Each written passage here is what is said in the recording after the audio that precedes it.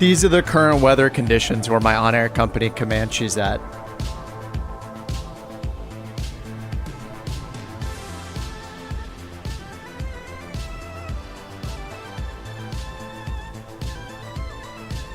This does not feel IMC. Hey Turk, hey Delta, hey Slow, Steve, Raccoon, Michael, Victor, Pop, Agent. What's up, guys? Yeah, this is, I want to use SayIntentions, but we're definitely not going to use it from the ground. This is, hey, what the heck? There's a velocity here.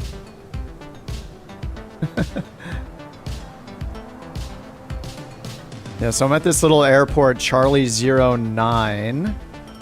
Let me take a look where this actually is. I'm not sure that I know exactly which airport this is. But we're in the middle of some of the soupiness in the Midwest. Nothing like what's going on the East Coast right now, like New England area. This insanity, which some of you guys might be in real life.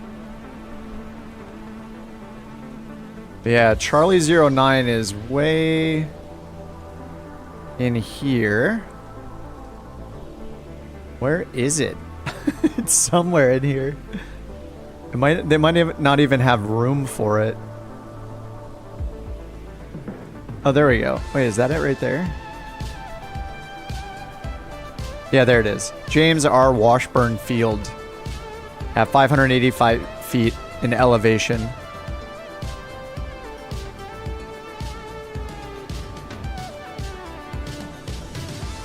And we look up the info here. Morris, Illinois is the closest city. We got an AWOS and a CTAF frequency. And an OnAir Company. Let's see, I got a bunch of possible routes here, possible jobs to take. So today I'm just gonna fly a couple flights in the Comanche OnAir Company, earn a little bit of money. Use SayIntentions ATC if it makes sense to. Right now it doesn't where my plane is at, but... What's up, Chris and Mike? Titanic, what's up, dude? Cyber. How you guys doing tonight? Alright, so I definitely want to go west. If I go and take a look over here on Sky Vector again and zoom out a bit, look at all of these METAR dots. You can see the west is where I want to go. Or the south, but anywhere but the northeast. So any one of these flights taking me east or west, southwest, or south, anywhere in that direction leads to green dots, which is what I want.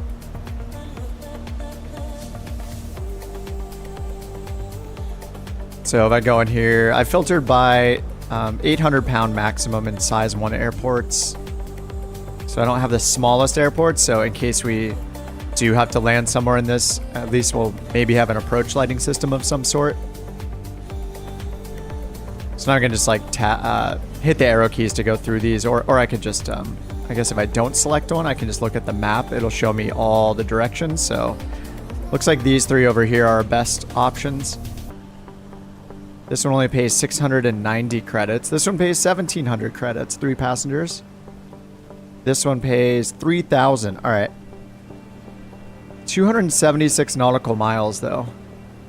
I mean, I guess we got to do it. It's going to be a chill autopilot kind of day. But I have to get out of this weather, or I'm not going to be happy. So this is 276 miles. This is 226. And what do we get in cruise? I think I get about 15 to 16 gallons per hour is what I use in cruise. And what can we hold without the tip tanks? I might need to add the tip tanks. So if we're full, then we are 60 gallons. So 60 gallons. Say with the takeoff and climb, it's more of an average of like 20 a gallon. Give us about 3 hours. 3 hours, we're flying. What do we fly in this? Like 170 knots, 180 knots maybe? Oh, that's miles per hour, sorry. So 140-ish knots. So yeah, we should be able to get that far, but it matters our payload, so we'll see. Chicks dig the tip tanks. They do make the plane look so much better. I've had them off. But actually, I would guess most of the fuel calculations and everything and the payload and all that is probably with them on. I took them off just to pretend like I'm a new owner and I don't have all the bells and whistles yet. Just the tip tanks. So I could add them if I go here to, where is it, maintenance? Yeah, I can hit tip tanks. Instantly it looks better. Yeah, I think every plane with tip tanks looks better. 100%.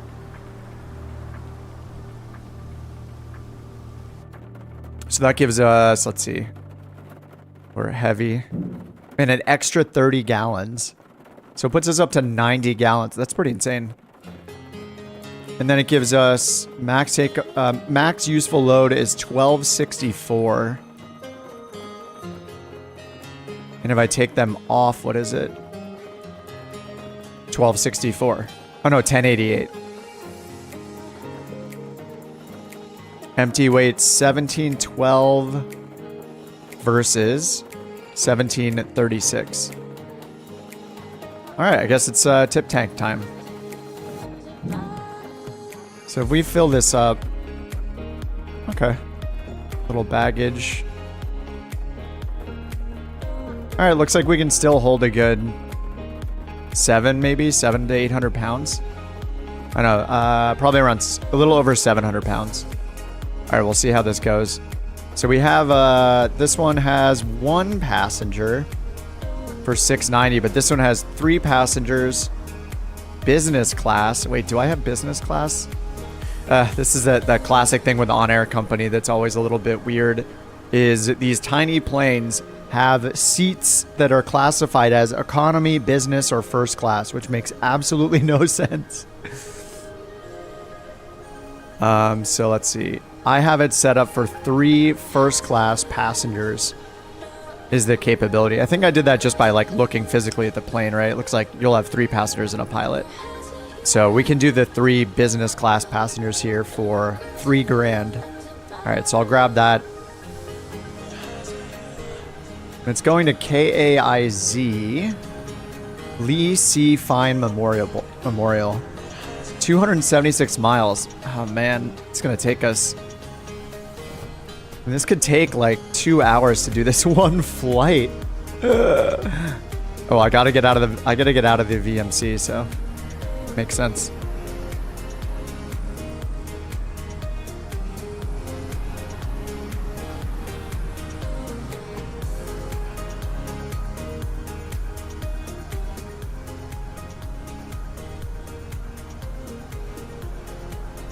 Have fun, the weather's terrible. Yeah, we'll see how high we can get, and if we get icing. If we get icing, this could be a big problem. Oh, all of these other flights I have are from a world. I was looking at the world tours, so or the tour features that are available in OnAir Company. Like people can submit them themselves, or I think OnAir Company staff has even made their own. But down here under activities, there's this whole tours section. And I was just looking at the Canada tour. There we go. Remove that. The heck? It removed my other job too. Okay. Let's go find that job again, I guess.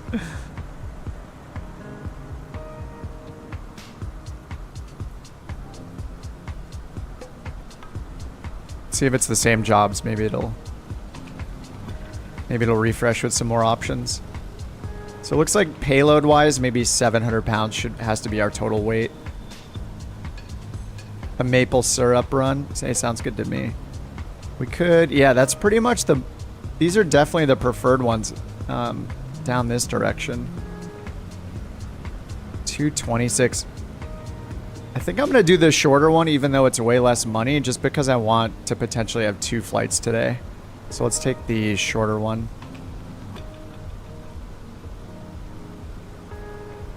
All right, so we're going to KFTT. Hensley Memorial, size 1.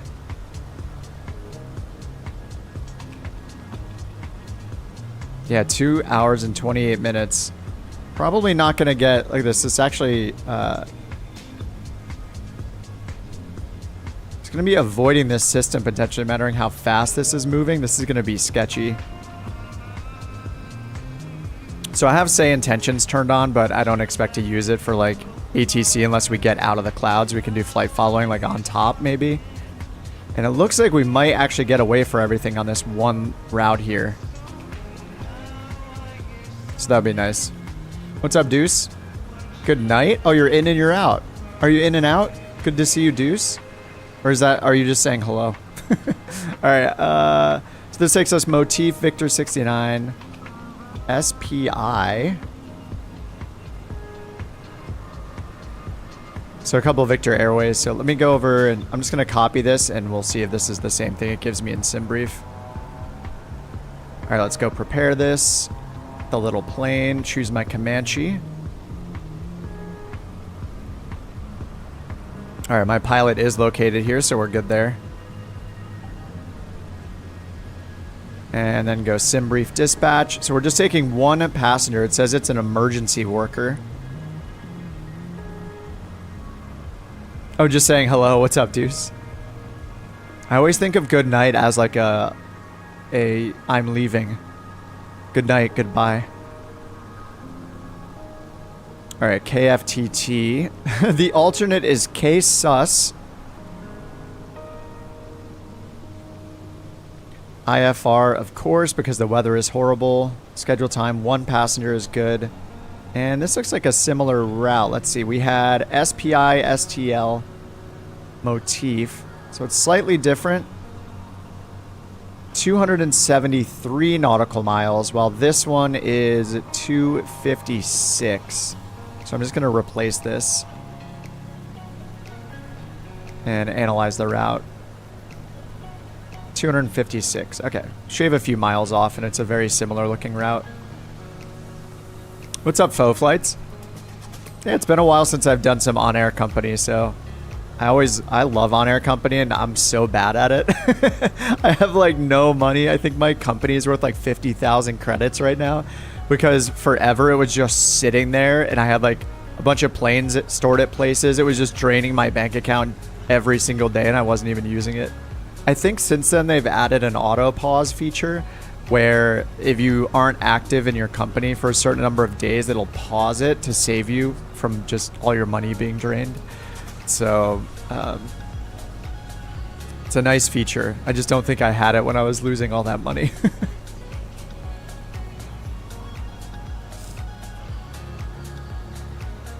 All right, so Motif, Victor 69, Victor 9, and I'll figure out what those VOR names mean. We'll go ahead and generate this flight with that flight plan.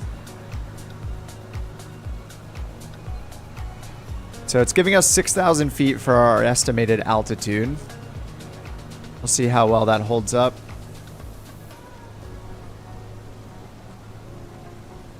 And I'm just taking some notes here in case I use ATC once we get above the clouds. So I'm just writing down our route here. Charlie 09 to KFTT. And then 6,000 feet. We're just going to tack on 500 to be VFR friendly for now. Actually, that doesn't make any sense.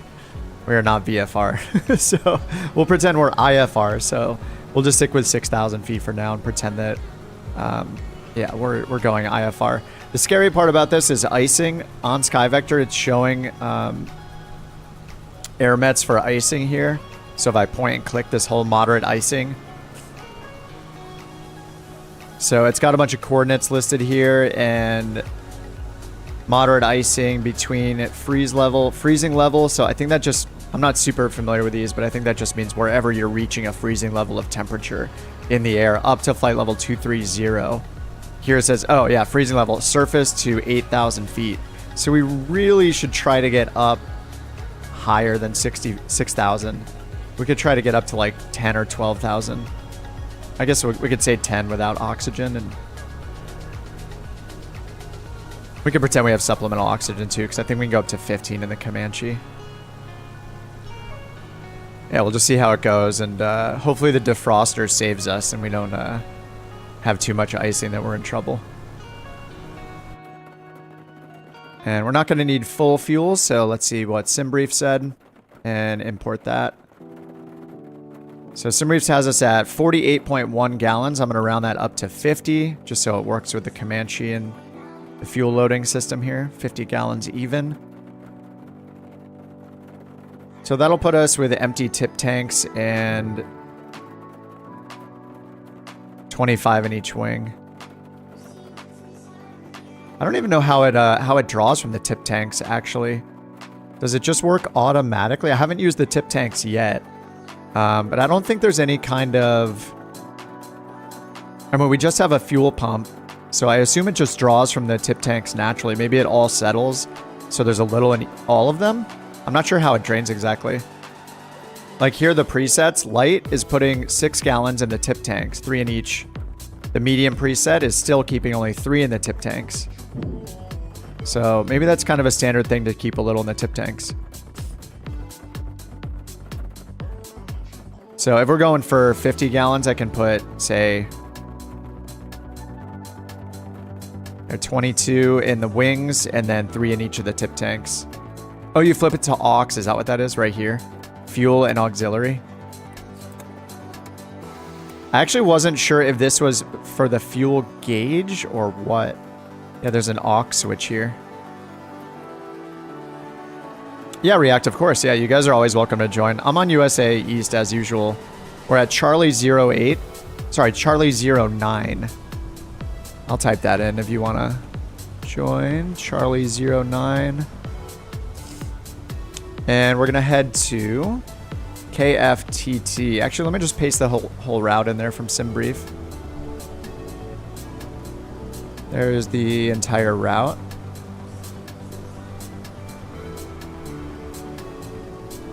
All right, and then for cargo, it's got us, let's see. I'll just go ahead and set the fuel and payload here. That's all linked. Need to validate fuel and payload, so we'll do that.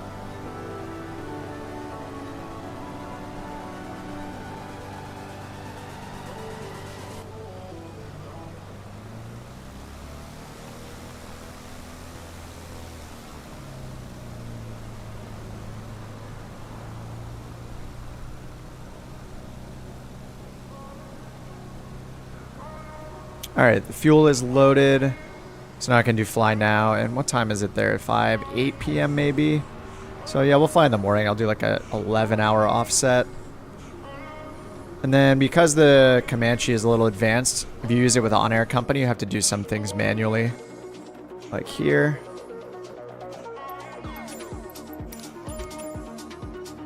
So total payload says 199 and due is 254. So we need to add that difference. How is that possible? Wait, we have the passenger. How much does the passenger weigh? Due 254. That doesn't make any sense. With a 160-pound passenger, we're over 100 pounds more than it says we need. That doesn't make any sense at all.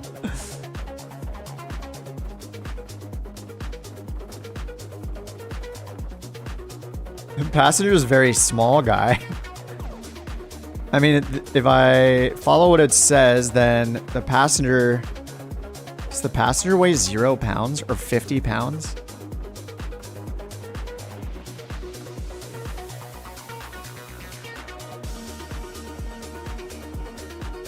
Yeah, the passenger... Maybe the passenger is a cat or a dog. I can't even set it to that. Yeah, 289, due 254. Oh, well, it's kind of weird to have such a little amount. And it's not luggage either. It says it's a single passenger emergency worker. If it was luggage, I would put it in the back because we're a bit heavy on the front of the plane right now. All right, we'll just put 100 pounds then, and it's a cat, of course, as usual. And yeah, we'll see how the tip tanks do. So I'll leave that where it is. Update the monitor. All right, now I'm gonna hit start tracking. It's gonna change our time of day, and it's not gonna change the payload at all just because we have to do it manually in this plane. All right, that is all set. We'll get our avionics on. I think today I'm gonna try to just use the avionics in the plane instead of using the top toolbar or anything like that, as if we're in the plane itself. So let's go ahead and get prop full forward, mixture rich, crack the throttle. Neutral, that's good. So we'll get the master switch on. Fuel pump on. And we're just going to watch the fuel pressure get up. I'm going to see if I can remember the checklist for the most part by memory. Alright, fuel pressure looks good. Fuel pump is off. And now all I have to do is start the engine. Oh, no, we don't. I didn't prime it. Oh, no. It's not going to start without prime. It's almost 0 degrees outside. I forgot to prime it. Look how good I'm doing without checklist. What if I prime it while it's starting? Oh, hey, that worked. Maybe that was horrible, but we did it anyway. Until you land and shut down the engines. All right, so OnAir Company is tracking.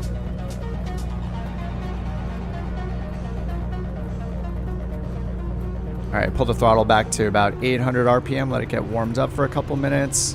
Let's get our avionics switch and all that on. Beacon was already on.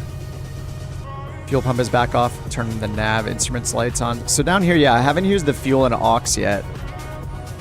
So this is showing... I haven't looked at this part of the manual yet. I don't actually know what this is showing. Whether this is showing... Because it's showing the same amount for both. So I don't know that this is showing volume. Oh, Fo says, tip tank switch by the landing gear switches between which fuel amount you're representing, left or right tip tank. Okay, so this is just the amount of fuel in the left or right tip tank. Oh yeah, I see the L down there. There's a little tiny L here. Okay, so this is just our fuel gauge for the left and right tip tanks. Got it. So it does, I guess it pulls from them automatically. Okay, cool. Thanks, Fo. All right, let's go over to our avionics, get this imported. I'm using the GTN 750, the PMS version. So we got charts all hooked up as well. All right, let's go to flight plan menu and import from SimBrief. What's up, Hunter? Enjoy the Comanche. I'll be listening while shoveling snow. You know, we're going to be in some snow here or some icing while we climb out. So this is definitely a horrible idea, but yeah, this is the fun part of the sim. It's a very IMC day, and I want to see if I can get on top of it safely. I mean, it's not going to be safe. Like, we would not fly in this. I think because there's known icing up to flight level, what was it, 240? This would be a no-fly day for sure. Just the threat of icing is terrifying. There's no anti-ice system in this outside of, I mean, there's pitot heat. That's not necessarily anti-ice, right? There's no anti-ice on the wings, the prop, or anything like that, or the windshields. There's nothing. So yeah, this would be a horrible idea. Okay, so we got Motif, the Pontiac VOR, Spinner VOR, joining the Victor 9 to the St. Louis VOR, Victor 4 to Hensley Memorial. So that is all imported. Our cruise altitude, it said 6,000 feet from SimBrief, but we're definitely going to go higher than that, as high as we need to avoid rain and icing. So the AirMet said, one of the pieces said I think up to 8,000 something feet, but we'll just have to play it by ear. We'll just have to see what happens. All right, let's go ahead and we'll give it the VATSIM 2000 squawk for now, which is like an unassigned transponder code, ATC code. And let's see if any of these frequencies are accurate here. So let's go to our flight plan and tap on the airport. Go to waypoint info, frequencies, and then tune in the AWAS. Arrow at 6. Nice. Visibility tree. So this is SayIntentions. Sky conditions overcast clouds at 700 feet. Temperature 0.3. Dew point 0.3. Altimeter 2901. Instrument flight rule approaches are in use. Advise on initial contact. You have information X-ray. And we got the Morris tail end of Municipal X-ray. Airport information X-ray. 2020 Zulu. Wind tree 50 at 6. Visibility tree. Sky conditions overcast clouds at 700 feet. Temperature 0.3. Dew point 0.3. Alright, 700 feet overcast. Altimeter. Alright, we're just going to go over to the CTAF frequency, which is also listed as a Unicom frequency, just for some chatter. Alright, so we have information X-ray. Winds are 350 at 6. And the runways here are 36 and 1/8, so we'll use 36. With winds at 350, so we'll have a little bit of a wind from the left, just very slightly. All right, runway 36, and we'll try to go up to like we'll just keep climbing, and I want to climb as fast as possible. It's really cold out, so we should be able to climb at our VY speed of 105 knots. I did watch one of the Comanche videos on YouTube that the A2A team made, which were incredible, by the way. The guy in the video, what's his name? Chris something. I keep forgetting his name. The guy who owns A2A. But he was talking about, you know, and all the engine cooling you need in the Comanche. But if it's warm out, then, you know, your climb speed, you're not going to do VY every time. Because you're going to be steeper climb, you know, lower ground speed when you're doing that. But oh, his name's Scott. He was talking about, you know, if it's a hot day, you want to not necessarily climb out at your VY speed. You want to go faster so you can get more air cooling into the engine. Delta says anti-ice is for the weak. The only words they could clearly hear on the black box. Oh man, that's morbid. Oh, rip me. All right, oil, we're gonna say no to fill, and then on the tablet, we're gonna go ahead and put in the, just gonna make sure that it's set up here. Update digital engine monitor. Yeah, this is a bad idea. This is the fun part of simming, right? All right, let's go back, change from VLOC on the map over to GPS mode, and our desired track is 201 to start, so we'll set this to 201. 201, right around there. There we go. And I'm gonna hit D to fix our heading indicator card here, and then B to set the altimeter.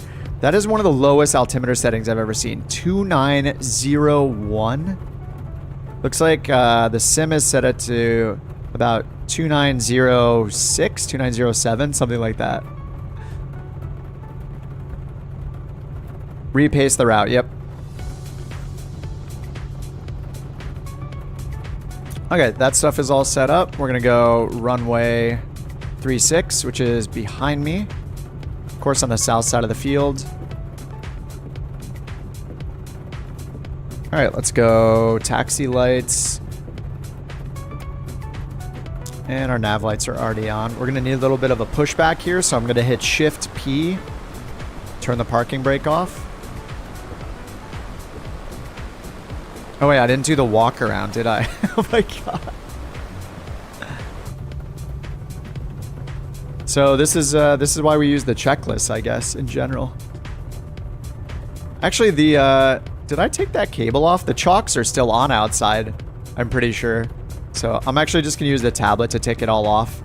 If I leave the plane, what's interesting about this plane is if you go into the external views, as soon as you go to do the walk around for those external view camera presets, it actually removes the pilot from the fuel and payload, and that messes with OnAir, and it thinks I've changed my payload, and then I have to restart it. So just to avoid that, I'm gonna go here and take the chocks and tie downs and stuff out. All right, we got our headphones in, beacon light and landing light. This is why we should always use checklists. Okay, flaps are up and all that. We already started the engine, so we're going taxi. Primer is locked. I did that earlier. Avionics master is on. Altimeter is set. Transponder is set. Radio's on. Let me turn the backup radio on. Or our COM2 on over here. Nav lights are on. Parking brake release and test on initial. Alright. Parking brake off. And make sure we don't bump into the back here.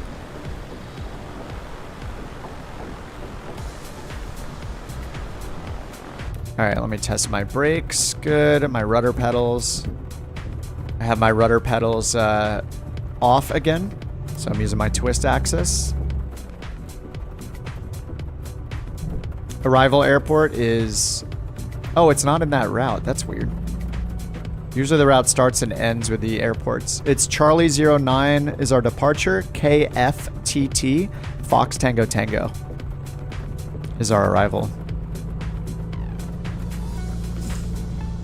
Alright, I'm going to double check actually to see if I'm on the CTAF frequency or not. Just so I can self-announce. Something that SayIntentions added in the beta was, I think it was yesterday or maybe today, is multiplayer. So you'll be able to hear, it's an opt-in thing.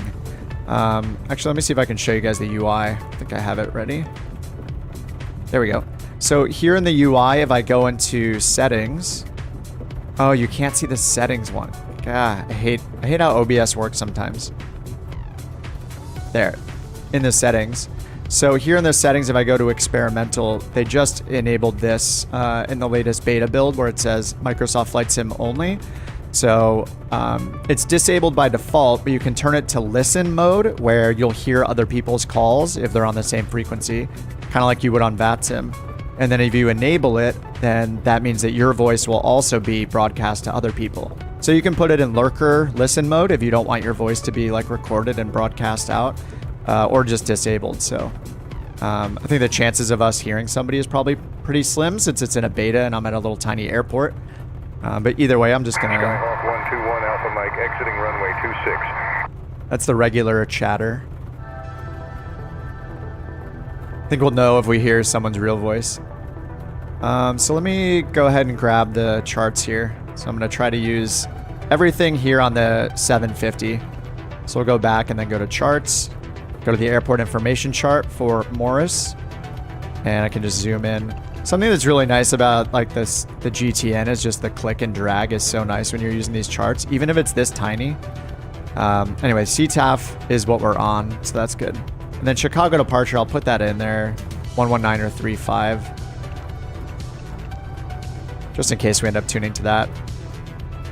All right, runway 36 is down here to the south. Can also go full screen on this. All right, we're just gonna take the taxiway to Alpha, it looks like. The intersection is Alpha.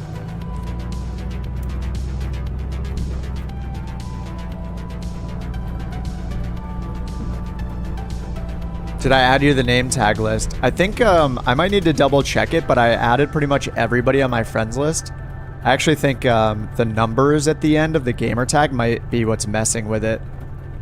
Because if it said like, you know, React Dev number blah blah blah, or Delta Tango number 1234, I think I might have to remove the number 1234 part. Because I don't think that actually shows up here on the name tags. Oh no, I see Delta Tango's right there. Yeah, it looks like it's working. Oh, that's so weird. I totally have React in there. I am using live weather, yeah, for sure, Soul. What do you think, I'm crazy? I'm gonna fly in this?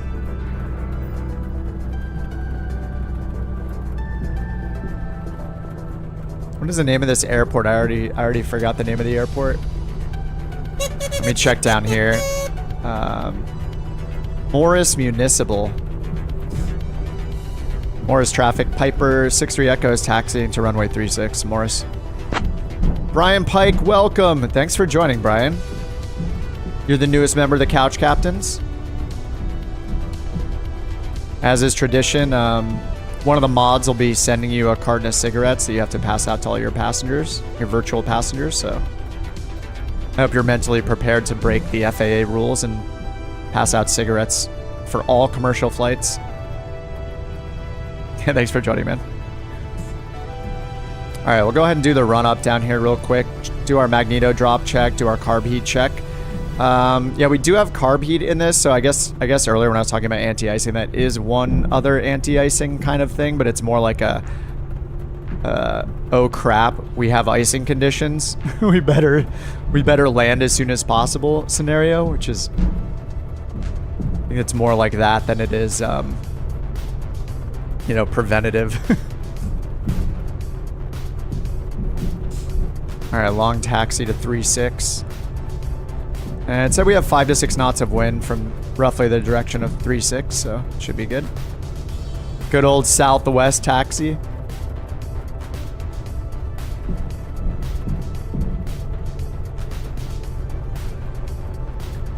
All right, this time I will follow the rules and turn into the wind at least slightly for the run up.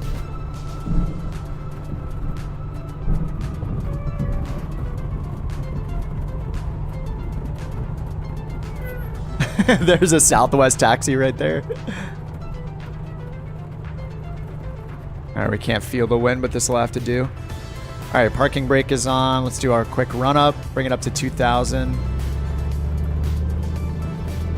2,000 RPMs. Check the magneto drop.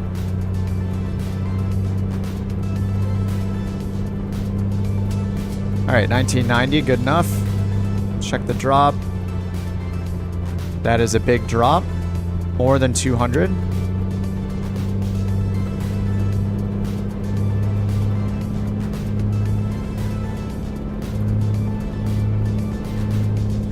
All right, lean the mixture.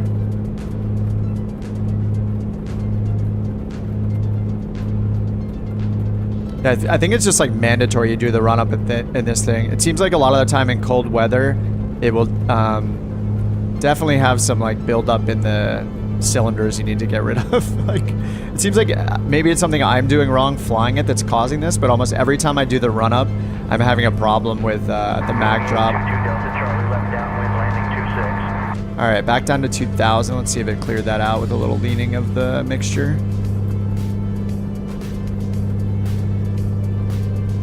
Our initial course is going to be 201 down to our first waypoint motif. All right, let's check this again. 2,000 down to 1810, 1,800, still bad. All right, we're going to lean the mixture out a bit more.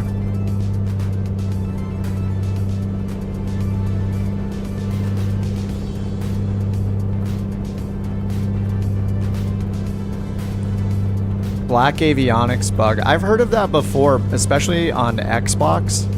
And I think whenever I read a thread that talks about that bug, people just say to restart the flight, unfortunately.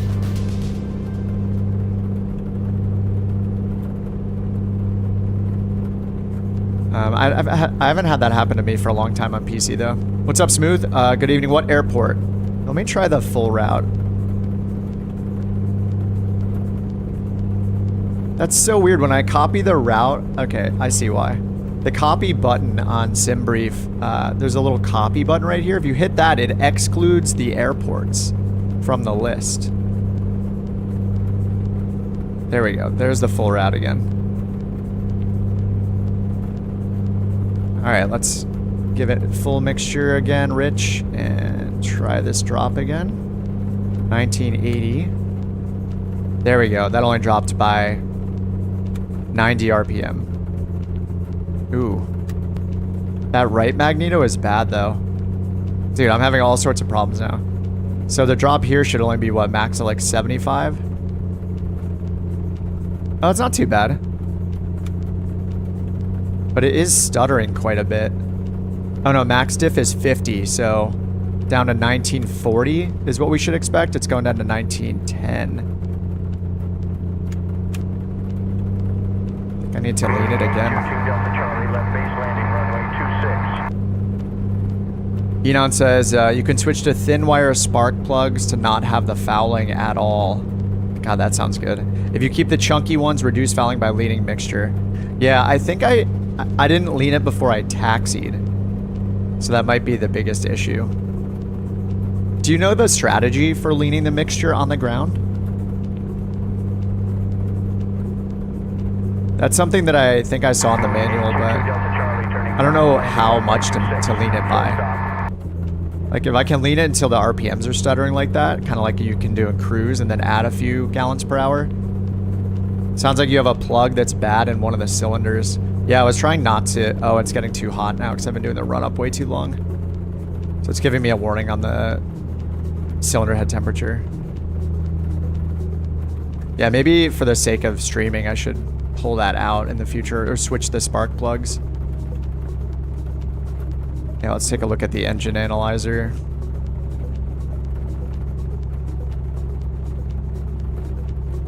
Yeah, these are overheating basically because I was doing the run up way too long. This is a little cryptic for me to read too, so.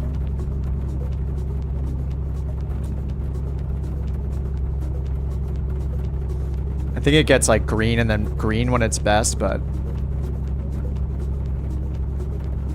Small dots on cylinder 3. Oh, how tiny the dot is. I see. So does that mean a messed up spark plug? Yeah, maybe I should switch over to the other spark plugs if it's going to prevent this from happening like every single flight. Sounds like, oh yeah, a plug that's bad. Nick says I'm not flying today, but firmly in my couch watching. Thanks, Nick. So is this a no-fly issue? Like it's failing the run-up, so in reality would I just not fly? I'm guessing because there's a problem. Analyze the engine on the engine tab. Oh, on this tab here. Inspect. Alright, that's all. Oh, I can clean the spark plugs down here.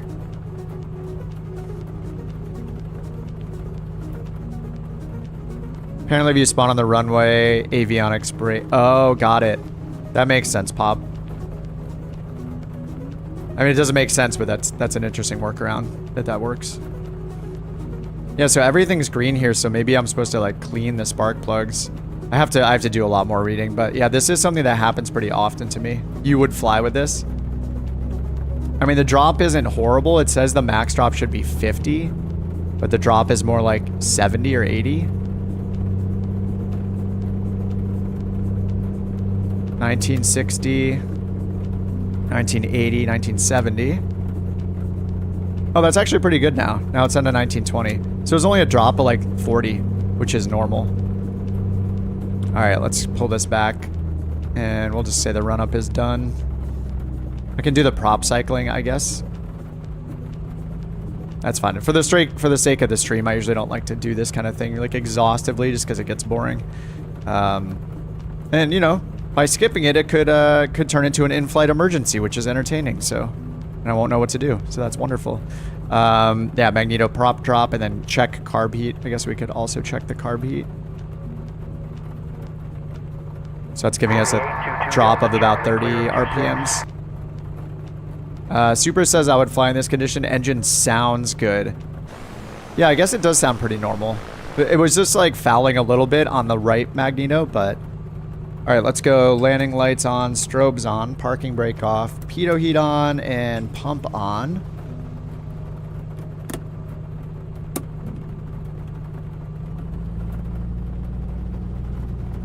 Fouled spark plug. Yeah, it looks like one of them is kind of weak. I don't know what I did to it. Like, I must have messed something up. But oh well, let's see how she flies. Simulator time. Alright, we're going to be runway 36. I'm gonna get my heading over to 360. We are tracking an OnAir Company. And what's the name of our airport again? I keep forgetting the names of the airports. I mean, we're at so many different airports. Morris Municipal. Alright. Morris Traffic Piper. 63 Echo is departing runway 36. Morris.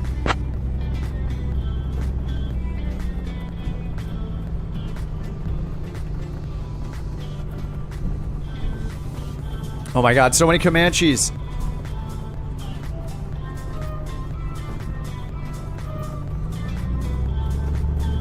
Alright, let's get this going. Full throttle. We're at 85 for rotation, and we're going to try to climb at VY to get up and out of all the potential icing we have today. This could be horrible. Airborne time logged. Skyhawk 49 Alpha 1 Echo departing runway 26. It is pretty gusty, actually. All right, climb at 105. It's looking good. I think one of you guys asked about the autopilot a little bit earlier. Sorry, I'll show you about the autopilot. It's pretty basic. Pretty much has like a wings level mode. All right, gears coming up. Wings level mode. It's got a heading mode, and then it's got a mode to follow your current track. And then as far as altitude, it really only has an altitude hold mode. All right, we're gonna pitch up a little bit more here.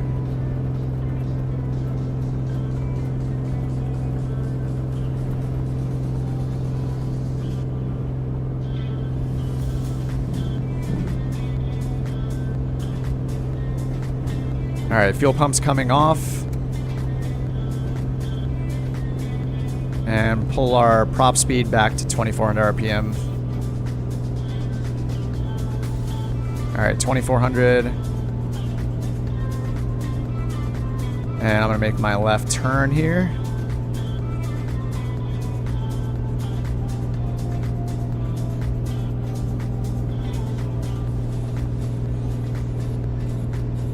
As long as our vertical speed is in the positive and we're trying to hold a standard rate turn, I'm just looking at the turn coordinator for that.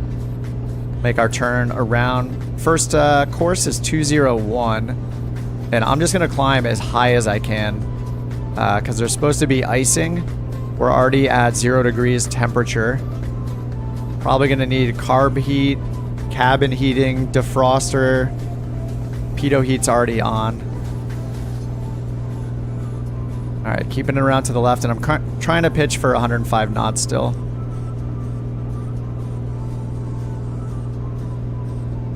All right, wings level now, and we'll get onto course. So yeah, as far as the autopilot, there's an autopilot master you have to turn on down here. Once that's on, your autopilot really is just 2 buttons. Well, there's 3 if you include the disconnect button. Go ahead and pitch down a little bit.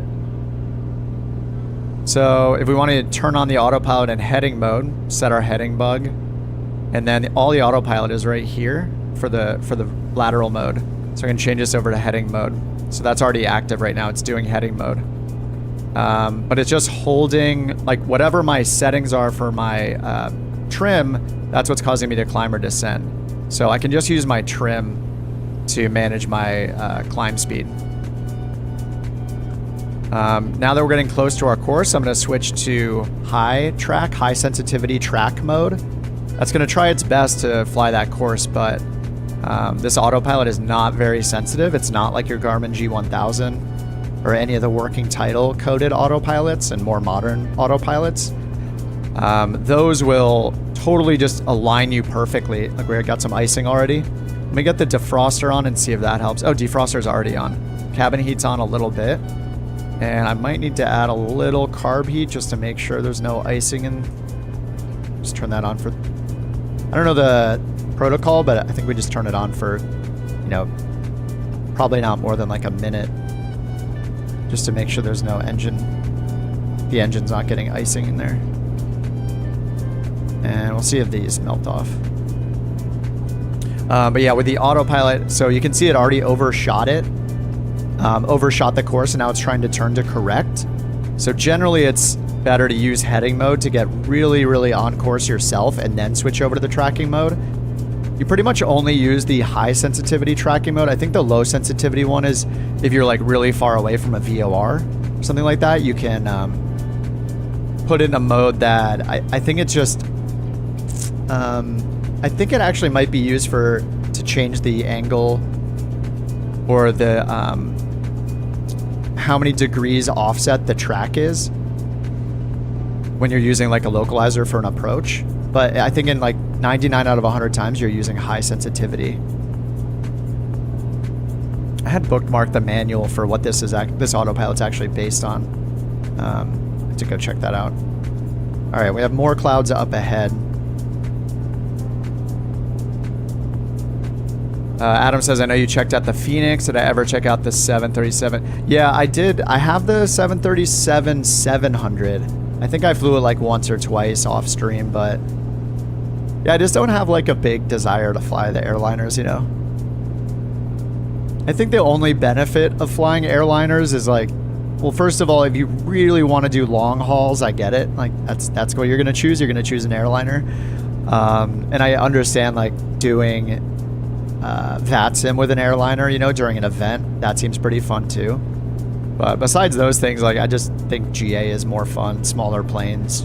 Try more different planes instead of just another variant of another Airbus, or the, you know, it's the same Airbus, but it seats slightly bigger, you know, slightly more people, and it has this extra thing in the cockpit, and that's it. You know, I don't know. I'm not as interested in that. Like, I'd rather learn in it, you know, the basics of an entire new plane, like the Comanche, or, you know, just grab whatever new GA plane there is. See, why be good with one plane when you can be bad with 50 planes? All right, we gotta keep climbing here. We're almost at our first waypoint, Motif. Let's see, after Motif, we're gonna go from 201 to a 000, so a 360 heading on for our next one here. Wait, that's not right. We're going south. What's going on here? We're going southwest. Why does that say 000? All of these say 000. What the heck? That is not right. We're in GPS mode. Hello, fellow computer pilot. What's up? Hey, Morris. Yeah, that's fair. I flew a bunch of GA with OnAir, then I ended up doing short haul 737. Oh yeah, for money for sure. Yeah, especially if you're on Thunder too. You can't just hire some AI, you know, to do it. Nick says even for long hauls, private jets should be faster and go higher. If you're, yeah, like if you're doing OnAir, yeah, private jets, you'll go up to like, what, 45,000 feet a lot of the time? Over 40. All right, a little scary icing here still. I'm gonna turn our carb heat on again. And I need to lean the engine out a little bit. We're at 8,000 feet now. Out of the soup at 8,000. I'm at 8,300 now. I'm not climbing very much. I need to pitch up a little bit more. And we're coming up to our next waypoint.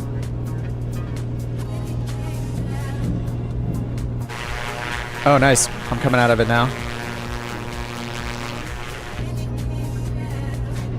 All right, just in time for our next waypoint. I'm gonna turn a little bit to the right here to get onto course a little bit. Mighty says, is this a group flight? Kind of every flight becomes a group flight. Like everyone's always free to fly along, for sure. It's not the focus, like normally on Saturday when we do the actual group flight, it's not as much of this like IFR airport to airport thing. It's usually more scenic stuff and remote stuff. But yeah, everybody's always welcome to fly along. I'm on USA East as usual. All right, we're almost at our next waypoint here. I'm going to turn us a little bit to the southwest. We'll see what it says with desired track here for our next track.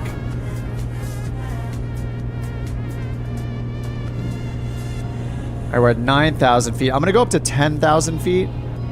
Just for a little more safety. No, I'm not on VATSIM Boomcraft. I do have SayIntentions turned on. We're going to see if we can pick up flight following here on top. This is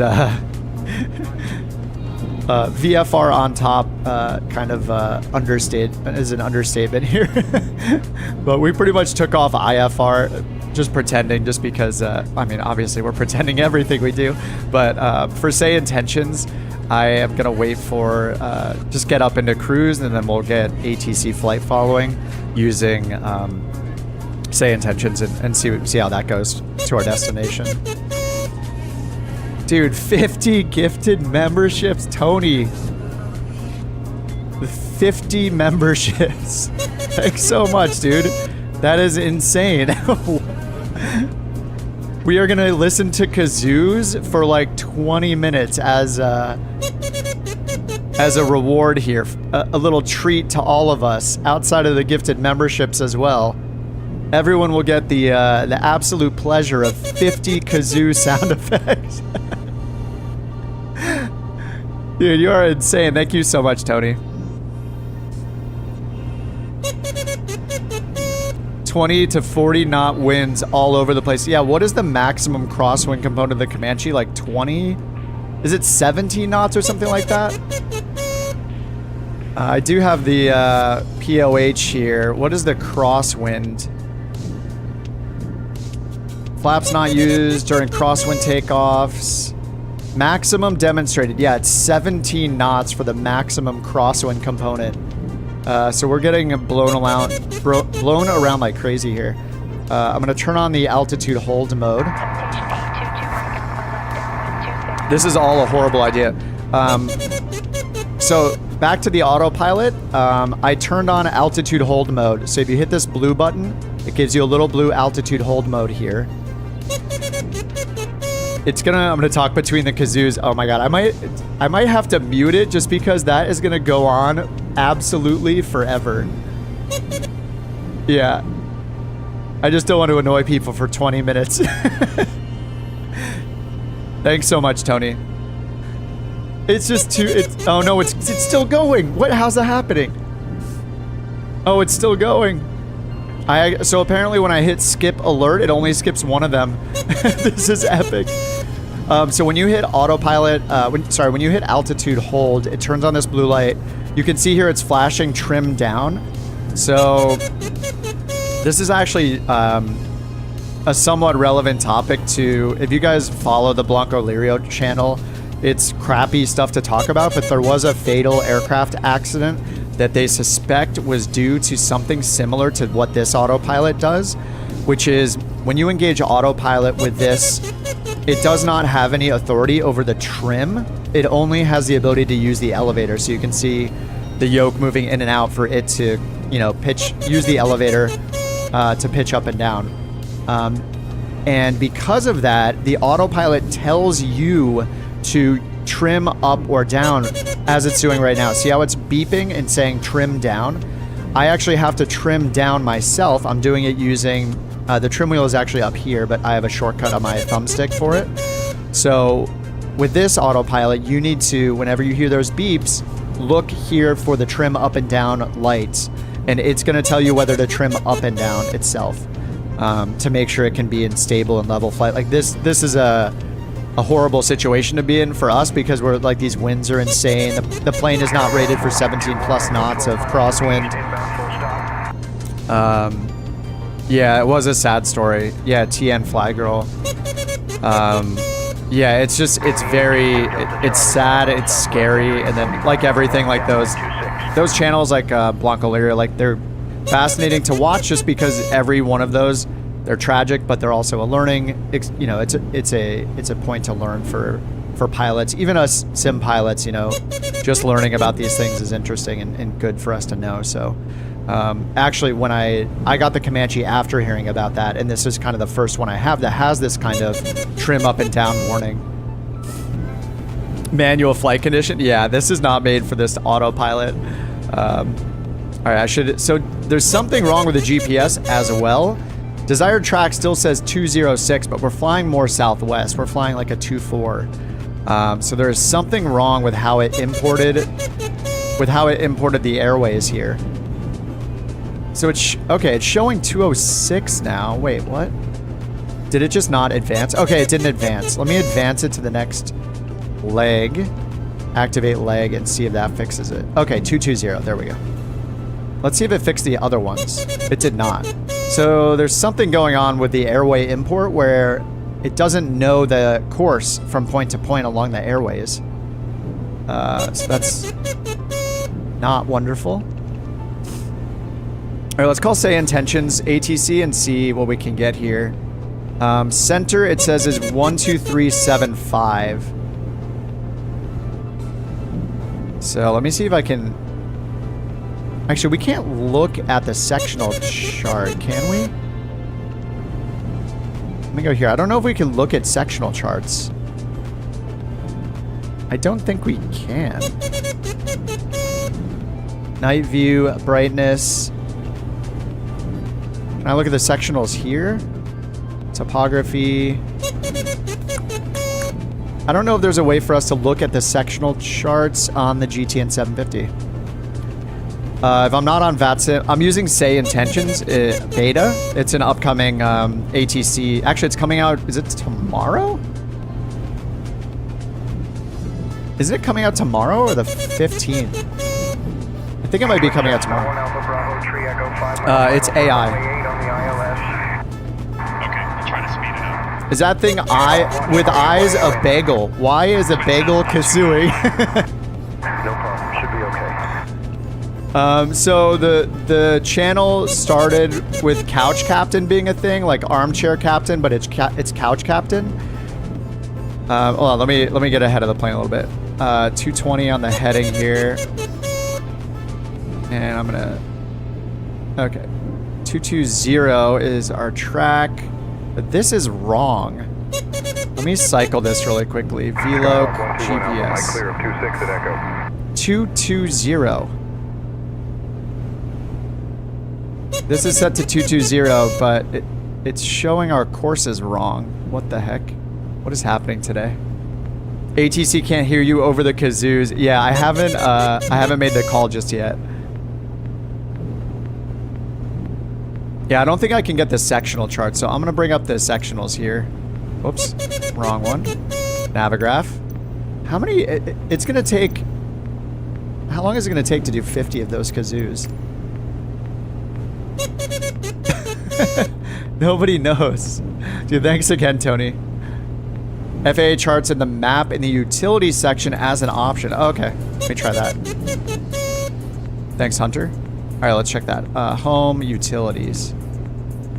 And then map. There we go. Okay, sectional, wait, map. Night mode, world. Oh, it does have FAA. All right, FAA scale 2, auto center is on. PNT, what, dude, Tony, oh my God, dude. This is worth it for entertainment value. We're never, ever gonna be able to call in to SayIntentions. Tony's making it rain.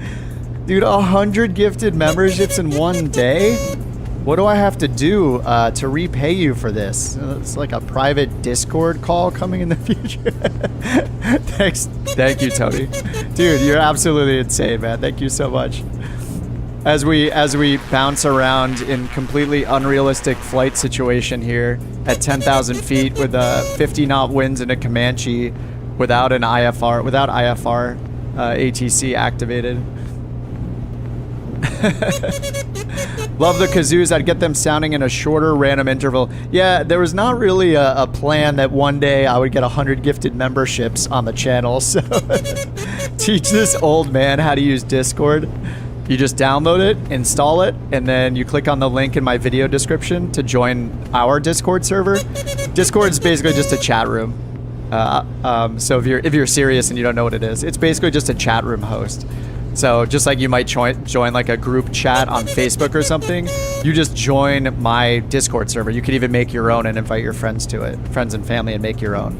It's a place where you can chat with text, upload images, join voice channels to talk to each other with voice, stream your simulator, other video games, or your camera, like whatever. It's basically like Slack, if you're familiar with Slack, but it's for the gaming community, as opposed to like a professional environment. Or like Microsoft Teams. It's like the gamers version of those products.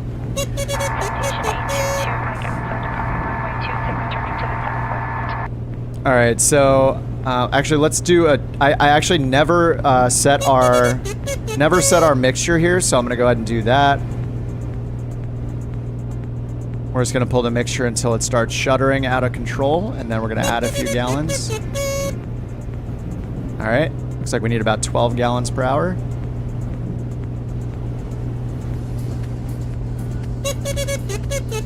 All right, 65 power, and let's go ahead and look at our actual performance tables here. Go back over here, pull up the performance tables. We're not meant to be flying in this kind of weather, obviously.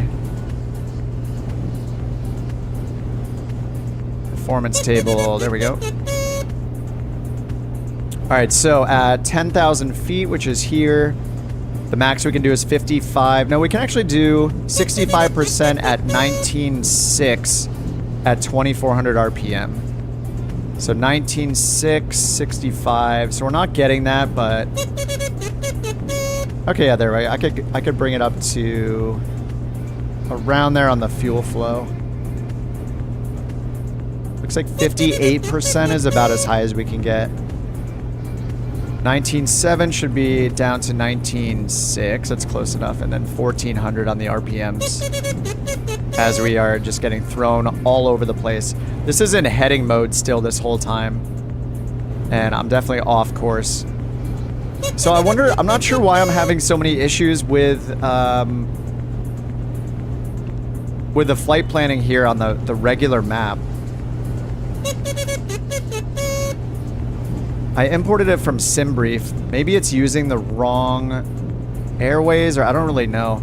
So I'm in heading mode, so I'm just gonna redo the flight plan here and see what happens. Pitch trim down a little bit. Can I mute the kazoos? I tried to, but people got angry. PMS is not liking the imported plan.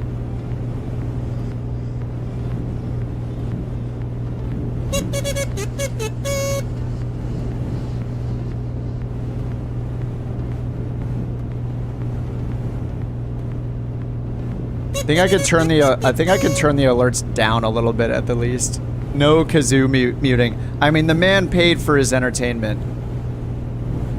I can't rob him of the experience he wanted us all to have. Okay, yeah, it's not liking the flight plan at all, so I'm just gonna redo it, I think. I'm gonna go and remove these airways from the flight plan. We are on, we're on heading mode, so this isn't gonna mess anything up. I'm just gonna remove all of these waypoints. And since I'm in heading mode, this is fine.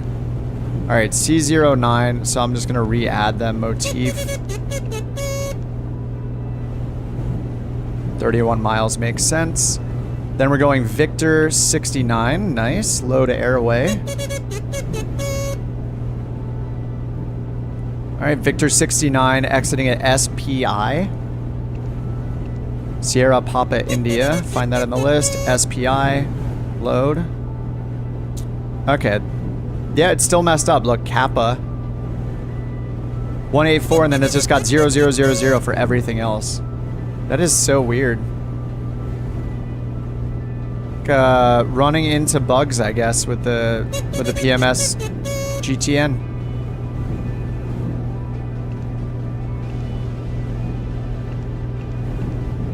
Yeah, that's so weird. It's got all of them pulled in. It looks like they're all in the right direction. I still have our destination in as well down here. Twin Cessna 1 Alpha Bravo 3 Echo holding short 26 waiting for takeoff. Yeah, hold up. I'm on a 3-mile final. Hey Chris, what's up? Stay here until you're clear. 50 more kazoos, still not a member. It's so weird how I don't know if it prioritizes people that are in chat or not. So missed the membership wave, not sure if you remember me. There are so many Chris's, unfortunately, Chris, that I need to know a little more than that, probably. I think we probably got like 10 Chris's in Discord alone. Which ATC? This is the SayIntentions beta. It's a AI-powered ATC. Should someone with a Comanche fly in these conditions? No, not at all. I mean, first of all, there's known icing that we flew through. This is not Fiki or a flight into known icing like rated plane. So there's no icing in this besides, de-icing in this besides like our carb heat, our defroster, and our pitot heat. So no, and then also these crosswind conditions are completely unrealistic. Like the plane is rated for 17 knot crosswinds. One of you guys earlier said they're gusting up to like 30. So no. Not realistic at all. We wouldn't have left the ground at all. We would have just got back in our car and drove home, and made some tea, poured some bourbon in it, and turned on a movie or whatever. Turned on Battlestar Galactica Season 2, Episode 2.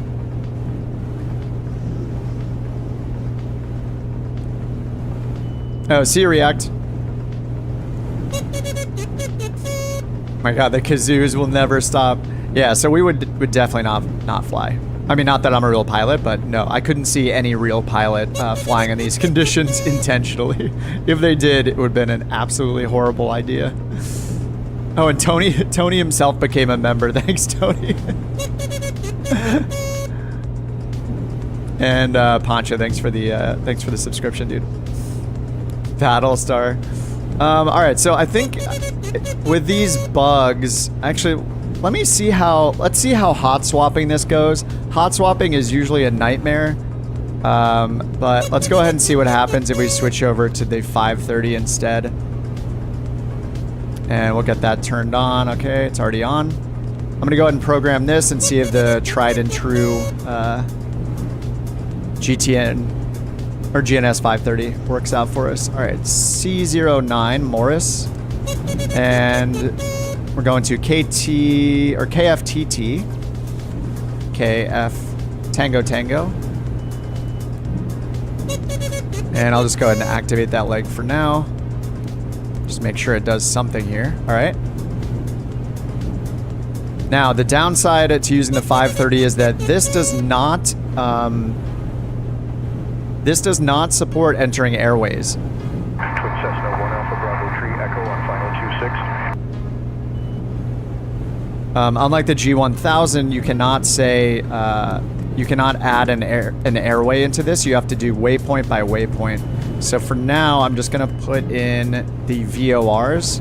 These are actually the exits that we're gonna use to exit the airways we're on, and then I can go in and add some detail along the way. Next is STL St. Louis Sierra Tango Lima. After STL, it's MEMAC.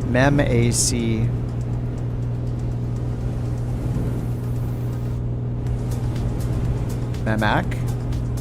Okay, so now let's take a look at the route. So it's a little bit better. There are a lot of waypoints along these that we're not seeing. So let's go back to our main section here. I'm going to cycle it from GPS away from GPS. Let's go VLOC back to GPS.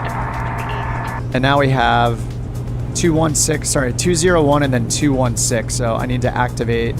We're going towards SPI, so we're going to activate that leg. All right, there we go. So we need to change our course again. Let's go to the default screen. Desired track is blank for some reason. It should be 216. There's a bunch of, I don't know what's going on. Look, the desired track is blank here. So this should be set to 216, it looks like.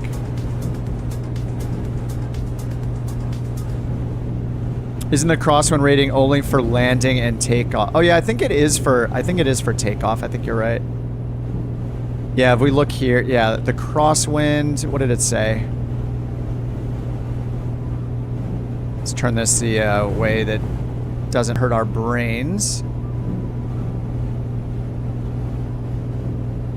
All right, crosswind down here, we got, yeah, maximum, it just says maximum demonstrated crosswind velocity, 17 knots. Which to me sounds like maybe it's still a horrible idea. All right, let's fly a little more to the east here to get onto track. I don't know what's going on. So this might not be a PMS 50 issue because we're seeing an issue here as well. Like my desired track is not listed. It should be 216, but it's not working. Hot swapping the avionics like this is usually a bad idea.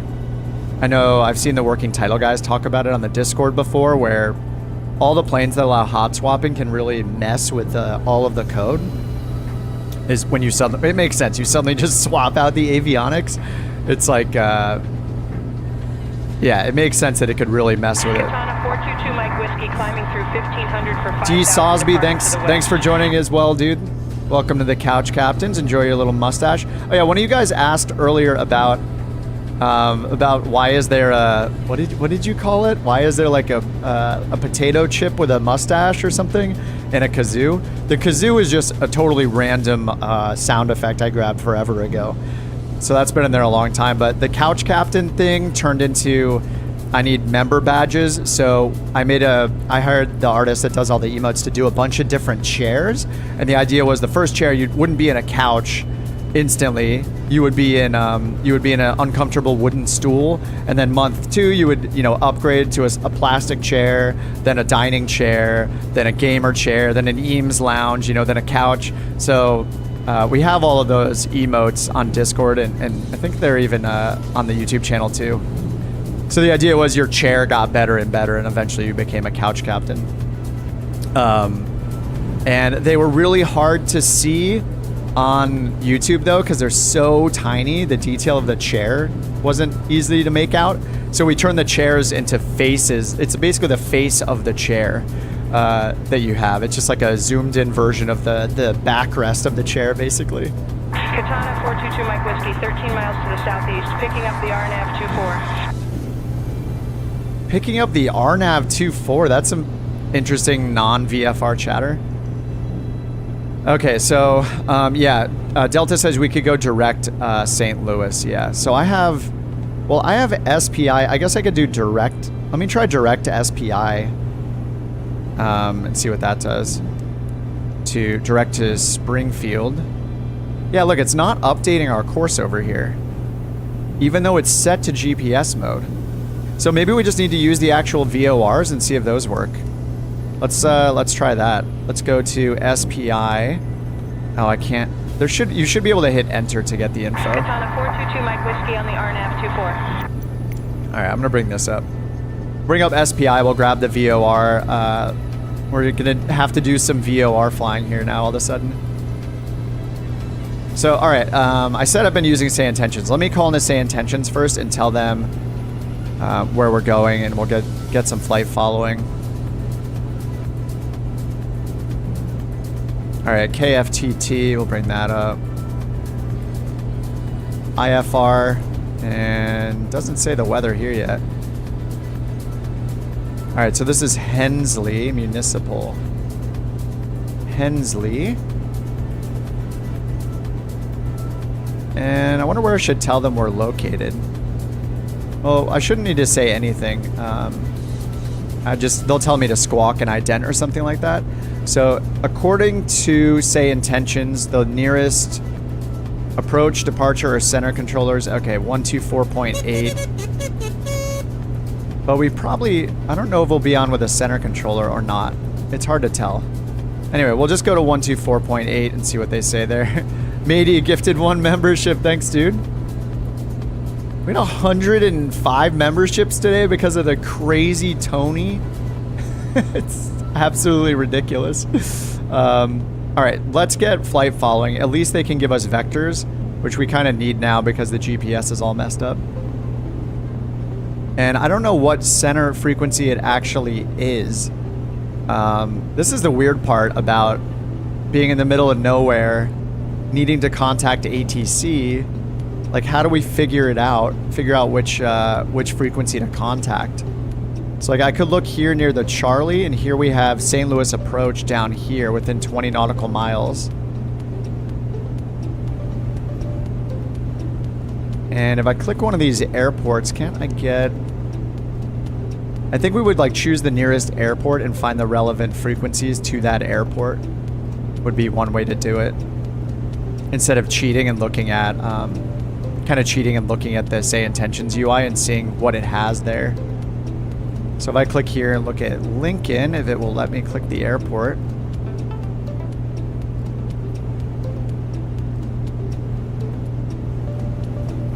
Okay, there we go. And I can go to the airport, comms, Kansas City Control Center, 127,275. So let's try that one. 127,275. All right, 127,275. And this is supposed to be Kansas City, so let's see what they say. Kansas City, Piper 6063 Echo VFR request. What's up, Droppler? How's it going? Can you highlight SPI and hit direct to? You can for direct to, yeah. What I wanted to do is get the VOR frequency. I don't have the real unit, I'm not sure, but I think enter is supposed to take you to the waypoint information page. Piper 6-3 Echo Kansas Center aircraft, say destination, altitude, and request. Destination is Kilo Foxtrot Tango Tango. We're at 10,000 feet. We are a Piper Comanche 6063 Echo. Request flight following. All right, let's see what they do. It was a little bit out of order. Usually I should have said slant golf as well. I don't think it actually wants you to give them the type yet, the plane type and equipment code, but... Okay, so now let me try to find the frequency for that VOR. Piper 6-3 Echo Squawk 3701 and identify. Squawk 3701, Piper 6-3 Echo. All right, 3701, let's do that.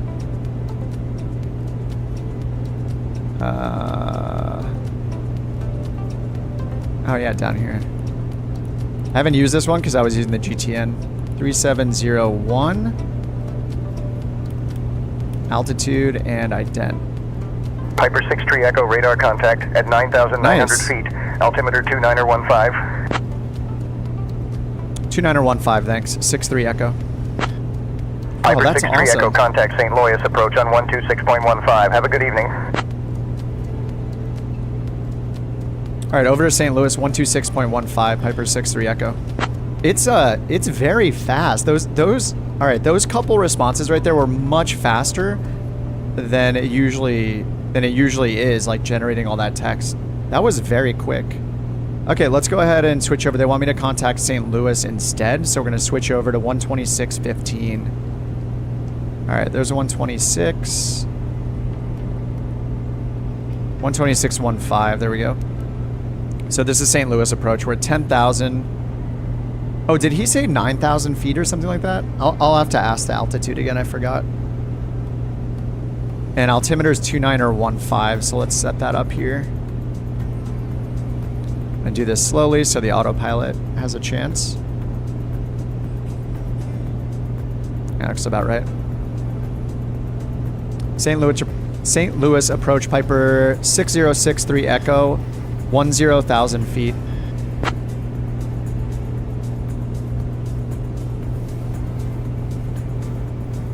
Oh, 9,100 feet. Can you request repeat and slow down? Piper Yes. 6-3 Echo St. Louis approach. Roger, altimeter Loyus. 2918. 2918, 63 Echo. You can ask them to repeat as many times as you want.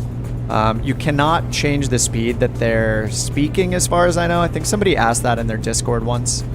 But I think it only has one speed. I think you could try it, but I don't think that the voices can actually be generated at a slower rate. Okay, Dull Geek, what's up, man? Welcome back. Good to see you, dude. Alright, so let me see if GPS works for S and Gs. Yeah, still not working on GPS.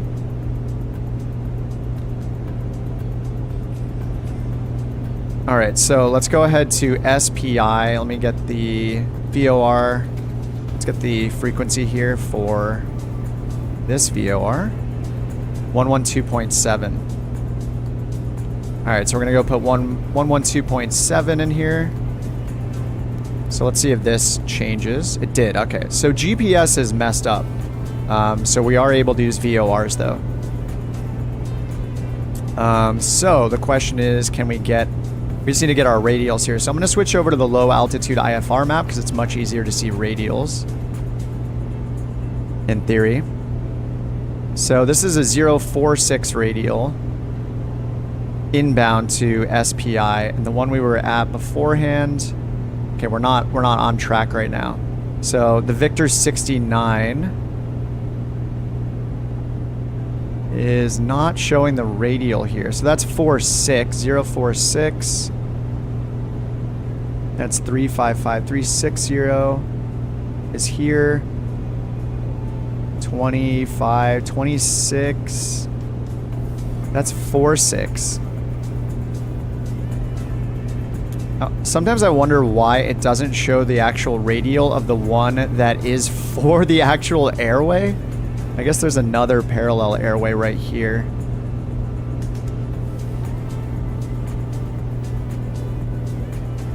I like the, I don't really like the Navigraph maps. Like the actual low altitude airway maps here are so much easier to look at. Yeah, look, 037 is right here on this one, on the FAA version. All right, so 56 Alpha Bravo, right to the VOR. So 037 is the radial. We need to reciprocal that, so it's 217 is what we want here. So let's turn this over to 217, right around there, and fly towards that. CDI was set to VLOC. Yeah, it switched. If I switch to GPS, it's not going to work.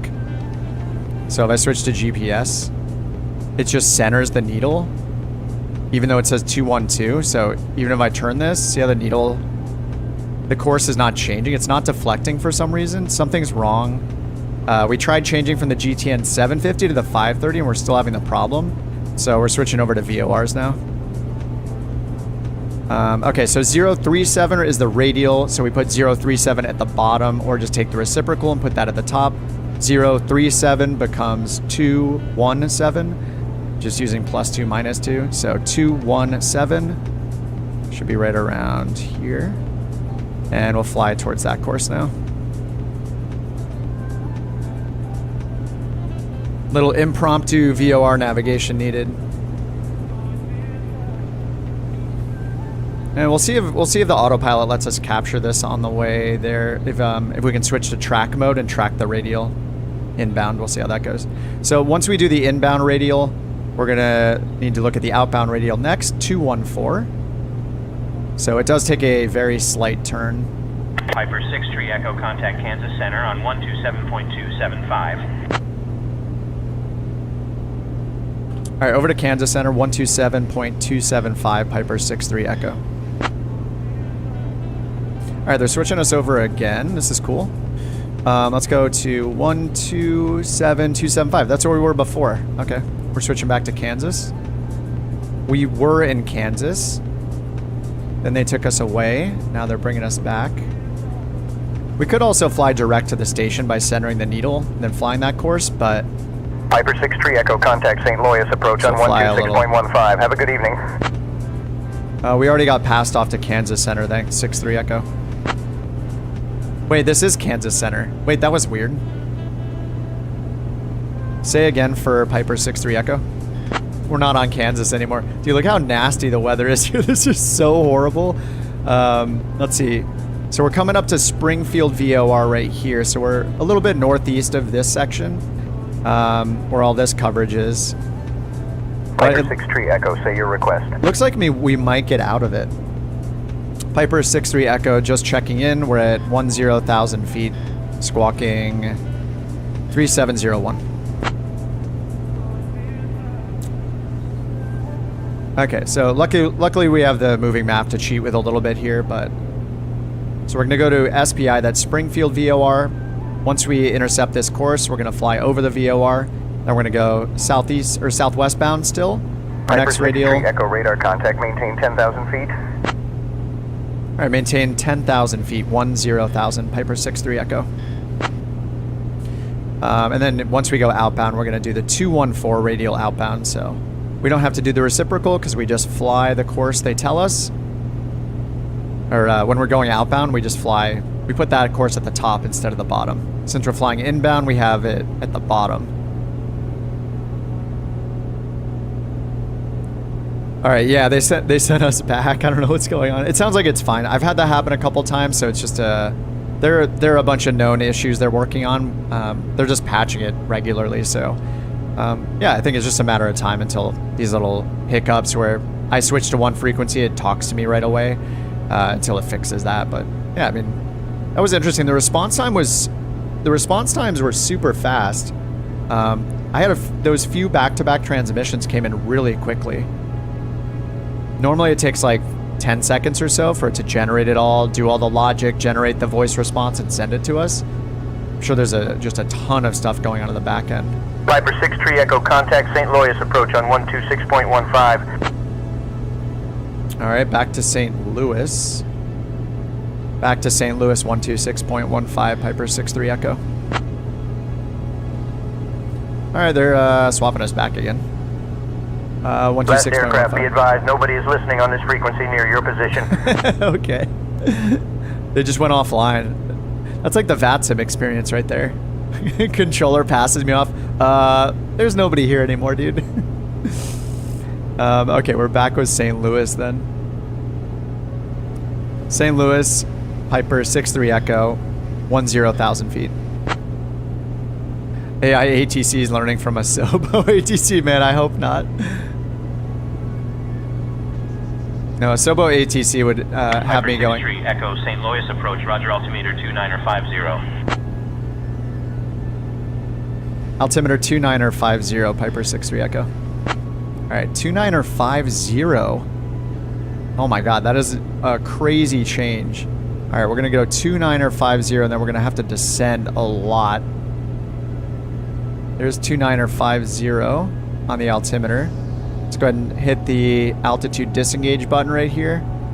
And I'm just gonna give it a little forward pitch trim to take us down really slowly back down to 10,000. Once we're down there, we'll just hit the altitude hold again. So yeah, the autopilot in this is very simple, but hey, at least it's got an autopilot of some sort. So you really just have ST is like stabilize the wings or something like that, stable mode. It's just wings level mode. Heading follows the heading bug. And then between low and high track, you generally want high sensitivity tracking, so it's more precise, I believe. Oh yeah, I think with low sensitivity tracking, you turn it on when you're like passing over a VOR is one of the strategies where you don't anticipate having really good signal. Or like you're going into the like cone of ambiguity or whatever over the VOR.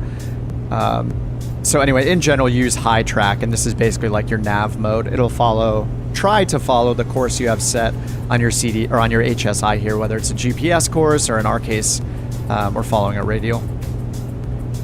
What is the indicated airspeed right now? I'm at 140 knots, 141 or 142 knots.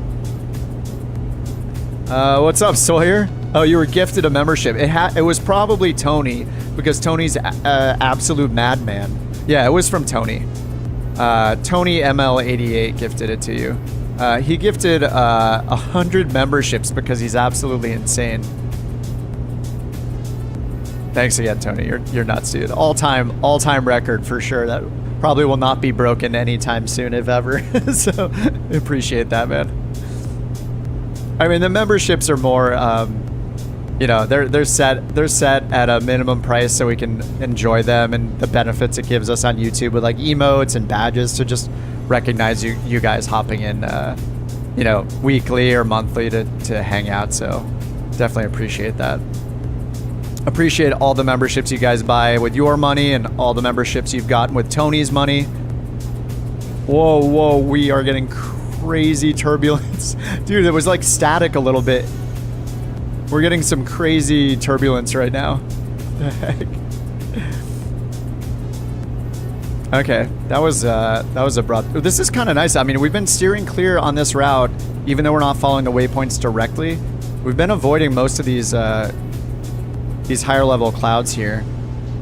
I think it's just by pure luck. All right, we're coming up to the VOR right now on the moving map, and we're gonna set. We're in heading mode still, so we're just gonna turn to our new radial outbound here now that we're finally getting onto course. So 214 is our outbound radial. Since it's outbound, that's what we set our course to. It matches the course we're gonna fly, the radial. So we're just gonna turn towards it. It's shifting off right now because we're flying directly over the VOR. We have this like cone of ambiguity or cone of silence, if you will, where it doesn't know where it is because we're so close to the VOR. All right, now we got the from flag, and this should turn in a little bit. We'll fly a little bit towards it.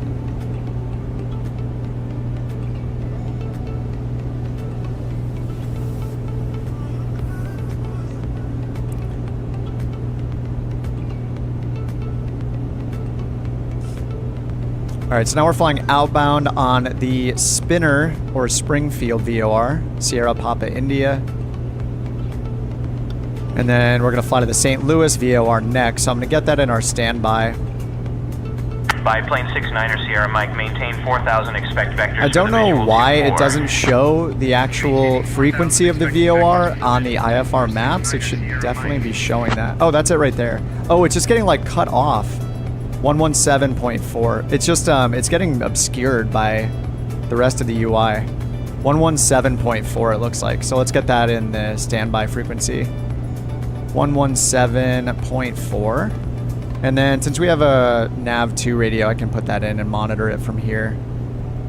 117.4. Activate that. And then right here we have another CDI, or another HSI. Or sorry, this is a CDI. There's no heading indicator on this. So we have an HSI with the heading indicator, a CDI without the heading indicator. And now we can put in our radial for St. Louis if we want. 031, except since that's radials go outbound, we need to take the reciprocal of that. So that's 211. Add 2 to the 0, subtract 2 from the 3, we get 211. So I'm going to put in 211 over here. We can monitor them both at the same time. 211. There we go.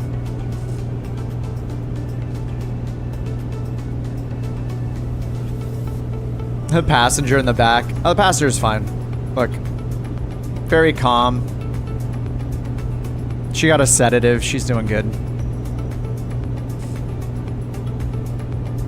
Nice, we don't even have, we're not even using the moving map. I guess we're using one up here. So wait, why am I going the wrong direction? That's the question. I wonder if my card needs to be synced. Okay, it did a little bit. And I probably have the wrong radial put in. 214. Yeah, that's the problem. 214. Alright, there's 214. That is the reason. Yeah, I said 241 instead of 214. That'll do it. Alright, let's get back on the course there. Alright, 25 nautical miles between these two VORs. Hopefully this looks like it might bring us a little bit closer to the clouds, so this will be fun. Oh, I'm still descending too. Oh my god, I'm doing everything wrong.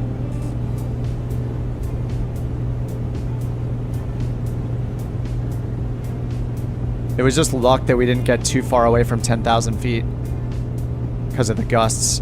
But I don't have altitude hold mode on. So let's get back up to 10,000. Good old multiplayer bug. Oh no. Yeah, Sim Update 14 has not been the best. Alright, almost coming up to 10,000 again, so I'm going to hit altitude before we get there. Piper 6-3 Echo, contact St. Louis. Approach on 13.2.575. 132.575, Piper 6-3 Echo. Alright, St. Louis approach, so let's try that. 135.575, we're at 10,000. And let's turn this over to track mode, because we're getting close.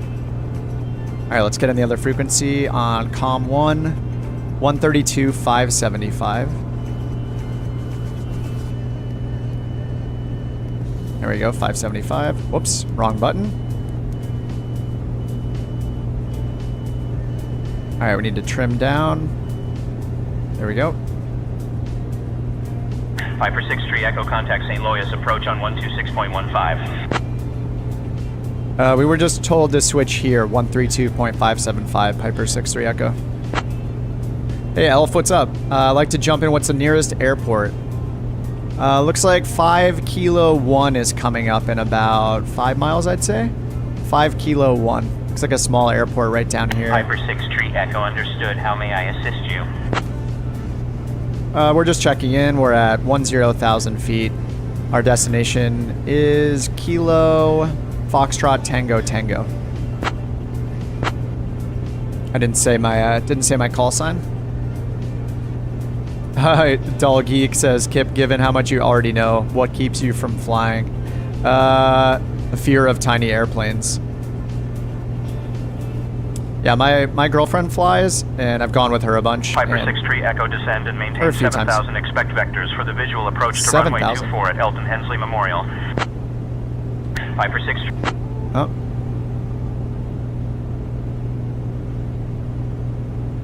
Say again for Piper 6-3 Echo. So he said runway 24 and descend to 7,000. Or is it 7,500? So we'll start our descent.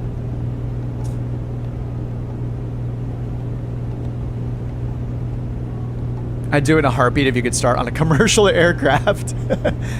You know, if I ever did, I would get to fly like once a year because I would want to only fly like a Cirrus SR22 or a Cirrus SR20 with G1000 in it or something, you know? Like, I realistically, honestly, I would probably start with like a Diamond DA40 if I could, or like a DV20 or whatever. I know, like, it's just all about safety for me, and the small, old, like, 1970s Pipers kind of freak me out. I know that, like, the Diamonds, because of their... Piper 63 Echo, contact St. Louis, approach on 126.15. 126.15, Piper 63 Echo. All right, let me play their game and switch back over again. St. Louis approach, Piper 63 Echo. 9,800 feet, descending 7,500 feet, and we are expecting the runway 24 approach at our destination. This almost feels IFR right now. Yeah, knowing, like, I know the Diamonds because of like their wings aspect ratio and length, right? Piper 63 Echo, St. Louis approach, roger, altimeter 2923. 2923, 63 Echo. I know they're like a little safer when it comes to like glide capabilities and stuff like that. 2923, did he say? I'm gonna double check the transcript. Yeah, 2923. But yeah, I'm a St. Louis, yeah. I'm a little freaked out in those tiny planes. I mean, they're loud, they're shaky. I mean, it's what we get in the Comanche, right? Like, but when you're shaking around in real life, it's kind of terrifying. And yeah, I don't like it. I used to ride motorcycles for years, and as I've gotten older, I know it's always counterintuitive to hear it, but I've gotten more risk adverse, right? As you get older, you're like, hey, I didn't think I'd make it this far. Better keep this thing going. And maybe you're just a little smarter, but yeah, I don't know. Yeah, there's something about being in a small plane that's made me super uncomfortable every time I've been in one. Even learning as much as I have, even just about the technology in the plane or the avionics or whatever, it's just, I don't know, it's pretty terrifying, man. It takes a certain kind of person to hop at a real airplane, I think, and I don't think I'm that person. I also think that, like, you know, being like a lifelong gamer and kind of a lifelong hermit, like, I didn't always used to be so hermit-like, but nowadays, like, since COVID started, honestly, COVID totally played to my inner hermit, and I just stay inside all the time. Like, I'll go out, like, get coffee, whatever, you know, I barely leave the house. COVID, like, totally played to my inner hermit of chilling inside all day, every day, and being in my cave that is my gaming room. Girlfriend flies as a hobby. Yeah, she does. She got her private pilot certificate. And, she was working on her instrument training, her instrument rating, a little bit. Piper 63 Echo, maintain VFR altitudes. All right, maintain VFR altitudes, Piper 63 Echo. We have clouds below us about 8,000 feet, so we're going to stay at 9,500 for now.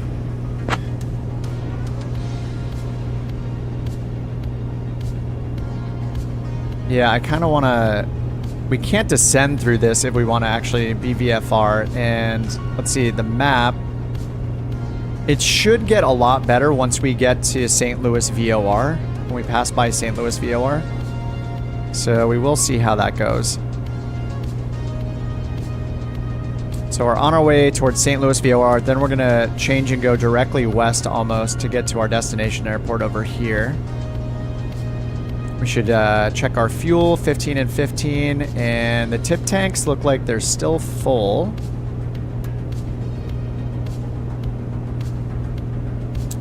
Geek says, I'm 55 now. I wanted to be a pilot since I was very young. Yeah. Very difficult for me to comprehend not wanting that. Yeah, exactly. So I actually have been skydiving before, by the way. Yeah, I've been skydiving. I just did it once. I loved it.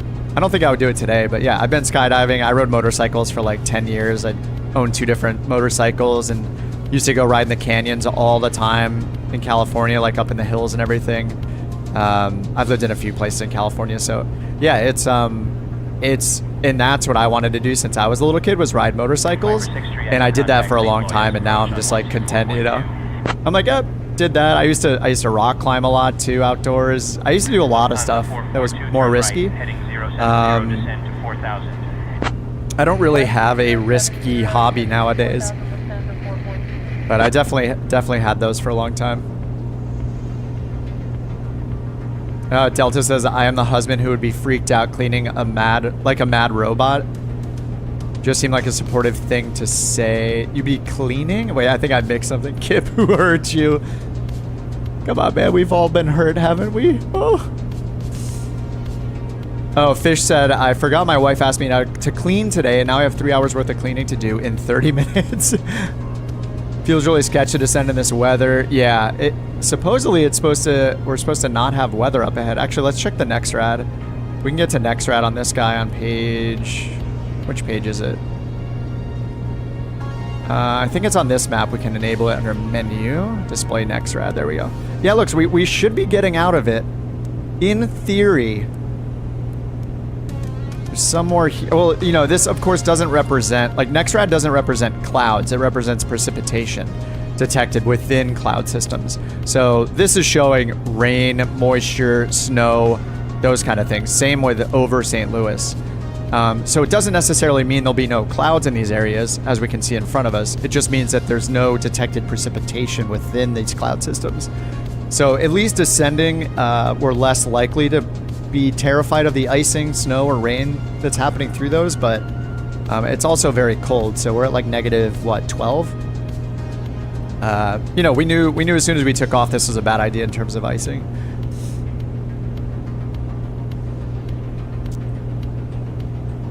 Have I flown in a small airplane in real life? Yeah. I've flown in a small airplane with my girlfriend flying. Cirrus 981 Tango Mike descend to 2000. Yeah, we've flown. She flew me in and one of her best friends. We flew up to Santa Barbara and got coffee and came back. I flown around with her CFI a few times when she's training, and I'll backseat it. Flown around in a Cirrus. Flown around. Yeah, but I've been in a 172, Piper Archer, SR-20, been in a few different planes. I was definitely more at ease in the Cirrus, honestly, just knowing that it has the parachute. I know it's silly, like the parachute's only good at certain altitudes, right? In certain conditions, generally you're going to glide an airplane, right? Gliding the airplane to land somewhere for an emergency landing is the go-to thing. The parachute's just last ditch. You know, oh no, the situation's horrible, there's nowhere to put the plane down, or we're over water, or, you know, some crazy mountainous terrain. At least we have the parachute as another option. So just having that one extra option, as silly as some people think the parachutes are, like for me as a passenger, I was like, just knowing that's in there made me a little more comfortable. So, negative 12, yeah. Oh yeah, not a good idea. We would not have taxied today if this was a real flight, of course. We knew there was we're doing like flying into IMC in this plane that has no anti-ice and at these temperatures, and knowing that it was raining when we took off. Yeah, horrible idea, but I gotta get to the west, you know. We're doing OnAir Company here. I need to get to the west, so I'm in VFR conditions. So yeah, we just went for it. Delta says, I had a lifelong pilot claim that Cirrus had to add a parachute because the plane is so poor at gliding. I don't know if there's truth to that. I have no idea. Yeah, CAPS is the parachute system. You have a friend who owns a Cirrus. They train to pull it in every emergency scenario. I think I've heard about that too. Yep. Hole in the clouds up here. Should we ask to descend through it under the layer? Oh, you're a bit ahead of me. If there is a hole, that sounds good. They said maintain VFR altitudes. So that sounds like a good idea. Speaking of which, I should check to see... Let's just check to see MEMAC. Actually, I'm going to look at the flight levels here. 2,600 feet here. So maybe we'll descend down to like 4,500 feet at some point. So let's do a calculation, 4,500 feet at MEMAC, and see when and how fast we might need to descend. Profile is set to 400 feet by default. Oops. Set this to 4,500.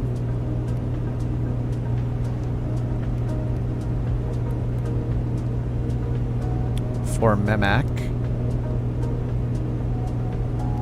Let's do 600 feet per minute. All right, we have 48 minutes until we need to begin our descent. All right, we got some time. We got some time to find a hole. We got some time to look at the pretty clouds, chat with each other on the internet, you know? American 1342, slow to 180 knots, traffic ahead on approach. Slowing to 180 knots, American 1342. Oh, Liam says, basically the problem is that every time you get a handoff, if there's a closer... What's an RCAG? I don't know what RCAG means. An RCAG tower, even if it's behind you, AI's handing you back to that.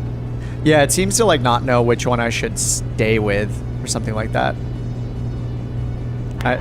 Sounds very complicated, like every ATC programming thing I think about for 6 seconds. I'm like, oh, that's complicated. All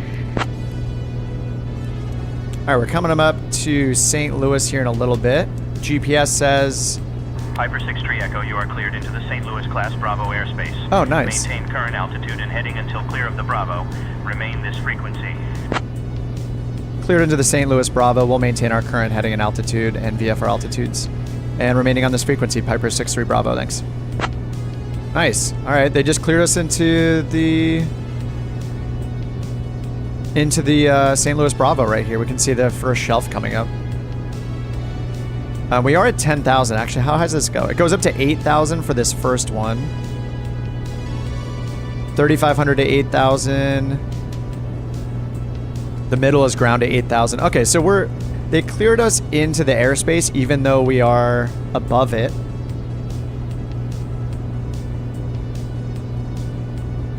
I still haven't turned on altitude hold, have I? I haven't been watching my altitude at all. All right, so how far are we from St. Louis? 21 miles, okay. So I'll get altitude hold right back on at 9,500 feet. Actually, we should be more like 8,500, but I think earlier they said to be at 9,000. We're westbound, so it should be even. We should really be at 10,500 would be a better altitude. Just get back up there. We can avoid some of these clouds too, so that's a good idea. KFTT overcast light at 1,000 feet. Oh, heck yeah. And we could just pretend that it's VFR to use SayIntentions, but just, you know, fly it as if it's IFR. And we lost our GPS, so yeah, this is going to be an interesting flight. We lost our GPS. Like, for some reason, there's some bug. I have no idea what it is, actually. We started with the GTN 750. We imported it from SimBrief. It didn't work. It had 0 for all the tracks. All of the bearings from waypoint to waypoint, leg to leg, all said 0. The needle here was not deflecting when it was set to GPS mode over here. And then we switched to the GNS 530 to try that out instead. This one also doesn't work. So we're navigating by VORs now as a backup. All right, so we should, I think we're more than halfway through, right? Yeah, see, I don't like these VFR maps. There's so much more information, or IFR maps. If we go over here, there's so much more information on these VFR, or on these IFR maps. So 25 miles, sorry, 70 miles between the two, so 35 away. So we should have switched already to be inbound here to St. Louis on the 100 radial. So that gives us 280 is our inbound course. Wait, that's not right. Let's say 100. This says 031 is the inbound course. What did I get over here? Oh, 031. Oh, sorry, that's 10 miles right there between that segment. 031 radial, so that's a 211 radial inbound to St. Louis, 117.4. All right, so let's do that. 211. So let's switch over to get our heading mode straight up. I'll fix the card. Get the heading mode straight up. We're going to switch over here. 117.4 St. Louis. That's correct. So now we just need to dial in the radial. So not 031, but 211. 211 right there. Move our heading over. We're pretty much on top of it, so we're going to switch over to track mode now. All right, 211 right inbound for St. Louis. So now we need to figure out our outbound course from St. Louis is 281 outbound. So we'll just remember 281 when it's time to go outbound once we pass over the VOR. Base Raccoon says I haven't hit a cloud at 10 yet. At 10,000? Oh, are you out? Oh, you're out in front of us. Okay. I hope it just opens up and there's nothing out there.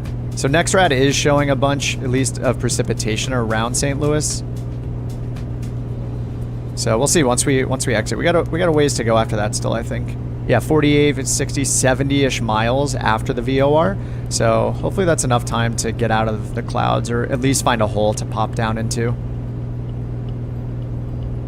All right, we're up at 10,000 now. Should probably really get to 10.5, but did they give us 10 before? I don't know. Let me ask what altitude we should be at. And who are we on with? Maybe St. Louis? I don't know if we're with Kansas or St. Louis. I think we might be with Kansas. Oh no, it's St. Louis approach. St. Louis approach. What altitude should Piper 63 Echo be at? RCAG. RCAG's an unmanned ATC tower. Oh, the people we're talking to are somewhere completely different. I got it. So like like the way that most like center controllers are, right? They're like in some random building. Maintain 10,500. 10,500 Piper 63 Echo. Okay, 105. Okay, so let's take altitude hold mode off. Pitch trim and nose up just a little bit.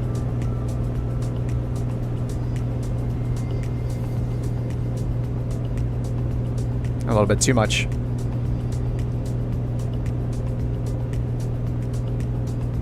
Clouds heavy up to flight level 200. I think above us looks pretty good, right? Yeah, above us is fine. Oh my god, I haven't even checked in with you guys. I've been so just in the cockpit, I haven't even like said hi to everybody who's flying around here. Is this Josh right next to me? It's a Vision Jet, so this is probably Josh, and Elf is down here. Di-Fi. I need to add you guys.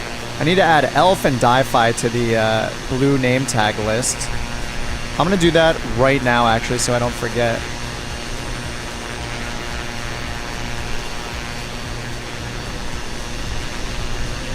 Let's see, I'm going into the nameplates file. There we go, Di-Fi, Area Elf. All right, you guys are added, so the next time I load the sim, it will, you will be blue. Oh, Raccoon's not listed either, what?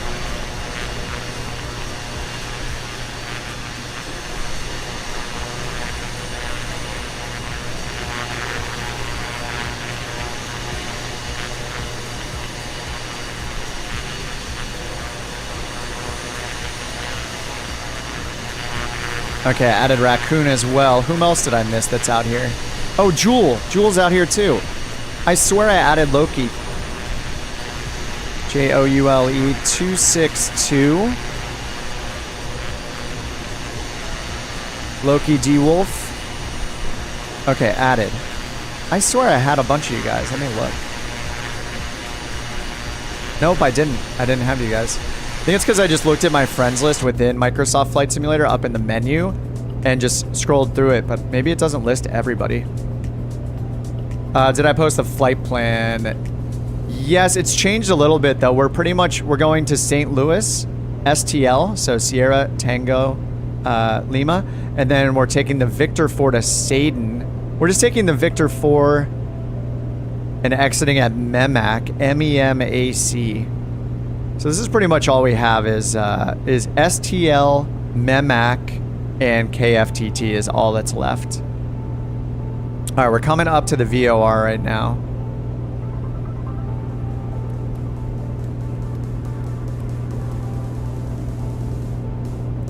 All right, and we're gonna change our outbound radial here to 281 to get on the Victor 4 airway, and we'll track that outbound. So we'll change this to 281. There's 281 right there. And we're just gonna turn a little bit. We're just gonna turn towards the arrowhead there right on here.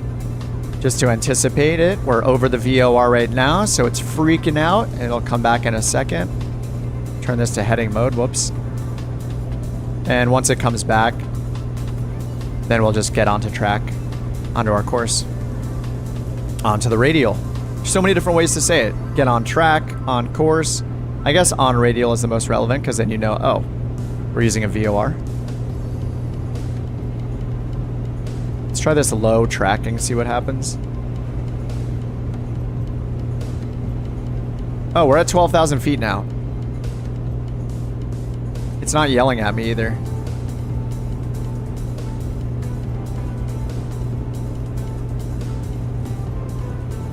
Blue Boys, yeah. Haven't flown in a few streams. Yeah, I don't know why I went to like the friends list in the flight sim in the top corner. And I just went through this whole list on disconnected and I thought I added everybody. That's fine. As I see that you guys are not marked blue, I will mark you blue. Friends of the stream, blue.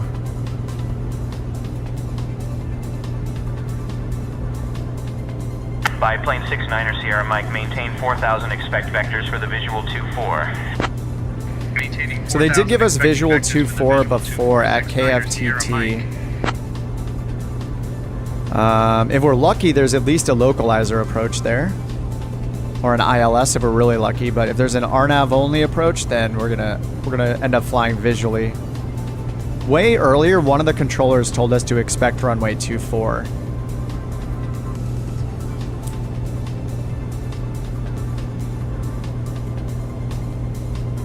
So let's go ahead and check some of the info at our arrival airport here. All right, KFTT has a departure frequency and there is no weather frequency, right? We just have a CTAF frequency.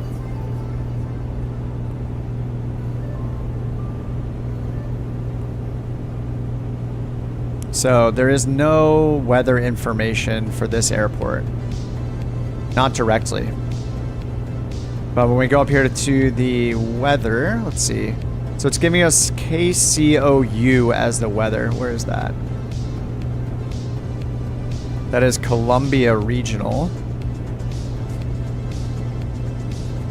So this is the nearest weather we can get, I guess, is at Columbia. So let's go ahead and tune into one of those. See, they have ATIS. We don't really need the ATIS since we're not landing there, so like we can do the ASOS 128.45. But let's see the one that it lists over here for Hensley. Yeah, 128.45. So list the same one for the ASOS. So let's get that in as we still descend back down to 10,000. All right, looks like it's turning us on a course now. It overshoots it a little bit pretty often here just because the autopilot is not a good one. It's not extremely precise, so we kind of just expect it to do this. All right, 128.45, we'll get that in COM 2.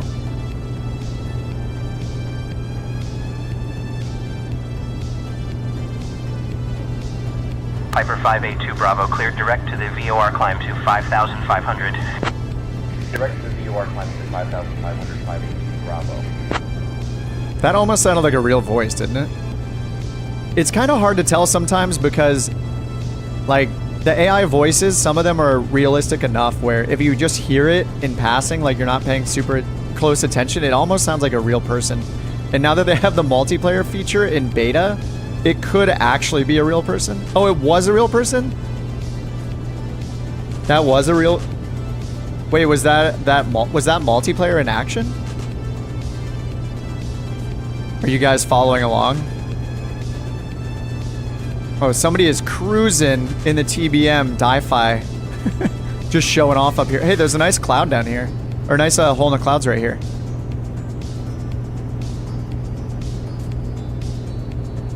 I'm gonna wait though because let's see how far we still have. Yeah, I mean we have 450, we have almost 70 miles to our destination. So I think there's a good, there's a good chance 70 miles that these clouds are gonna get better. And if we go over here and look at weather here, yeah, I mean there's no like precip reported here past St. Louis. There is still this icing air met segment that we're in. We me go up to layers and turn on cloud top height.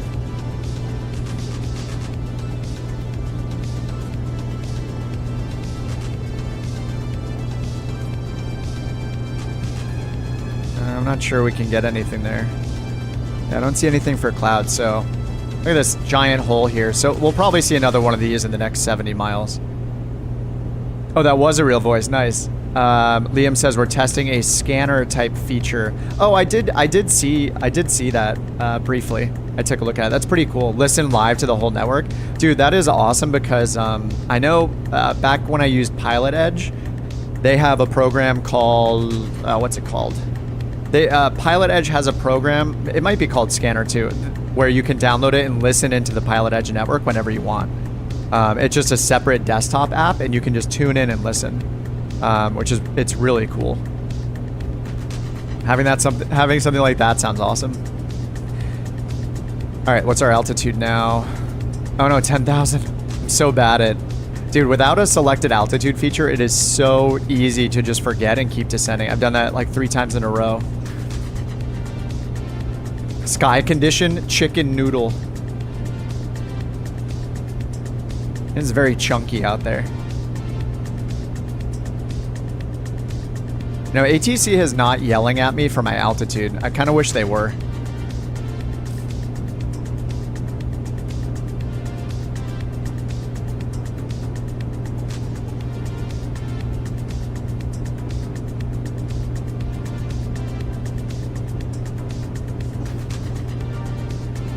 All right, 10,100. Let me try to get up to 10,500. They told us to be at that forever ago.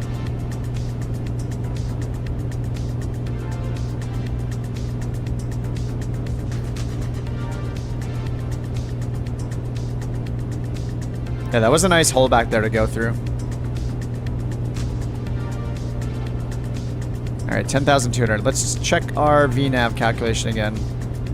50 minutes? Wasn't it 45? Like, it was 40 something like 15 minutes ago. I mean, it's because I'm climbing. I guess it's messing with it. American 1342, slow to 180. More breaks in the clouds up ahead. Nice. Thank you for the information. Thanks for the PyRep. Chat PyRep. And, oh yeah, Delta gave one too. Light and wispy cloud cover. Plenty of open holes here by Memac. Lining up for visual 2-4 with Croup, or Croup as the IAF. What's up, Tony? Figured out how to join the Discord. Awesome. Thanks for joining, man.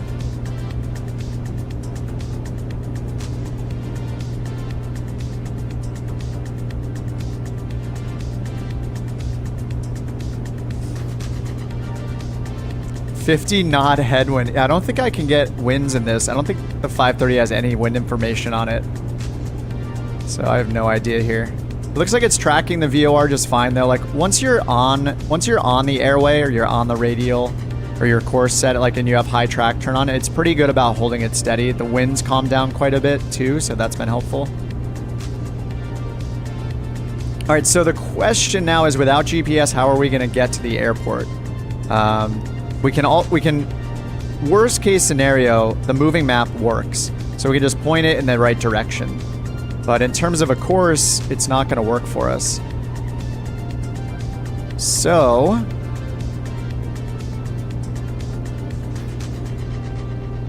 it looks like it is close to this intersection here. Oh, there's a VOR right next to it. Okay. So we're going to go to KFTT. We're going to go to our destination here. And we're going to look at the airport information page on SkyVector.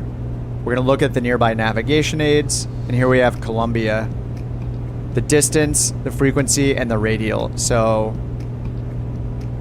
as long as we're on that radial and we have DME to Columbia, which we will. It looks like it's a VOR DME based on that icon. So we'll have DME, and we just need to get 10.2 will be the reading on the DME as we're headed in towards Columbia VOR on that radial. So let's get 110.2 set up for our nav radio, 110.2.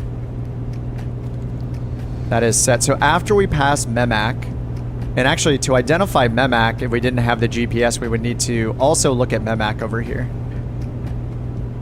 So the radial is 080 on that one. So let's also just monitor it down here so we know when Columbia VOR's...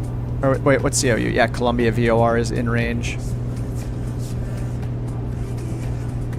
Are we holding altitude yet?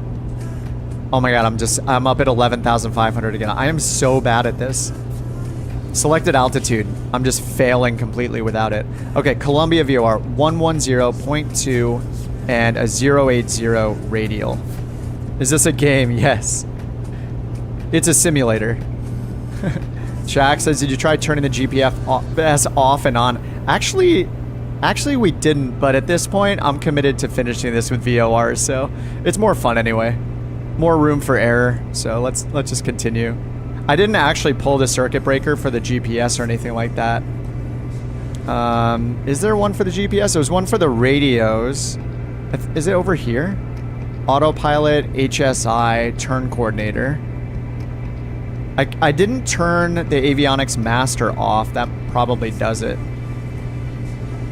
Okay, I'm getting distracted. 110.2. Traffic departing runway 27, climb and maintain 7,000, turn left, heading 210. All right, 110.2 is now tuned in over here. Let's get the radial. So it's a 080, which is the outbound radial. We need to take the reciprocal, so we get 260. So we're gonna put 260 over here.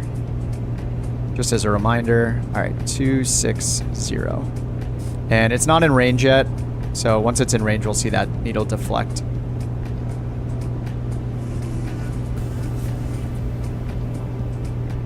All right, and DME we do have here. So we're 21 miles away from the St. Louis VOR, or VORTAC.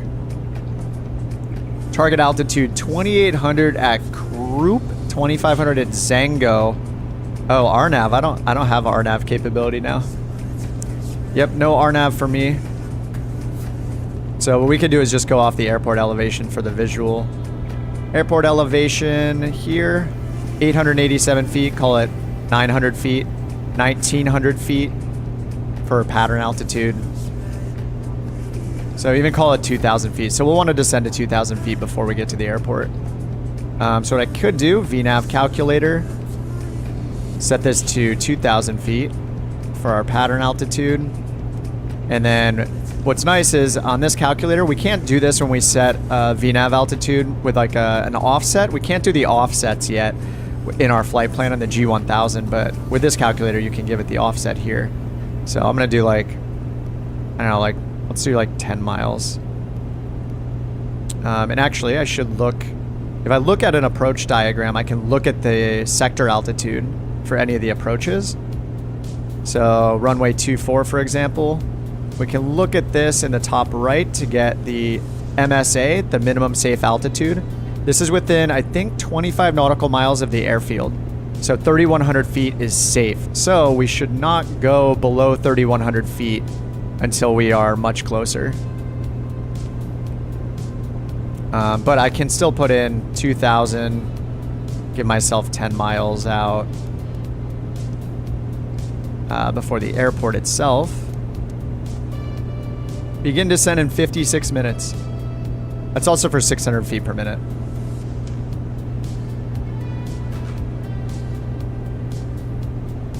Still at 11,000 feet and nobody has yelled at me.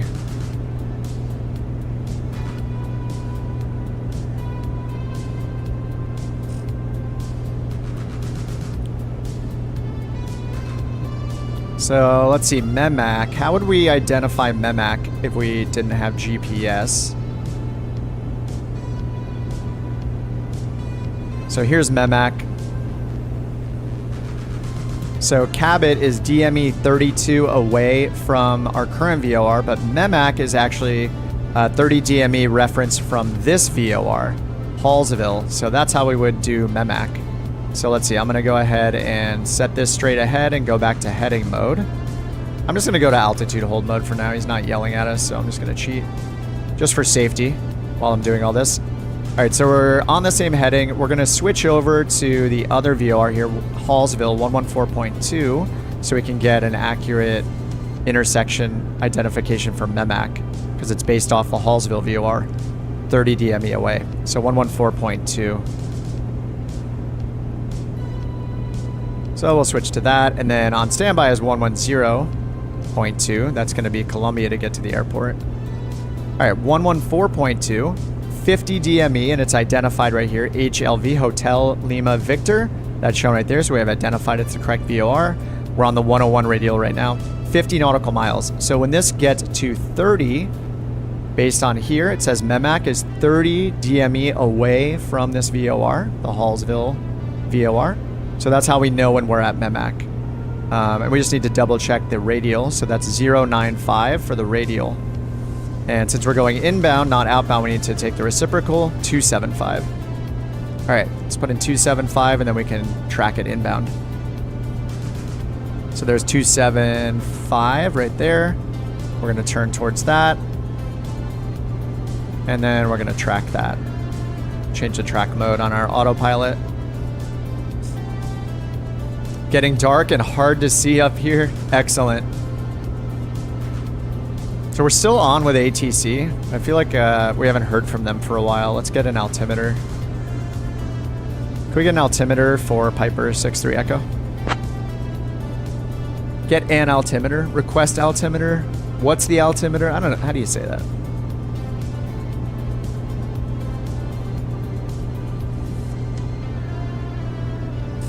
Hopefully they are still there. We haven't heard them for a while. Piper 63 Echo, altimeter 2941. 2941, 63 Echo. 2941. Good thing we checked. We're much higher than we thought we were. Alright, turn off altitude mode. Now I'll try to focus on doing this descent back to 10.5. Piper 63 Echo, altimeter 2941. Copy, Piper 63 Echo.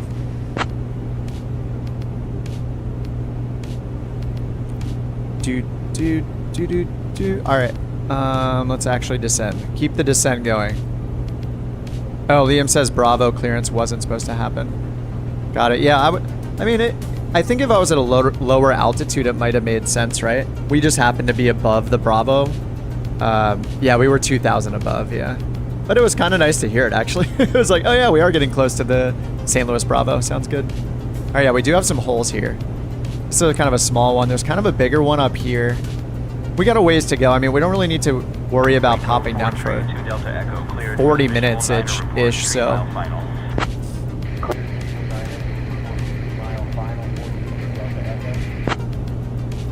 Alright, I need to keep descending.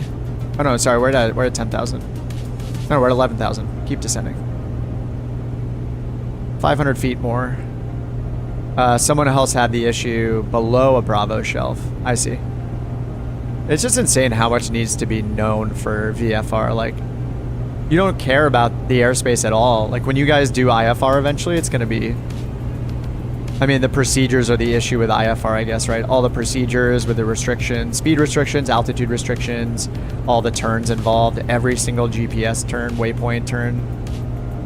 The path is, I guess, the challenging part.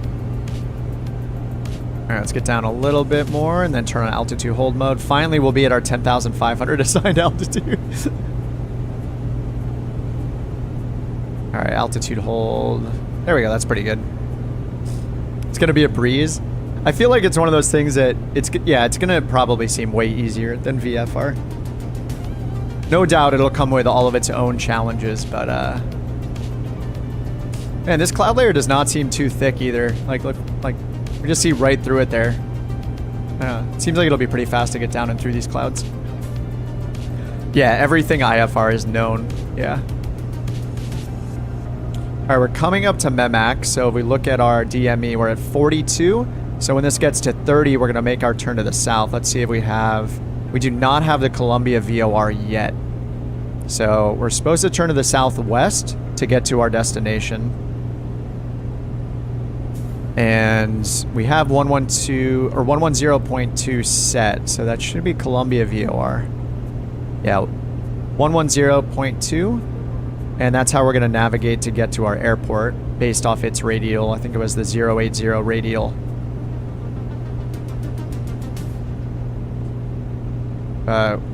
This needle is not deflected yet. Oh, maybe it is a little. It is a little bit deflected, actually. Alright, we still got 10 miles to go, and then we'll be at the intersection, so. 30 DME from the HLV VOR, the Hallsville VOR, gives us the Memac intersection right here. And we're gonna go south. We're gonna go this direction, but we're gonna pick up a radial off of the Columbia VOR that's gonna lead us to this airport. So we found that over here. I mean, it's not that far away from the VOR itself. But if we go into the airport information page for this airport, we get Columbia, 10.2 nautical miles on the 080 radial away from that VOR. So we can navigate to that airport. Delta says your VOR navigation is doing better than the GPS, yeah. The GPS is just bugged. Like, I don't know what's wrong with it. I don't know why it's a bug. No, I'm not an actual pilot, no. I just like playing the simulator. I'm a gamer. I don't know, maybe one day, 10 years from now, randomly, I'll finally take a Discovery flight.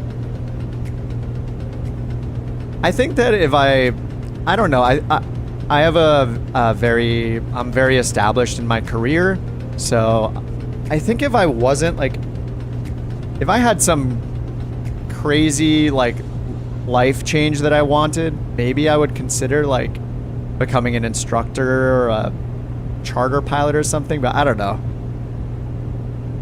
I don't actually have any of those thoughts seriously, and I've never had a dream of being a pilot. I'm just a dork who loves all the technology in these things, so, and I've been a gamer my whole life, so, yeah, with my girlfriend becoming a private pilot, me wanting to get back into PC gaming and being just kind of a nerd, I got back into, I got into trying the sim when I set it up for her. And it gave me an excuse to build a gaming PC again. I haven't had one for a long time, so. Yeah, then your passion hobby would become day-to-day work. Yeah, exactly. Exactly, yeah. You turn your hobby into a job, and then it can stop feeling like a hobby and start feeling like a job. And every single job has its cons and has its annoyances, so. I feel like a lot of jobs seem cool from an outsider's perspective, but when you're actually doing that job, man, just the reality of most jobs becomes like other jobs where you're like annoyed by certain things, or you hate it for certain reasons. So, oh, Jeff is here. Jeff, why isn't Jeff blue? Let me double check my list here. I have Jeff in there. I'm literally looking at it. I see Jeff space pilot, but he's not blue. Maybe that's not his gamer tag. Maybe he's got numbers at the end of it. Jeff, do you have numbers at the end of your gamer tag?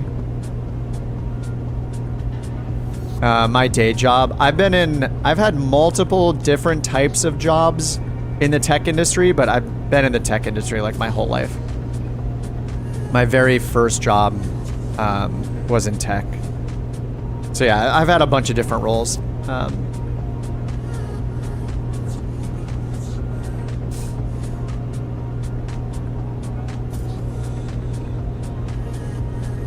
Soul says, my dear, when learning to fly, oh, the spinning. I know it's about hitting the rudder, but I have to do it. Wait, are you talking about like spin training? Are you talking about spin training in real life, Soul? I've seen those videos are crazy. You just need to remember PARE, P-A-R-E, or pray. Somebody in chat last week said pray, or over the weekend.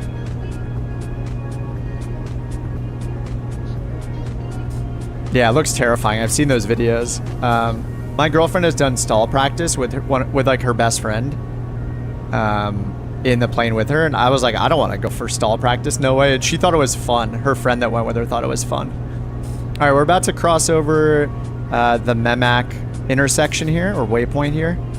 So we're gonna turn. We're just gonna use heading and turn to the southeast. Yep, look, we're deflected here now. Nice. Okay, so we're gonna switch back to heading mode. I'm gonna sync that straight ahead for now. And we're at 32, so 2 miles from now we're going to turn to the southwest. And we're going to switch over now, though, to the other VOR. And we're going 080 radial off this one. So because we're going inbound, we're putting 08 at the bottom. So there's 09. Wait, is that a 6? That's a 6. 080 is right here. Number 2 following a Cessna. Slowing to 100 knots, number 2 behind the Cessna, tree 29er Sierra Tango. That was a real voice. That sounded like a real voice. All right, so we're turning now to the left. So what we're gonna do now is we're gonna intercept that radial to Columbia. So 080 becomes 260. So we're gonna put in 260 right here. And this is the radial we need to intercept. And now that we're off the Columbia VOR, as soon as this says 10 nautical miles, it's gonna count down because we're going inbound, getting closer to the VOR. When this says 10.2 nautical miles, we'll be roughly over our destination airport. And I say roughly just because, you know, a radial is just 1 degree at a time. The further you get from the VOR, the wider those radials are going to be spaced apart, right? At 1 degree at a time. If we were right on top of the radial, it'd be way more precise. So we'll be in the vicinity of the airport. 23, you're following the 767, 12 o'clock in 6 miles. Following the 767, 1323. All right, so we're going to get over onto this radial, the 260.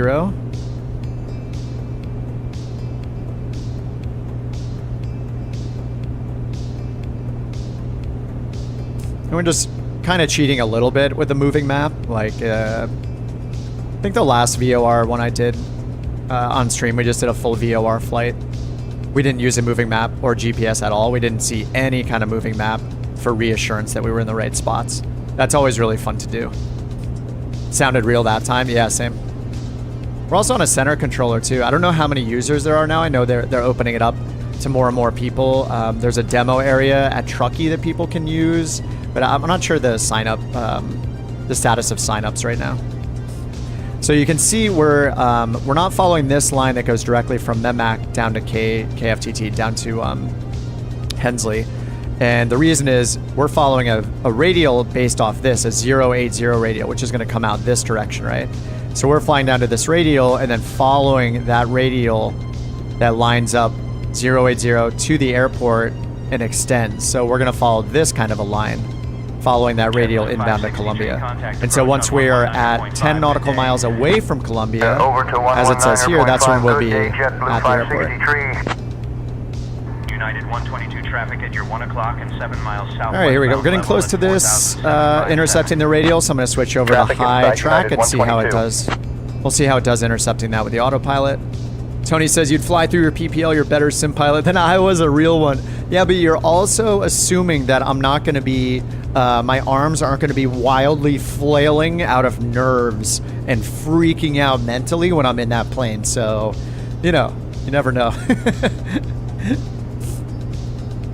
Slowly people are being let in early to test scaling. Nice. Is the official release tomorrow or was it the 15th? Is it the 15th or the 10th? I already forgot. I should know these things. All right, nice. We're starting to turn here. I do not see a... We have live weather on, right? What is up with all of these clouds? We were supposed to be out of these a while back. Oh, the 15th. There we go. Knowing all the nav stuff is big. Yeah, isn't it preferred to land into the wind? Yes. Yeah, especially if it's a significant amount of wind. Like, you know, in this plane, probably over like 5 knots. I don't know. Especially if it's towards 10 or greater than 10 knot winds, definitely much prefer to land into the wind. But sometimes, like, mattering the airport, like the active runway won't necessarily be the one with the absolute perfect wind. As far as I know, it's based on just like the general operations of the airport, since it's more involved than just like, oh yeah, just tell them to land on that runway. Like the runway condition, if it's, you know, clean, if it like, I don't know if there's debris on it. I don't know all the maintenance that goes into maintaining and having a runway be active at an airport, but there are going to be preferred runways based on like their surfaces, their lengths, the operations of the airport, and the weather and the wind. But it's one component, I think, that determines the active runway. But yeah, if the wind is significant, then yes, you want to land into the wind, preferably, and take off into the wind. It is free lift. All right, so we had overshot it just oh no, it's turning onto a fine. All right, so we're 27 nautical miles away. It's showing, this is completely wrong, I guess. Like we should be descending by now. So I want to get down to 3,100 feet. So I'm going to take altitude off and tell them we're going to do our VFR descent. Piper 63 Echo starting our VFR descent to our destination. What's up, Egg? Just want to say I love your YouTube videos. Watch them all the time late before bed. Thanks, man. Glad they're helpful. Keep up the great work. This old man learned. Awesome, dude. Well, thanks for watching them. Glad they're helpful for your simming experience. Piper 6-3 Hopefully making Echo, it better. descend at your discretion. All right, descending at our discretion, Piper 6-3 Echo. All right, let's pull out some power a little bit. Don't want to overspeed into these clouds. Whoa. Wow. Lots of... All right, as soon as we start descending, the wind's crazy. All right, pulling out the throttle a lot here. What's up, Scott? The scanner just went live. Nice. Is there a I don't know if there's a permit command in YouTube. I think it blocks all the links by default. But Liam, if you want to send it to me, I can paste it in the chat. Actually, I think I have it in my browser window. Hold on. Scanner. Oh, maybe I don't. Is there a link on the website for it?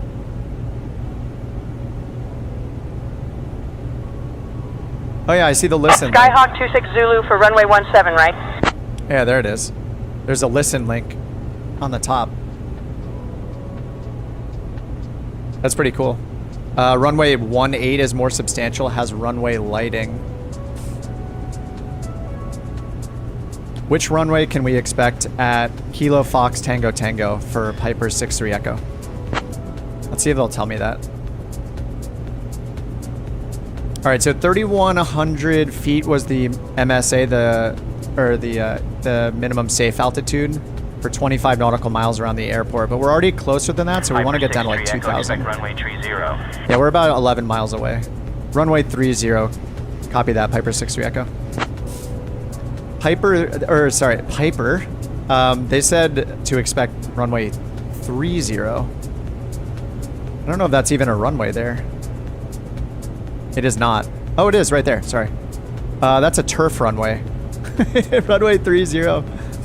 Yeah, we're not going to do a turf runway. No way. That sounds horrible. All right, so I had the AWAS tuned in on COM 2. Let me listen to both and see if we can pick up the weather. Should be tuned in. This cloud coverage is a little crazy here.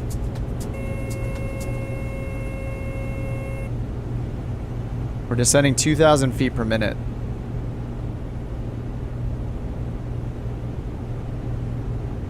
Request the other one. I mean, they should pass us off to CTAF anyway, so we can choose our own runway, right? They said expect. Yeah, I guess we could ask for another one.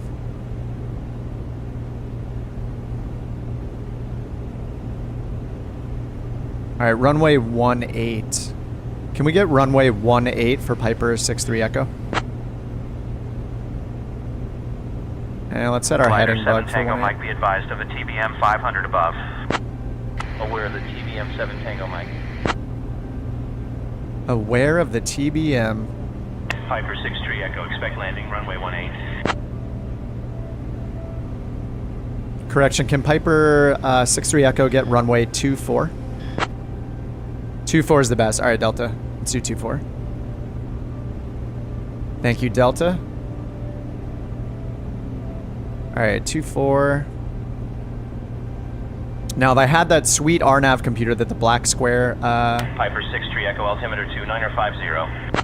2950, Piper 6-3 Echo. All right, 2905. This is these are some of the most drastic altimeter changes. All right, we should be able to get safely down to 2,000 feet. We're within the 25 nautical mile safe zone, MSA of the airport. Delta 1316, contact tower 118.3. So that was 3,100 feet was the minimum sector altitude or minimum safe altitude around the vicinity of the airport. So we can get down to 2,000 just for pattern altitude. Actually, like 3,100 is the safest altitude until we have a visual. So I should really stop at 3,100.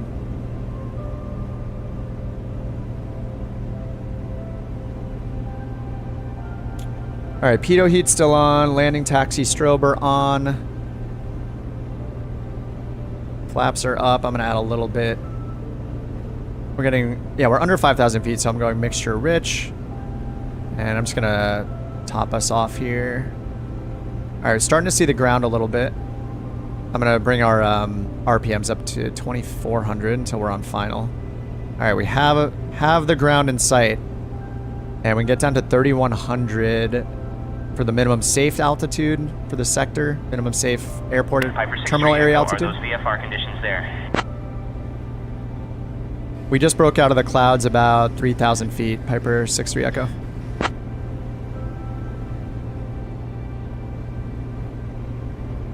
All right, and then runway 24. I mean, just to our left.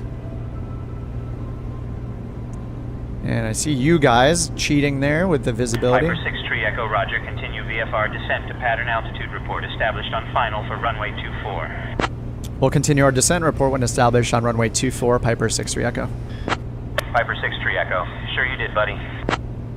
What? Sure I did what? Alright, I'm going to turn off our autopilot. Alright, almost down to 2,000 feet. Piper 6-3 Echo. Continue descent on final for runway 24. Continuing for runway 24, Piper 6-3 Echo. Alright, it's right there. Piper 6-3 Echo has the field in sight. We're on final for runway 24.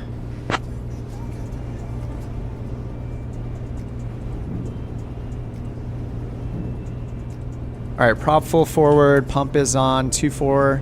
We need 122.7 for the CTAF frequency. I didn't put that in advance. I already just forgot it. I just said it, now I forgot it.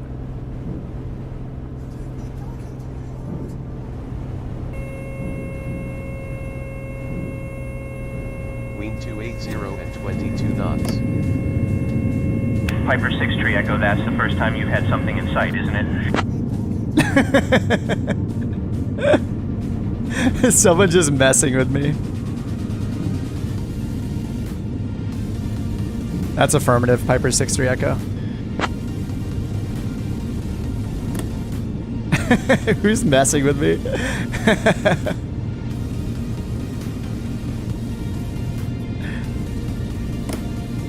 Alright, fuel pump is on, mixture is rich, props full forward. These crosswinds are absolutely crazy.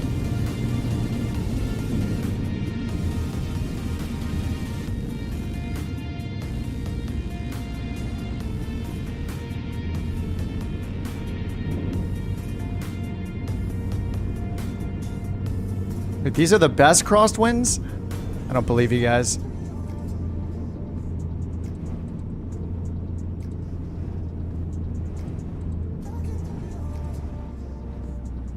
Landing time logged. Bounty. Look at this crap. Look at the crosswinds. You guys set me up. Look at that windsock. You guys totally set me up. The best runway. Okay, I guess it is kind of blowing towards me a little bit. Man, that was insane though. Those crosswinds are horrible. Never know you're gonna get this. Wait, what? You never know what you're gonna get out of this ATC. I don't know if that was like somebody injecting it just to mess with me on the stream. Or if it was actually the AI. I actually have no idea.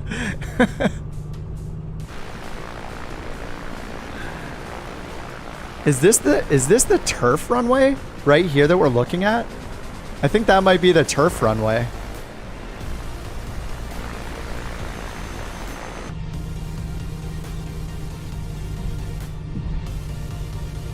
Can we switch over to the CTAF frequency, Piper 6-3 Echo? They shouldn't they tell us like frequency change approved or? Anyway, we had the field in sight. There are Easter egg controllers all over the place. Oh, there are? I hadn't encountered it myself, but I think I heard you guys say something about like controllers having a personality, like some of them. Piper 6-3 Echo, frequency change approved, squawk VFR. All right, frequency change approved, squawking VFR. Thanks for the service, Piper 6-3 Echo. Oh my god, this song. I am so lucky I'm already on the ground. Alright, squawking VFR.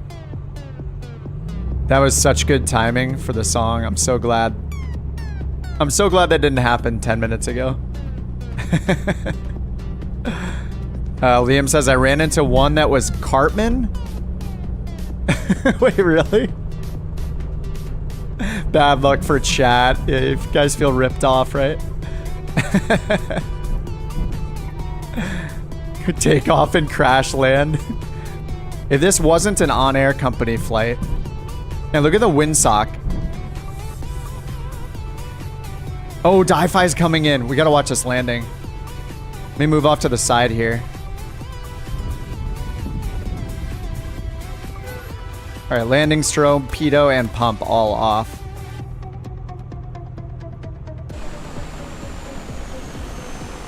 Oh, Di-Fi's coming in fast. Oh, look at the crab. It's beautiful. That TBM crab. Ooh. Dude, this was a challenging landing. That crosswind was pretty crazy. Jewel is in the Bell 407 over there. Respect my authority and all. We don't even know where they are. That's awesome. Yeah, I mean, the potential for Easter eggs sounds like such a fun thing for the dev team. It's one of those things where, like, you could see, like, in the future, like, somebody making a YouTube short, you know, or a post on Twitter or whatever, or, you know, a TikTok, like, I had this crazy AI ATC controller today. That's pretty funny. Yeah, it would be really fun to run into that. I don't know, what did he say? Something about, he's like, that's the first thing you've seen all day. Hey, good buddy, or something like that. Like, what? All right, let's shut this thing down. I can get credit for my flight finally. All right, flaps are up. The cat has been brought here, safe and sound. Pitch trim back to neutral. Maybe I'll look at the actual checklist like a real pilot would do. All right, after landing, yep, flaps are up, strobes, fuel pump is already off, trim, neutral, and lean as required. Never use TikTok, but wife watches it all the time. Yeah, I don't use it myself either. Yeah, I do get, sometimes I get a little, I'll watch just tons of YouTube shorts in a row. Like, I totally understand the appeal. Like, it's just lots of 30, you know, 10 or 60 second videos over and over again. And you know, there's algorithms, man. They'll get you. All right, shutdown. Parking brake is set. Radio, transponder, avionics, and master switch off. All right, AP, avionics, radios, and transponder off. Master off. Let's get all of our lights off. Nav lights off. Throttle closed. Mixture to idle cut off. Done. Engine off, time log. Magneto's off. Finished. It has been monitored by OnAir. Control wheel secure. Done. All right, OnAir Company. Oh, that was a smooth landing. 37 feet per minute landing. 0.91 Gs. It's because I floated a little bit. 45 knot landing speed. Those the winds are intense. That was pretty crazy. All right, tie downs, chocks. Whoops, I don't need to sump that. Tip tanks. I forgot about the tip tanks kind of because I didn't have them on for so long. You have a sump spot on both tip tanks and also, you know, can fill up the tip tanks themselves manually. All right, tie downs are good. Our amazing security system is in place. Oh man, part of me wants to do another flight, but it's already past 8 p.m. We've been going almost 3 hours, and I don't know. What do you guys think? Should we do another short one, like less than an hour? Maybe I can find something close by. Let me check OnAir Company, see what's available, and then decide. It's just I don't know. The AI is fun. It makes me want to fly more. One more flight. Yep, one more flight. All right, let's see what we got here. Checking for new routes here. We got to get paid or we're not doing a flight. Got to get paid. Thomas, we just landed at Kilo Fox Tango Tango, KFTT. It's called Hensley. I don't even know what state we're in right now.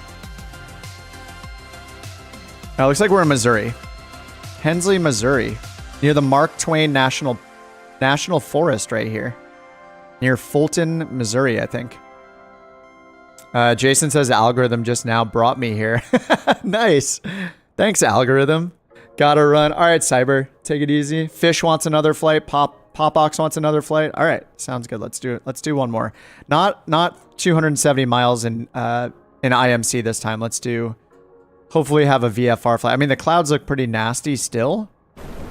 Yeah, I don't know. We'll see what happens. Maybe we can stay under them at like 2,500 feet or something like that. Okay, let's see what we got here. Let's go max of 900 pounds or so. I think maybe 7 or 8 might be the actual max with full fuel. So let me do like 800. Kind of slow is in. All right, go algorithm. Yeah, YouTube is pretty incredible, honestly. Like, back when I like made my first video, was that like 3 years ago? It was like it was like a little more than 3 years ago. Probably like, it was the end of 2020. And I remember just posting like, I think I posted like an autopilot tutorial that I barely understood how to use and just randomly started getting views. It's pretty insane. YouTube is pretty incredible. I use YouTube more than literally anything. And I remember years ago, I had friends that were like, or just acquaintances online too, like gamer friends. They were like, what? You use Netflix? What the heck? They're like, all I do is use YouTube. That's it. YouTube only. Like, that's all I use. And I was so confused because I didn't use YouTube very much then. But you can find literally anything. There's like 300 hours of videos posted to YouTube every minute. Like, and a portion of those will be ones that you might be interested in. So it's like, there's literally unlimited things to watch. I've been watching a lot of Nexpo, like creepy internet documentaries about like Reddit threads and stuff. And I've been spamming those the last like 3 nights, just binging all the Nexpo videos. It's such a good resource. And I didn't understand several years ago, like how good YouTube was. It really is absolutely incredible. Like, I would much rather pay for YouTube Premium, which I do, than pay for a Netflix or a Hulu or something. I still turn those on month by month, you know? Like when I want to watch like Last of Us Season 2 when that comes out, I'm going to go and get Max or whatever it's on again for a month to watch it. But yeah. How do you join the flight? Tony, there's a couple things. Actually, here are the instructions. We have it in the bot because I have to repeat it all the time. There's just 2 things you need to set in Flight Simulator to join. And then our airport we're at is KFTT. I'll put that in the chat. So you just need to change those settings on the world map to all players, and then make sure you choose USA East up here in the multiplayer server selection here. We use East USA just to be, even though I'm West Coast, we use East USA to just be friendlier to people that are in Europe. It's kind of a little middle ground. Oh, wait a minute. I'm supposed to be on West for multiplayer, aren't I? No, sorry. Not for you guys, but for SayIntentions, aren't I supposed to be on West USA Microsoft Flight Sim server? I'm on East. But it still sounds like we heard some real voices today anyway.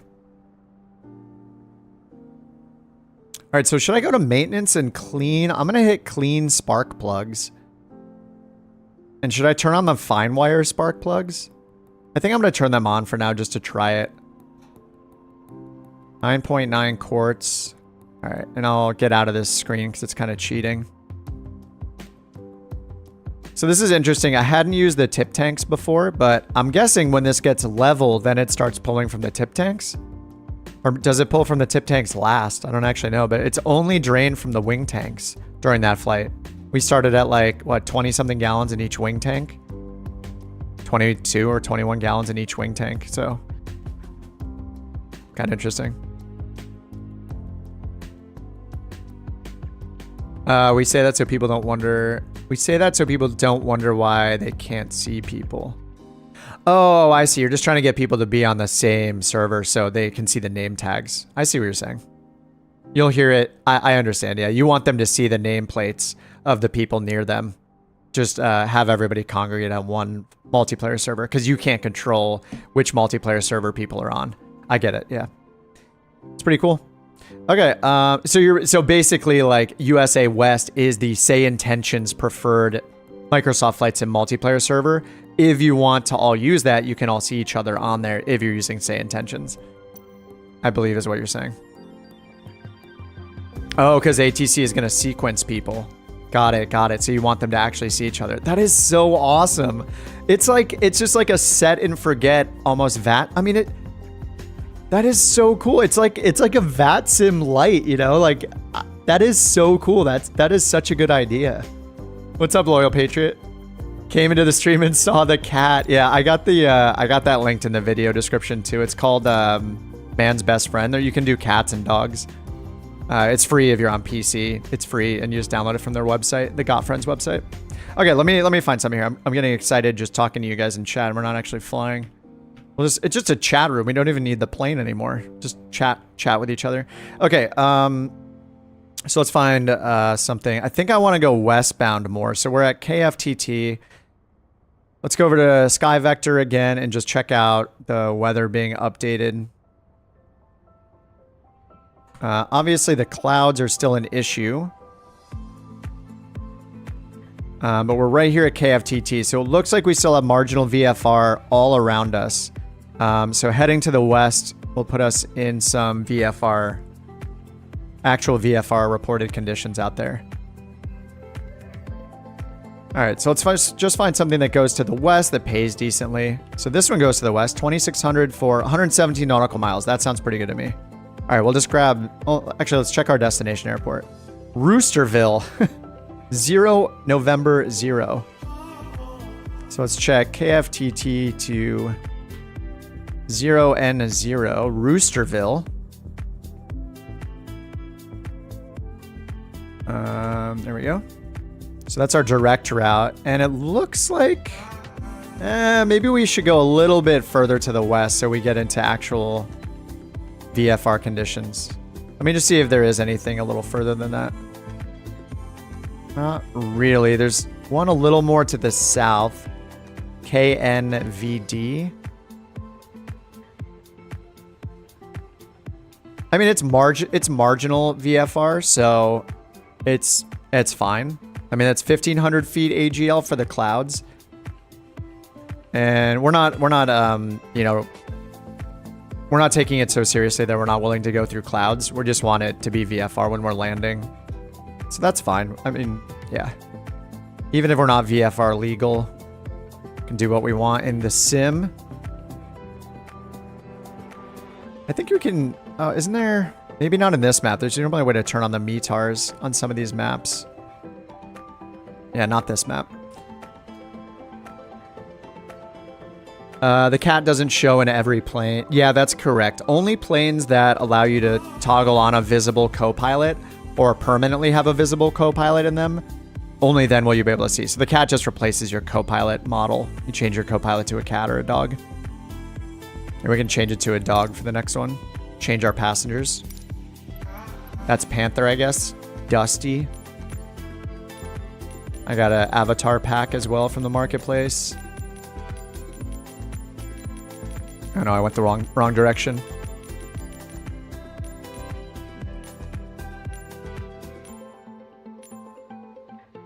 I think we want this good boy. Lucky. Looks like a golden retriever or something. Maybe a lab? Where are we going? Alright, yeah, let's figure that out. So I guess we could go to 0N0. It's going to be marginal VFR. That's fine. It's a small airport. So let's see. I'd like to fly with GPS this time, so I'm actually going to reload in real quick. I'm going to reload so hopefully my GPS works this time. Did I have to add it to my community folder? Yes, yeah. When you download it's called Best Friend, or Man's Best Friend from Got Friends. It's a pack of them, and yeah, you drag it into your community folder. I don't know if they've added it to the marketplace. I don't think they have yet, but hopefully someday they'll add it to the marketplace.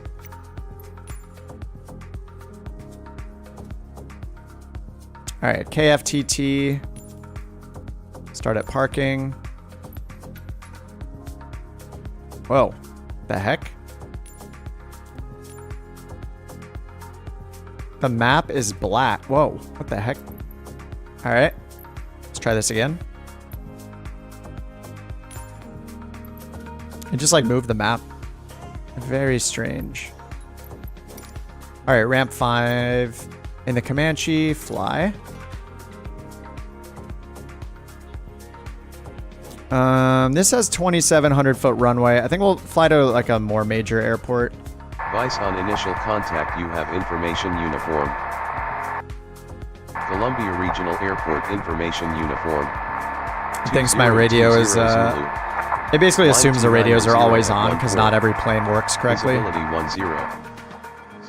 Just turn that down until I get this powered up. Temperature -2. Dew point -3. So my radio is on the CTAF frequency, so it's, maybe if I hit... Oh, that did work. Nice. Oh, no, it didn't. All right, once I get it powered up, then I can turn that off, I guess. Or maybe it did work. Okay, I think we're good now. Okay, there we go. Narrowed down the list here. So what is westbound? All right, KNVD is 1 or 1 kilo 8. Let's do KNVD. 124 nautical miles. That's a good distance. All right, I'm going to prepare the flight. We're going to get all of our weight and balance stuff set up in here. I'm going to use the checklist this time. We'll do a quick walk around. I did the maintenance, so we got the fine wire spark plugs and I cleaned them. So hopefully I can get off the ground a little bit faster this time. Got a little upgrade there. All right, and fuel payload, we're gonna set this in just a second. All right, let's prepare the flight. So we're gonna go KFTT, so that's Fox Tango Tango, to KNVD, November Victor Delta, NVD, which is Nevada Municipal. All right, so I'm gonna prepare the flight. We'll go get into SimBrief and get a flight plan going. SimBrief dispatch button fills in all the info for us, including our plane type if we typed it in. This is one of my favorite features of OnAir, how you go here, you just type in the designator code for your plane, so like PA24 or, 208B or whatever, or C208 or whatever it is, the 4-letter plane type designator. And then when you hit that button, it'll automatically fill in departure, arrival airport, and it'll pick your plane from the list. It'll also set the passengers. So here we have 2 passengers, 55 kilograms of freight. So when we generate it, it's already got everything it needs to give us an estimate for our fuel and all that stuff. And it's also picked this route for us. All right, so it's going a little bit to the south. We're just going to follow the recommended route. It's probably doing that to avoid some terrain or some airspace or something like that. So we'll just follow that. Loyal Patriot says, now that you have had a chance to put the Comanche through its paces, what grade? 100%. Dude, absolutely 100%. This is by far the best GA plane, and I think most people will agree. This is like, I'm not a real pilot, but I've heard it's the most realistic as well in terms of flying it, but you can do an actual walk around in this. There are engine failures. There's wear and tear on everything. Like, this is the most realistic GA plane experience you can get in the sim, period. It is 100% worth it. Okay, maybe if I had to be not saying 100% just because it is really good, like, I'd still give it like a 95. Like, I have not had anything better than this plane in the sim. If we want to leave room for something to be better than that, we can't say 100, right? But yeah, it's 100. It's a 10 out of 10. It's absolutely incredible. And I don't think I have that many hours in it. I think I've changed the airframe a few times. So it says 13 hours. I don't know if this is per livery or not, but I've been trying to use this livery. So I think this might be accurate at about 13 hours. But yeah, this thing is absolutely insane. And if you need any convincing before you buy it, go to YouTube and just type in A2A Comanche and find the official videos from the developer A2A. Watch the videos where they talk about the plane, getting it started. They have tutorials. So the run up, the takeoff, cruise, all of those phases are covered in it. They're very, very well produced videos, great tutorials, and they'll really show you why it's amazing. And just hearing, I think you guys said his name was Scott, the founder of A2A, hearing him talk about it, this is based on his actual personal Comanche. hearing him talk about it is just, it's almost like, I don't know, I was just so excited to fly it after watching those videos. You watch them? Yeah, how they pulled it with a truck for sounds. Yeah, I saw that too. It's awesome. Yeah, this is the best GA plane. I'm pretty motivated to learn it even more than I do now. I know just the basics, but I mean, yeah. Okay, cruising altitude. It says 6,000, so we're gonna do 6,500, just to be VFR friendly. 6,500 feet. We'll see where the clouds are and stuff. We'll go ahead and get the METAR, or we'll get the ATIS in a second. ASOS, see what the cloud levels are reported at. They were at 3,000 for us recently, so we could do 2,500 feet to stay below them. But I don't know about the terrain. I don't know that that'll work. So we might just do VFR on top with the AI ATC again. But I'll try to get my clearance from the ground if I can. We'll give it a shot. See how it works out. So yeah, 6,000 feet altitude. We'll call it 6,500 for VFR altitudes. And 150, so it's estimating block time 130, hour and 7 minutes in the air. Block fuel, it's estimating 94 kilograms. I thought I changed that. Let me change the unit again. Did it? I think it keeps changing it from pounds for some reason. Okay, there's pounds.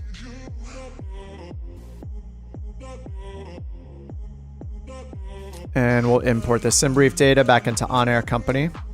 So it's giving us 207 pounds of fuel. I'm going to go up to an even number so we can balance the tanks. 36 gallons.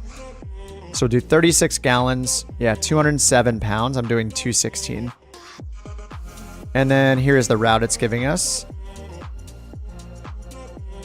So if you guys are following along with SimBrief, then hopefully it'll give you the same route. But I'm going to go ahead and paste it in the chat again. So you could paste this into SimBrief as well. Just paste the part where it starts with direct Gibson. So you don't have to put the airports. On the previous page, you just paste this part right here. From direct Gibson to Augie. All right, let me also... this might be bad. I'm going to switch back to the GTN 750 and we'll import the flight plan and see if it works this time. Hopefully we don't have the same bug as last time. And the fuel, I said 36 gallons. So we're going to go ahead and put, let's see. So 30, so we'll do 15 in each wing, give us a total of 36. All right, 36 gallons, that's set. Now we have to set our payload manually. So I'll go ahead and validate the fuel. We'll do the same 10-hour offset, so we're flying during the day. All right, total payload due is 566 pounds. So it says we have 122 pounds of cargo. So let's put 122 in the baggage section. How fast can you click? Can you click on these? Oh, no, you can't. Is there a way to type in the numbers? No, it doesn't look like it. All right, I just need to click a lot. All right, 122 pounds of dried goods is what OnAir Company says. So we'll set that down here. 122. All right, then it says we need whatever 566 minus 311 is in passenger weight. 255 for our passengers. So we'll do a 100-pound person and a 150-ish pound person. Actually, I want them to balance it out a little bit. Yeah, we'll put this person on the right. Actually, let's do this. Let's put the 100-pound... Oh, no, we want to see our dog. All right, 103. And if I check OnAir, I can look at the number updating. So we can actually go down 6 more pounds, to be exact. All right, there we go. Sim 566 and do 566. So this is all set correctly. I'm not going to start the tracking just yet, though, because I'm going to step out of the plane. And I don't want it to mess with the walk around. So let's do the walk around. So our sweet rope has been pulled off there.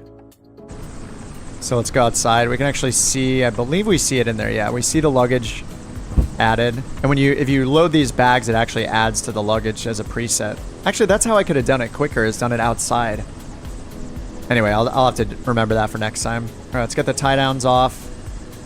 Static port is actually not simulated in any way, so we don't really need to look at that. Test the flaps real quick. So in this plane, if you've never flown it or heard about it, when you do the walk around, there will actually be little visual things that happen. So like if the aileron travel isn't smooth, it'll get like caught up as you're pulling it with your hand. And you can go and look. We can sump the fuel. We can. You can go and look. It's all blue. You can go to maintenance here and then hit. If you hit this inspect button, it'll actually reveal if there's anything that actually has problems. But the idea is you do the walk around yourself, and then if you detect a problem by doing the walk around, if you want to be a little realistic about it, you would hit inspect, and then instead of seeing green everywhere for all the statuses of all those parts, you would see like a yellow or a red one, and then you can click it to repair it. But the idea is that you reveal the problem by doing the walk around, and then you verify it by going in onto the tablet, hitting inspect, and then, you know, calling in for maintenance and replacing it. You could just start in the plane, hit inspect, and see if anything is not green instead of doing this full walk around. So I'll do that. I'll do like halfway. So here we'll sump the fuel. You can visually inspect the inside of the tip tanks and the main tanks. This has only got 3 gallons, so I'm not really going to see the blue avgas in there. But we'll just go and remove the chocks and the tie downs here manually, and then I'll just go in and we'll see if there's anything red or yellow here instead of, just for the sake of time. Yeah, you can do this sump on the main sump in the middle there on the fuselage. And then if you have the tip tanks installed, then you have a sump for each of the two tip tanks as well. And if there's any contaminants, you'll see that white, you know, transparent at the bottom with the fuel on top, so you'll know that you drained water. So I should actually check the middle one based on what Enon said, which is I drained almost 3 jars of water from the main tank. So let's see if we actually have any contamination. All right, all blue, so we're good here. But yeah, you would see it separate, kind of like, you know, oil and water would separate. But that is also good. What's up, JJ? Just joined. Love the immersion of this walk around. Yeah, this is, I was going to say this is like a first of its kind. I don't know if it was the first one to do this. Simhanger, is it 713 or 715, who hangs out in chat sometimes? He's an aircraft developer, and he has like a kind of a light walk around. You don't actually like sump or anything, but you can walk around and like check the oil and stuff like that. But yeah, this one, you know, A2A like took it to the extreme, where you'll actually reveal things. I think I saw a screenshot of somebody where they did maintenance on the plane, and there was like a rag left here after they had done maintenance. I'm actually noticing these little chips here. I don't know if this is always here or not.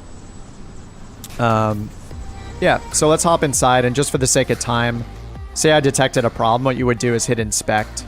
All these are green, so you know there's nothing wrong, but say that flaps didn't perform correctly when you were testing them, or something like that. This is where you could reveal those problems.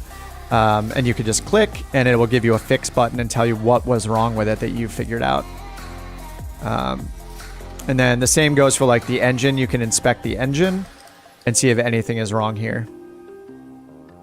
Engine analyzer. This runs, you can see this running while you're actually using the engine, but yeah, these like all the detail here is pretty nuts. All right, so pre-flight is complete. Passengers will just assume they're briefed. Seatbelt secure. Control lock removed. That is gone. Parking brake is set. That's done. Gear is down right there. And on my Bravo, flaps are up. Pulling it up. Radios, everything is off from last time. So Control 5 gets me here. Yeah, all the switches are off. Nav lights are off. Radios are off. Transponder is gone because it's part of the GTN. These are all off. Everything's good there. Actually, make sure oh yeah, these won't work until the engine's running. All right, radio's good. You can check if there's water in the fuel. Yeah, in the A2A videos, they show what it looks like. So yeah, you can get contamination in the fuel.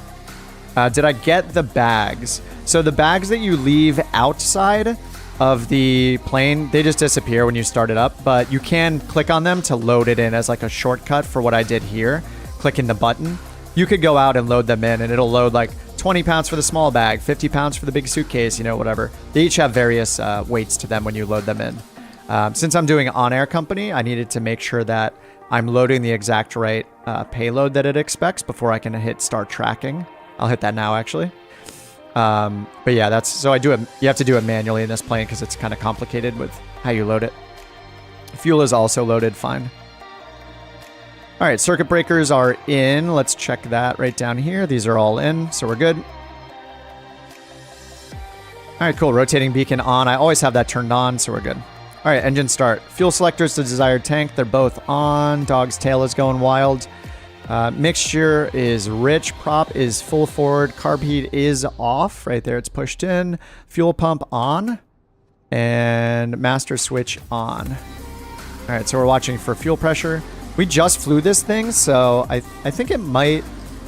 Oh, maybe because I reloaded it won't. If you do one flight, land, and then start it up again, like this thing will rise faster the second time. Oil temperature is already showing too. All right, pump is off. Primer 1 to 5 strokes. It is 0 degrees Celsius outside, so I'm gonna give it 4 strokes over here. Brief the dog, tell him he's a good boy. True. Check the door plugs. Wait, what's the joke? Oh, I accidentally took off once with this latch, and it was so loud, I was very confused.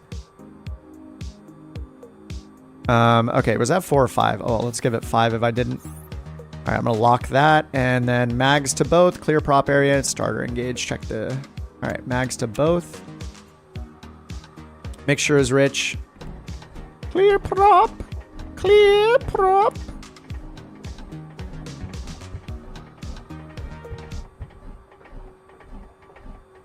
Oh, I didn't crack the throttle. Whoops. There we go. Your flight will be monitored until you land and shut down the engines. All right, 800 RPMs or so. All right, fuel pump is off. Clear check, lean as required. All right, I don't know. What do you guys know the lean operation? How do you lean an engine at parking and taxi? I don't know how to do it. I don't think I saw it in the manual either. All right, we can hear the engine, so let's get the tunes back on until we bug ATC. I'm gonna get autopilot and AP master on. We'll import from SimBrief and hope that it works this time. Let's get our nav radio 2 turned on as well. Okay, let us try this. If this breaks, it's not gonna be good news. We might have to use VORs again. All right, KFTT, let's go to menu, import, SimBrief. Okay.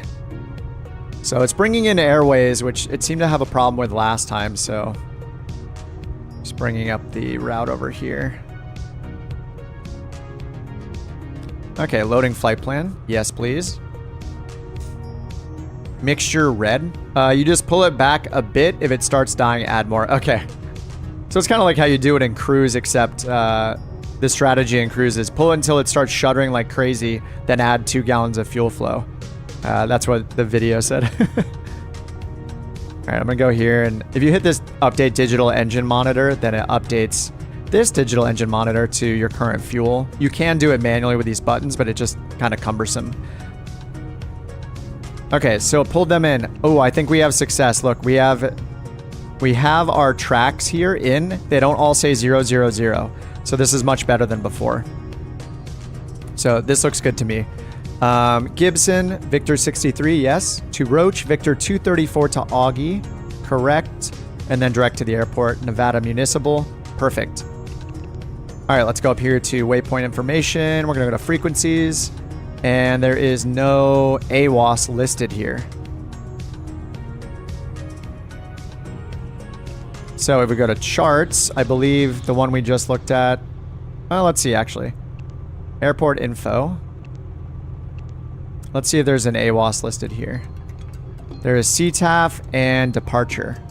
Let's try the departure frequency. 124, 375. 24, 375. And let's see if we get a controller on that through SayIntentions. And let's see what it actually says here. Mizzou departure? Mizzou departure radio check. Mizzou? What's Mizzou? Missouri? Last aircraft, be advised, nobody is listening on this frequency near your position. All right, so this is not covered. This is not covered by SayIntentions, or it's a wrong frequency for us or something for the area we're in.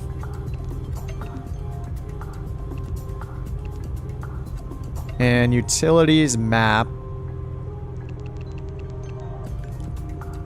All right, this is where we are. So Columbia. I wonder if there's some kind of controller. I don't see like a red square around here. St. Louis terminal area. Mizzou, Missouri. Yeah. Loyal says, pull the mixture knob approximately 1 inch. I'll make a joke about inches here. No, I'll not. Okay, maybe that's like an inch around there. Just a little bit.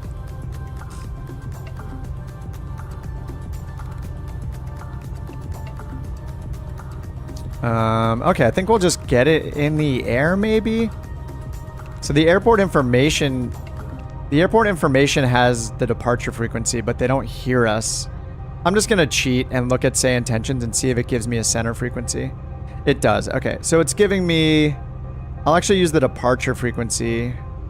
It's giving me CTAP. Oh no, it's giving me a clearance on 11845. Let me just try it, just to see if we can get it from the ground. It's just fun to get it end to end. So I'm gonna try it and see if this works.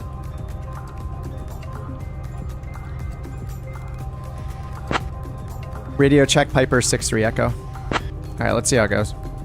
I don't know who we're tuning into, so we'll see what they say. Oh, just enough to prevent plug fouling. Piper 6-3 Echo, Elton Hensley Memorial clearance, loud and clear. Elton Hensley clearance. Oh, so that's clearance for the airport we're at, even though the airport information page doesn't say there's clearance. All right, sweet. Well, we'll get it. Let's ask for 6,500 feet and KFTT. So our destination is Nevada Municipal. I'm just writing some of this down on my notepad. Nevada Municipal. And let me look at the chart for that really quickly, just to make sure we're using the right names and stuff for the airport. Airport information. So this is at our arrival. Nevada Municipal. Nevada Municipal. Okay, it just calls it Nevada Municipal. Just making sure we have the right name for the airport. All right. Elton Hensley clearance. Piper 6063 Echo VFR request. I should actually say flight following request, probably. AI ATC is great, really points out how bad the flight sim ATC is. I know. Yeah. All of these AI ATCs that are coming out are going to be flight sim ATC killers. I would like flight following to Nevada Municipal, Kilo, November, Victor, Delta at 6,500 feet. That's Piper 6063 Echo. We are Comanche slant Golf. All right, let's see if they give us flight following here. It's cool. So there's a clearance on the ground we can use, I guess, even though it's not on the information, on the airport information chart. Piper 6-3 Echo, give me 1 second for that clearance. No problem, Piper 6-3 Echo, thanks.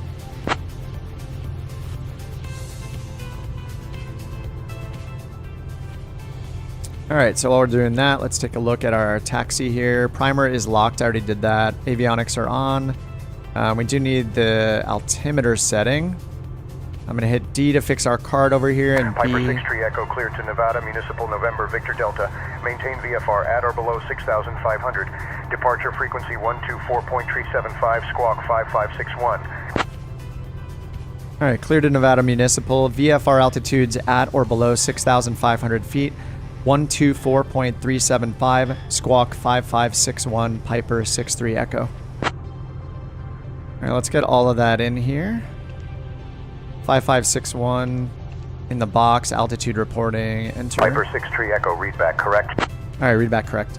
So we'll also use the fake ground controller and tower controller and stuff. Let's see, is there... Okay, there's clearance and CTAF. So actually there is no no ground controller here, so it's just up to us. I'll try to get the weather and just see what we have here for the weather. I mean, the weather was insane recently.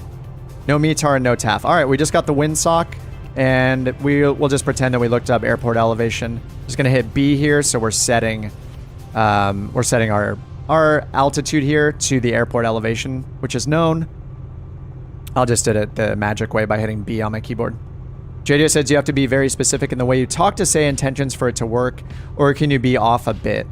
Because it's like AI, ChatGPT stuff, I think that it's going to be very flexible. Like the devs will be I haven't really tried. I guess I could test it by trying, but yeah, because it's AI, it's meant to mimic human behavior, right, and flexibility. So yeah, I'm guessing as long as you give it the relevant information, it's going to be fine. This is what's great about AI, right, is like you can have the confidence to just say whatever you want, you know, as opposed to using something like VATSIM right away. I think this is like these tools like SayIntentions and, you know, like BATC, they're going to be such good tools for people to use for 24/7, pretty realistic coverage, just non-human, right? But way better than other products that are out right now. And then they bridge that gap to getting the confidence to go to VATSIM or something like that. But also, like, VATSIM goes offline all the time. Like, personally, I'm probably going to use this pretty often. I want full coverage everywhere 24/7.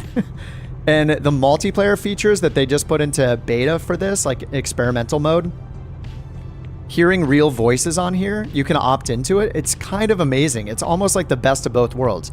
24/7 coverage, CTAF frequencies, you'll be talking to other actual users of SayIntentions, and you'll hear their actual calls.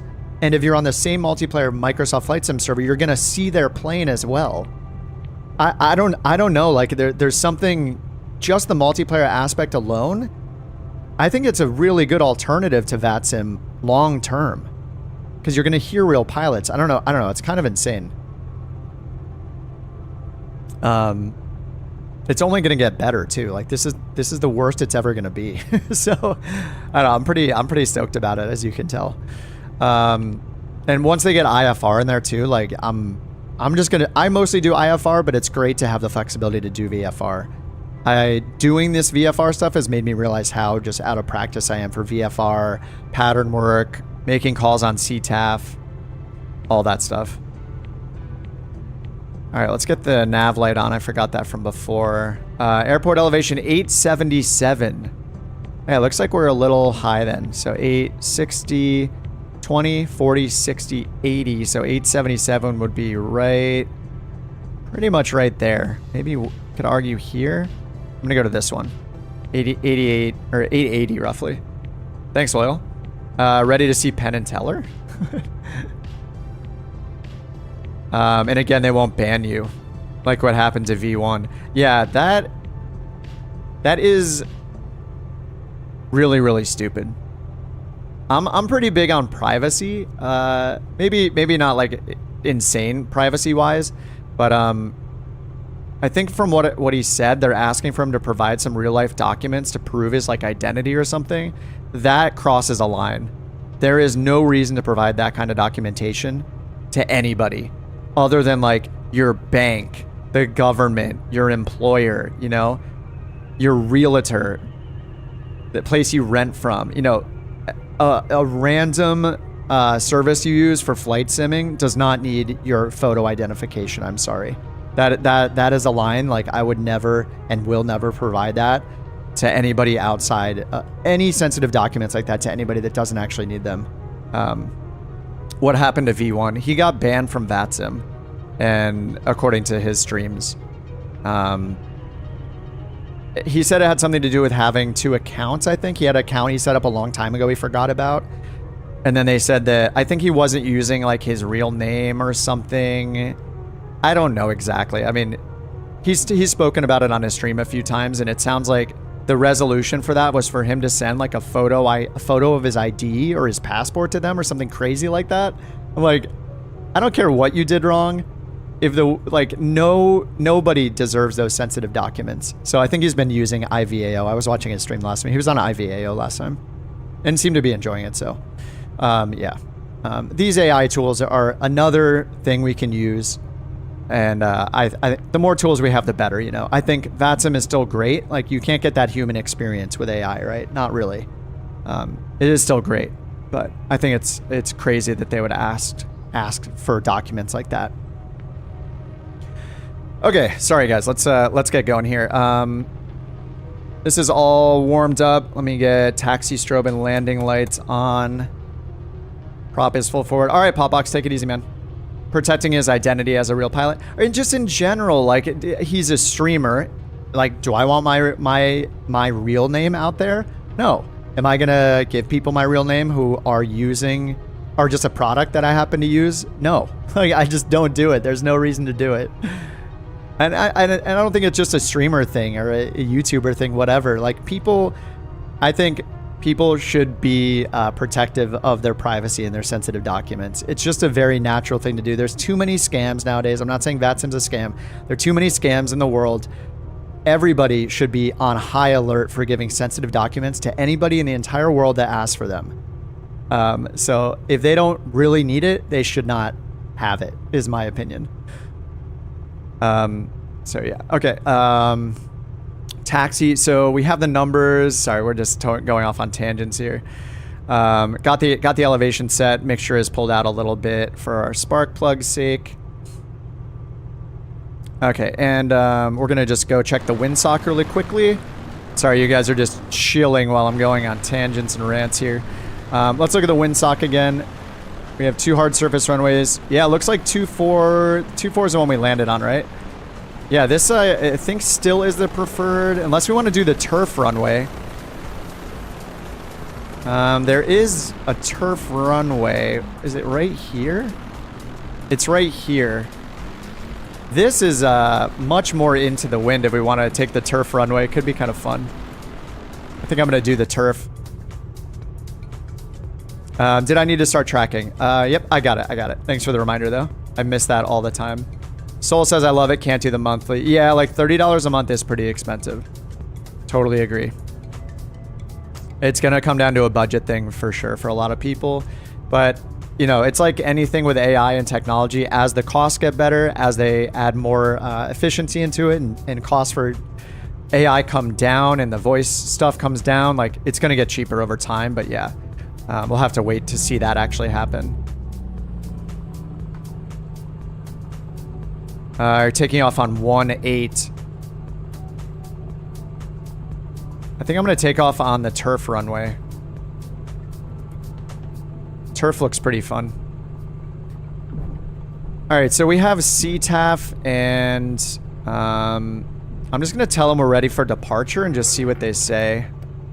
Piper 6-3 Echo is ready for departure at Kilo Foxtrot Tango.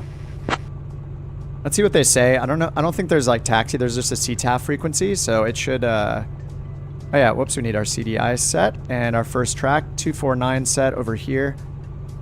249. Right there. Piper 6-3 Echo, hold short of runway 22. Contact tower on 122.7 when ready. Hold short of runway 22. We'll contact tower 122.7. Piper 6-3 Echo. All right, so there's not actually a tower frequency here, but we'll play along. And they said runway 22.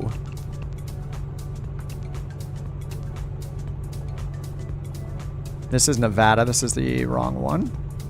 Split. Oh no. Flight plan.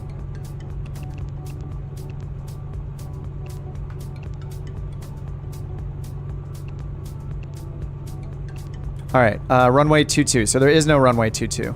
So let's just talk to the tower. We'll ask the tower what to do. 22.7 is the tower. And then our departure frequency, we'll put that in standby. It was 24,375.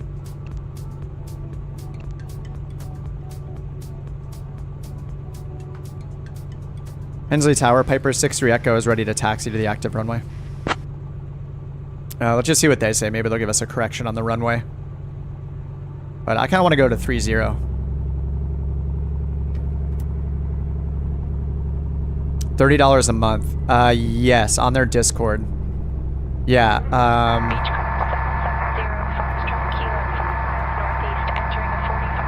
Oh, that's chatter.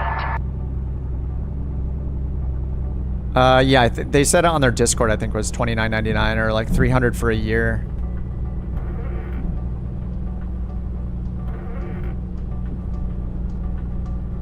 Yeah, I mean it's expensive, right? Like we can be honest, that is pretty expensive, $30 a month. But I don't know. I think for any other type of hobby or game, like Microsoft, like flight simulation in general is a pretty expensive hobby for most people, I feel like. I mean, just the peripherals alone, we're paying for Navigraph, you know, a lot of us. There's just a lot of things we pay for. We pay $80 for a 737. I paid $50 for this Comanche. In general, flight simming is not cheap. AI is also not cheap. If you get, I actually just for fun, I paid for ChatGPT 4 today, and I was playing around with it just for fun.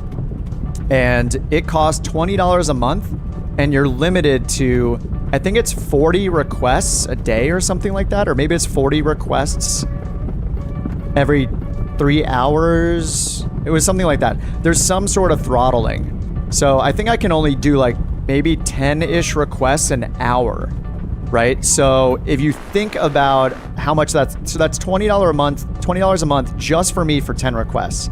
Now imagine hundreds or thousands and thousands of requests, not even including the voice generation. Like, I can totally understand how the cost is higher.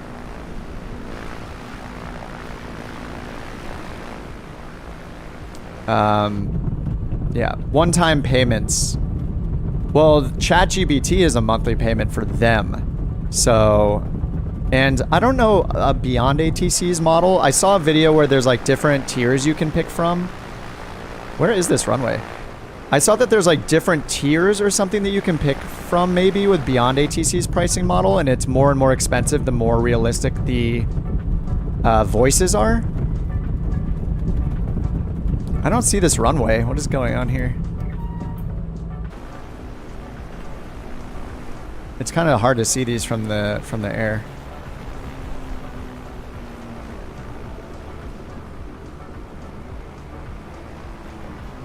Oh, it's here. Where am I? Is that me over there? I don't even know where I am. Wait, I went this way. Oh, okay. I need to go towards the runway. Towards the hard surface runway. Alright, over this direction. I can't even see it from the air. Where is it? Or from the ground. I can't tell where it is.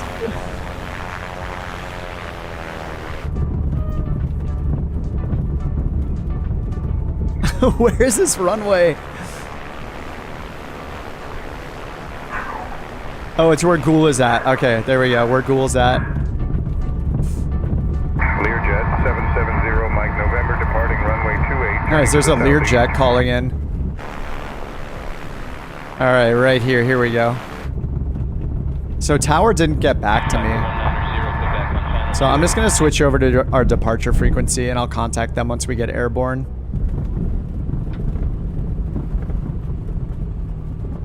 Alright, fuel pump is on, mixture is rich, prop is full forward, trim is neutral. Fuel pump is on there, yep. Okay, I see the switch on. Alright, let's go. Alright, full throttle.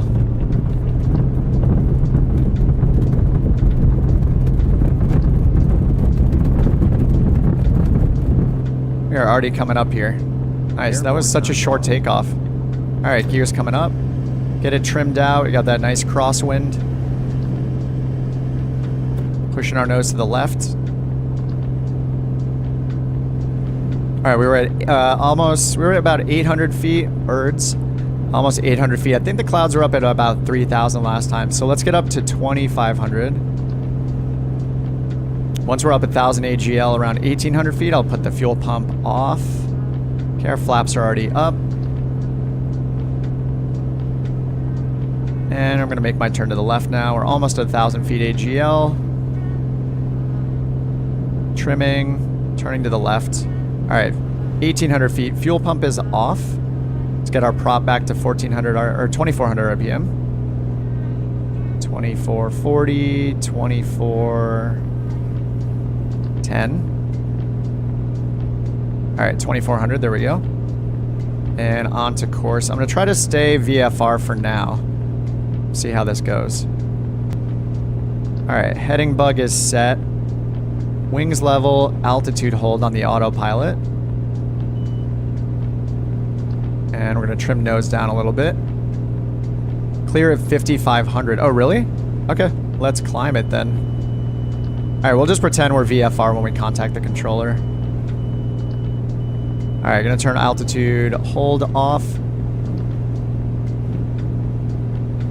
Whoa.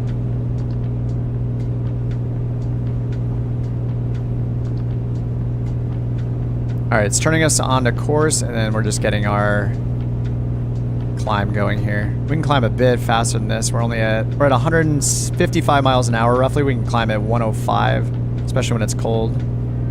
Pitot heat is on now. I think I left the defroster on from before. All right, can climb a little bit faster. All right, let's contact departure. Departure, Piper 6063 Echo, 3,300 feet, climbing 6,500 feet.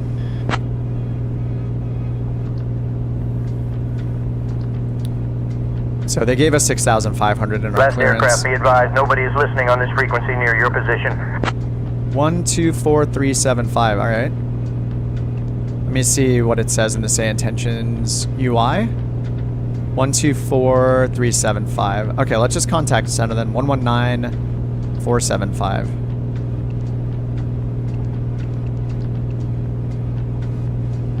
Center, Piper 6063 Echo, 3,800 feet, climbing 6,500 feet, squawking 5561. All right, let's see if center works. Last aircraft, be advised, nobody is listening on this frequency near your position. Okay. So it's almost like, what's weird is like they gave me the clearance thing that didn't exist, but I didn't find any frequencies we could tune to. So it's almost like acting realistically. But here, well, here's 124375. Oh, let me try this again. Mizzou departure, Piper 6063 Echo. 124375 as well. Okay. Last aircraft, be advised, nobody is listening on this frequency near your position. Yeah, it looks like we just have there's just a wrong frequency in there. Forget if I'm supposed to report those still. There's like some known bugs where they're like, all right, we have enough reports, we're working on it. Like some of the handoffs, so. All right, up to 45, nice, we're breaking out at 4,700. I guess I could go to CTAF for now, but I want to get on with a center controller at some point. Tell him to kiss your big toe. My pinky toe. Clear at 5,500. All right, Tony, I see you. Tony the legend, the crazy gifter. I gotta add Tony to the blue name list as well. He's gonna be flying along with us. All right, added. Get some blue names. All 4 of you right here should be blue next time. Endgame is blue. Yeah, that was an awesome breakout. We're getting some crazy crosswinds though. All right, we're over 5,000 feet, so I'm gonna lean a little bit.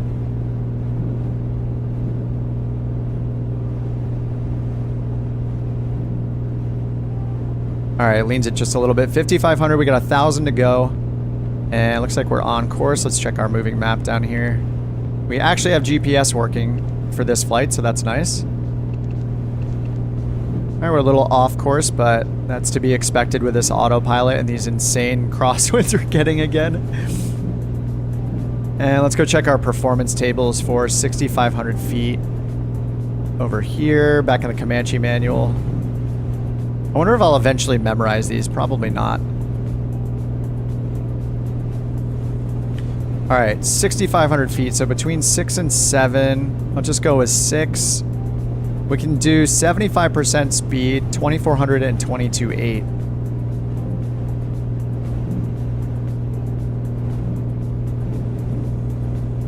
So we'll see if we get that. We'll see if we get 75% power. It's at 77 right now. All right, 6,300 feet, 200 feet to go. I'm gonna pitch trim down just a little bit. And we'll get ready for the altitude hold button right here. Usually hit it a little bit before you get to the altitude. It just takes a second for it to bring us back to 0 on our vertical speed. With these gusts though, it's gonna be a little challenging. All right, 65, altitude hold. And then let's get our cruise settings. So we got 75% power, 24, and then 22.8. So we bring this back to 22.8. We should be at around 75%. You can hear the gusts right now. All right, there's 22, whoops, 6 now. 22.7. Oh man, the gusts are insane right now. Let's see if we can hear them. You want me to take out the earplugs?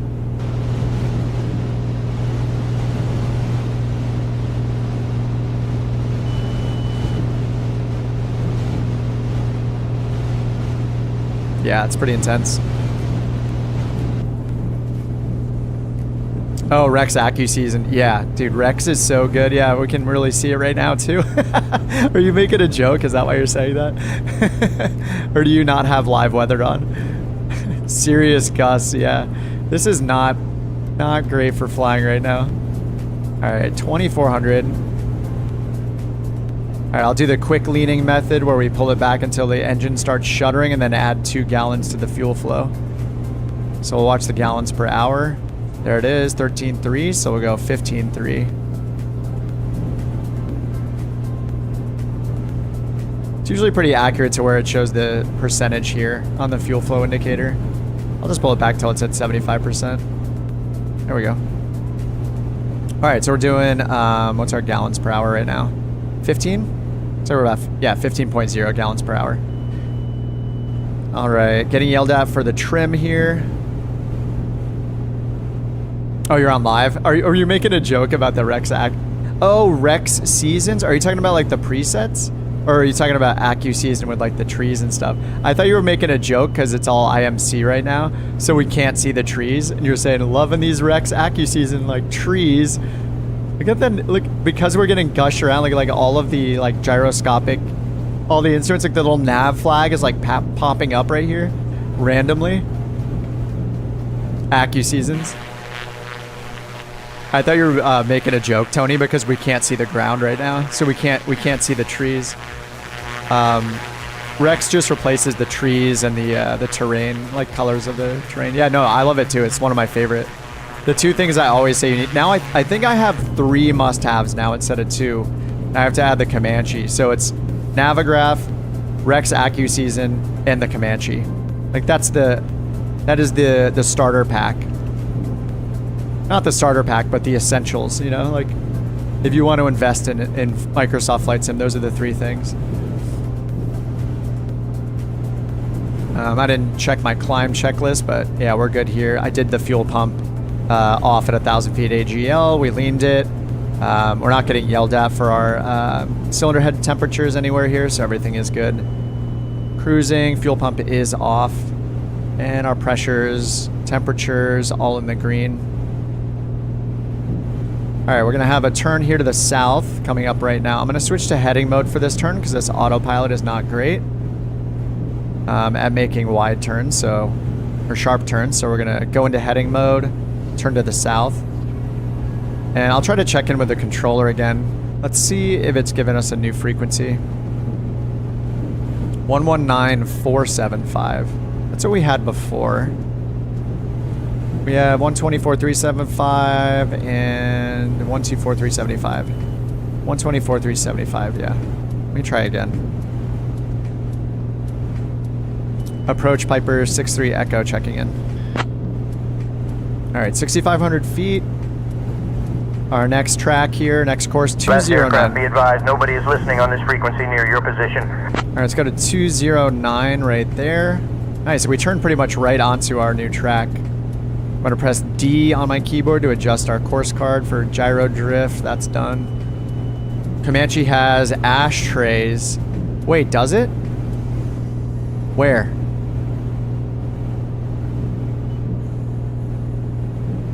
This is for the, for air. You know that.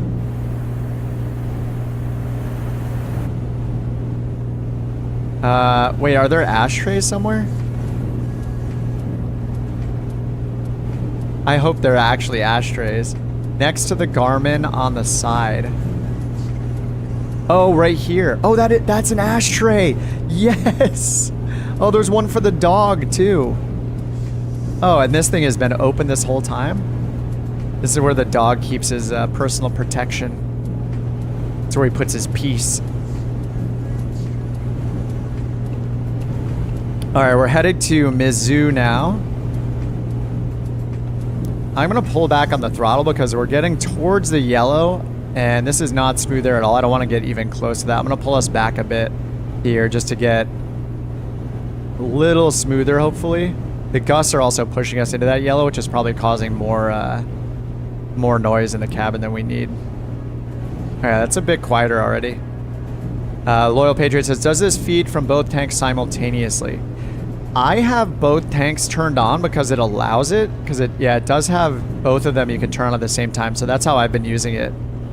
I don't know what the proper thing is. It just says, it doesn't have any of the fuel tank stuff in any of the other checklists besides like engine start, like desired tank. But I've been running it on both.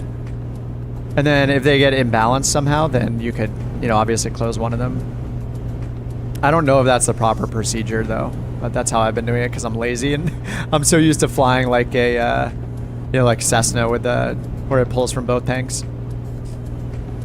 Didn't know smoking and flying was a thing. Oh, it is for us, yeah. Couch captains, that's what we do. Nice, Ghoulish is in the M500. Is that the Rosary live? Is that the one? Rosalia livery? Looks beautiful. If you're in the M500, you gotta be at like 50% power right now if you're flying along with a Comanche. I love that plane too. Jewel, are you really, you're in a helicopter way up there? 7,500 feet? Alright, we are still on course now. 209 is our current course. Whoops, I have it in the wrong spot actually. I have it at 21. No, that is 209 right there. Yeah, 8, 9, 200, 209. Yeah, I'm good. Alright. We are good on our course. Alright, we've slowed down a little too much now. I'm going to add in some more power. Maybe we can get up to like 165 or so miles per hour. Smoke Lucky Strikes. Just a running couch captain joke that all of our passengers on all flights are required to smoke at all times, and I don't see a cigarette in her mouth. So we're gonna have to open this. No, we're not. No, that's terrifying. We're gonna hand her her parachute and ask her to leave the plane. She's not following the rules. And when you're PIC, you can make any rules you want. Our rule is that all passengers must be smoking.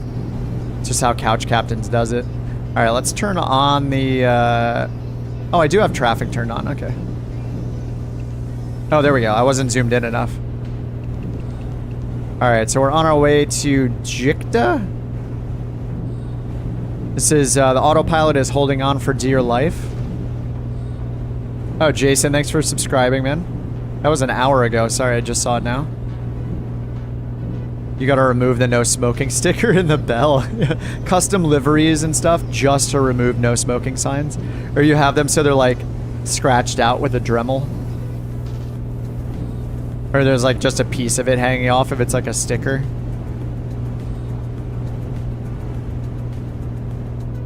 I think I can put this away. I kind of know the approach stuff. I mean, I should pull it out, right? We should always use checklists, but... Alright, let me see if the frequency's changed on, SayIntentions. CTAF approach center 119475. Yeah, that's what we have in standby. And yeah, that's what we're set to. And then there's 124.375, which is in standby. Radio check for Piper 63 Echo. Yeah, just something with the last aircraft. Be advised, nobody is listening on this frequency near your position. With the frequencies here. Maybe we can find one in the sectional. Actually, first things first. Let's just look at our total distance. Okay, we're pretty far away still, so I don't have to worry about descent rate yet. Let's go look at the map here and see if we can find any nearby references to any ATC frequencies. So do we have any major airports coming up? I don't see... Behind us here, like this is a delta here, Jefferson City, JEF. Let's go to the map, or sorry, let's go to the charts and look at KJEF. Just want to see if we can find another frequency to use. So yeah, it has Mizzou departure, Jefferson ground, tower, Unicom, 24375. We've tried that one.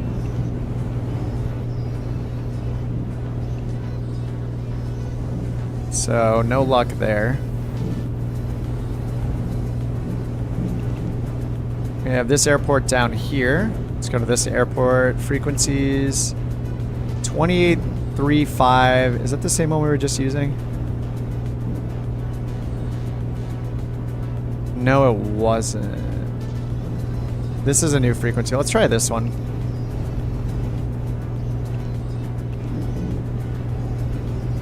Radio check for Piper 63 Echo.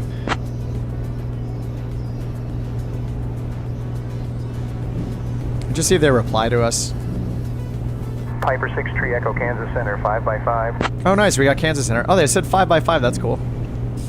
Piper 63 Echo, radar contact. 6 north of Eldon Model Air Park at 6,400 feet. Eldon altimeter 2962. 2962. Thanks, Piper 63 Echo. All right, nice. We got one. All right, 2962. So our altitude's off a little bit. Should be about 2962.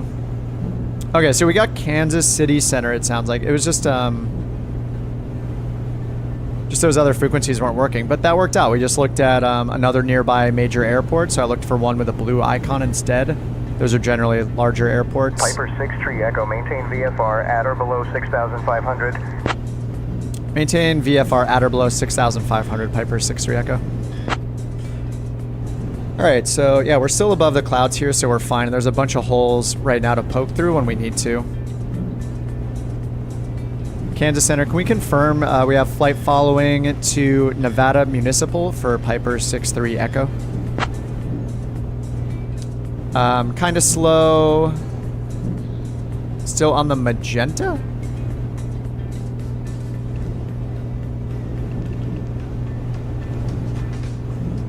On the magenta. What do you mean, Thomas?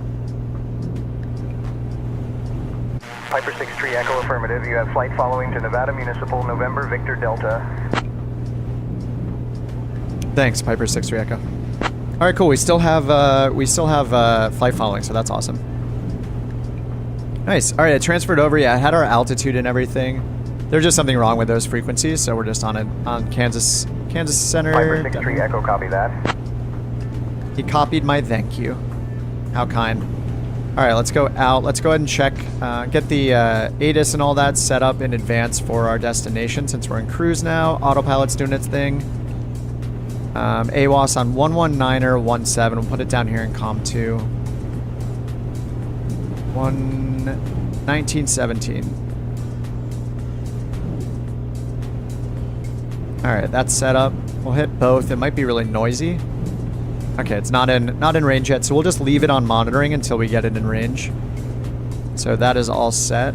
And then 2555 is set as center for our destination. So let's go ahead and put that in the standby field up here just in case they give us a handoff to that center controller. All right, and then weather data, no METAR and no TAF available. Bummer. But we have the ASOS, so it'll give us something nearby once we can hear it. And let's just check our procedures. RNAV for both runways, 2 and 20. 2 and 20. Wait a minute. It says 3, 1, and 1, 3. Huh? Oh, there we go. 2 and 20. Oh, I always forget there's this drop down. So I'm so used... I keep assuming it's going to show all the runways when I go to runways, but you have to access them down here. So there is a 2 and a 20. And if we take a look at those charts, man, the gusts are going crazy again. Our airspeed is fine. I'm just going to keep it away from the yellow. And we don't have any icing or anything. I think we can turn our defroster off now. That was on since last flight. Oh, there's a lighter over here. Oh, I can't use it. The worst. Never mind, this plane is a 0 out of 100 because you can't use the lighter. I take it back what I said earlier.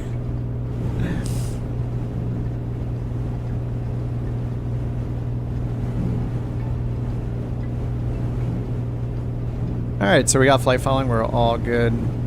Did I not hit the right button here? Okay, here's Hensley.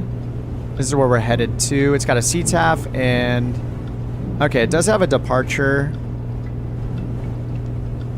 Full screen. Oh, that's Mizzou departure. It didn't work for us before, so it looks like we're not going to have to worry about this using that frequency because it's just not... it's not in SayIntentions or something. So we'll be fine for now. All right, we're going to make a right turn here at Roach, so I'm going to get this set up. I'm going to hit D to do our gyro drift, put our heading straight ahead, and switch to heading mode. Check the flight plan for our next track. So we're going to a 273 course is our next course. So I'm going to get that set up in advance here. It's about right. And we're still 5 miles from this waypoint, but once we're about a half a mile away, I'll start that turn I'll start that turn with a heading bug. So with this autopilot, like if you're making any turn that's, I'd say more than like 10 degrees, like you should use heading mode to get onto the next track instead, and then put track mode back on, because it's just very, it won't turn and anticipate the turn.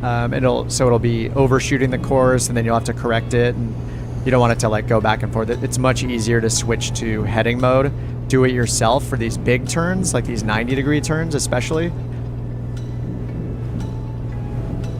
And then once you're mostly back onto the new course, then you switch it.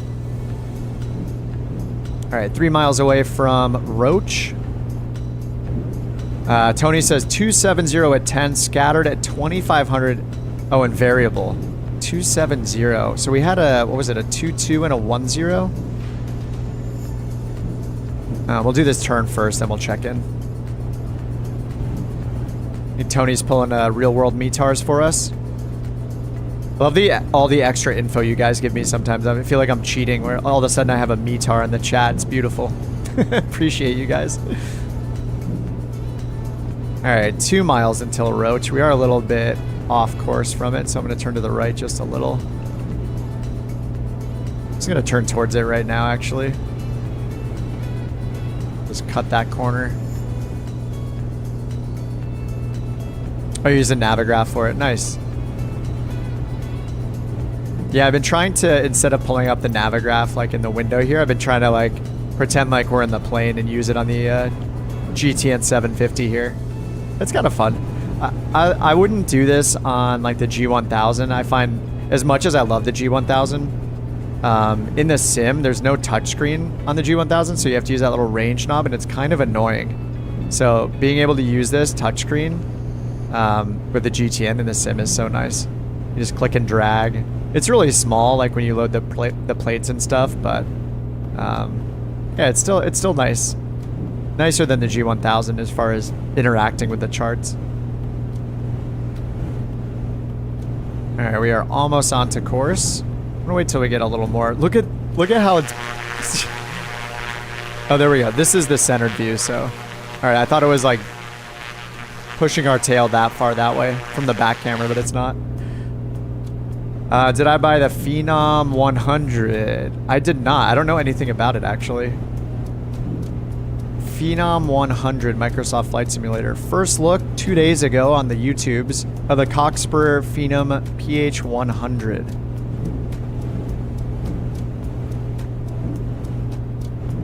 Looks like it's on Sim Market 2 days ago. Is this like a GA plane? I haven't checked it yet. Let's switch to track mode while I check this out. Let's pull it up. All right, here's the Cockspur PH100. Oh, it's like a light jet. It's like a business jet. This looks like smaller than a Citation. This looks like Honda Jet style almost. Business jet. What's it? G3000. It looks like. Okay, so it's got G1000s with a center screen.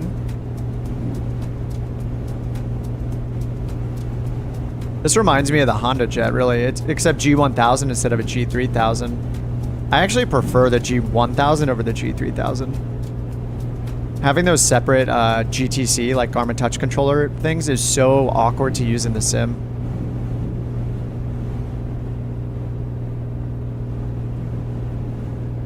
That's pretty cool.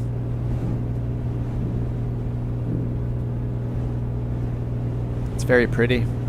No winglets, just straight wingtips there. G3000 all the way. I know, Josh, you love it. I just hate moving my mouse like down away from the screen to use something that changes the screen that's away from the screen. You know what I mean? It's kind of weird. Doesn't have a bathroom though. I mean, I love the G1000. I haven't tried it yet. I might have to try this.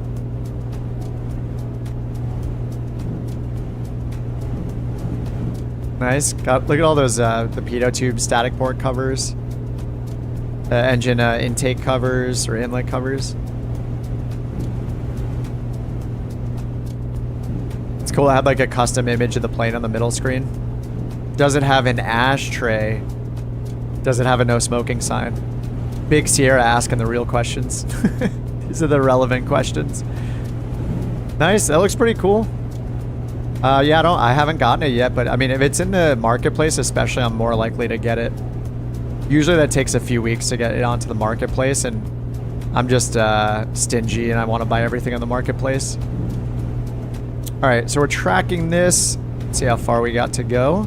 Just one more waypoint and then the destination. So, and we are still on with ATC. So let's go ahead and we already have the AWAS turned on here. So we should hear that. Let's see, 38 miles to here and say another like 15 to 20 to the airport. Oh no, they're 35, so we got a ways to go. Let me get my speed up a little bit. Add a little RPM there. There's 2400 again. And 19.4. I think we're supposed to be like 20.3 or something like that. Just try to speed up a little bit. I feel like we have enough of a broken situation here to actually get down VFR legit. Like, we might be a little higher realistically to get away from these clouds. Like, I don't know precisely where these tops are. It's kind of hard to tell. Runman says, so far the Phenom looks not better than a Honda Jet, but could be wrong. Honestly, if it's as good as the Honda Jet, I would probably fly it just because there's a G1000 and not a G3000 in it. I'm going to make a little note for myself to check it out.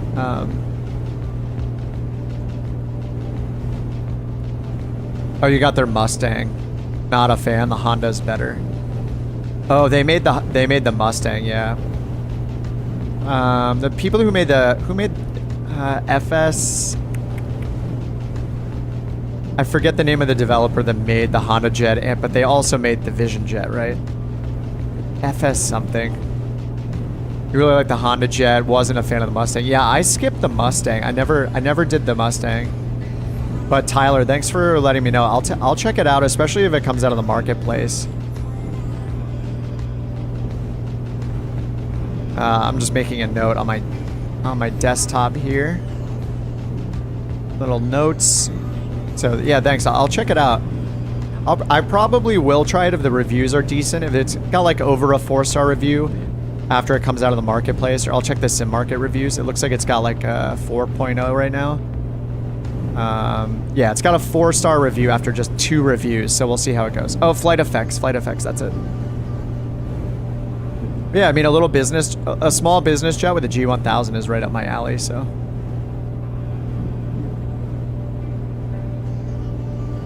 All right, on our way to Augie, 32 nautical miles to Augie, and then we're exiting the airway, heading direct Nevada Municipal.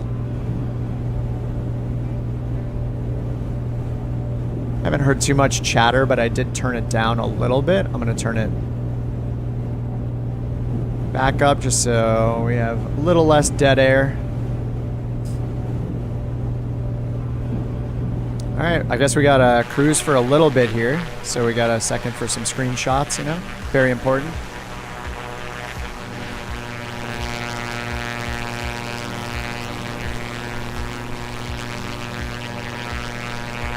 Loyal says he's mostly flying the Black Square King Air. Nice. Looking for a good business jet for the next step. Yeah, if you don't want to go up to like a Citation yet, the longitude of the CJ4. Oh my God, these gusts. It's almost putting us in like a standard rate turn right now.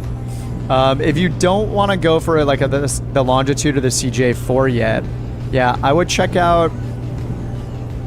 I mean, the Vision Jet, honestly, I love it, but it's also very much like the same pace of a TBM.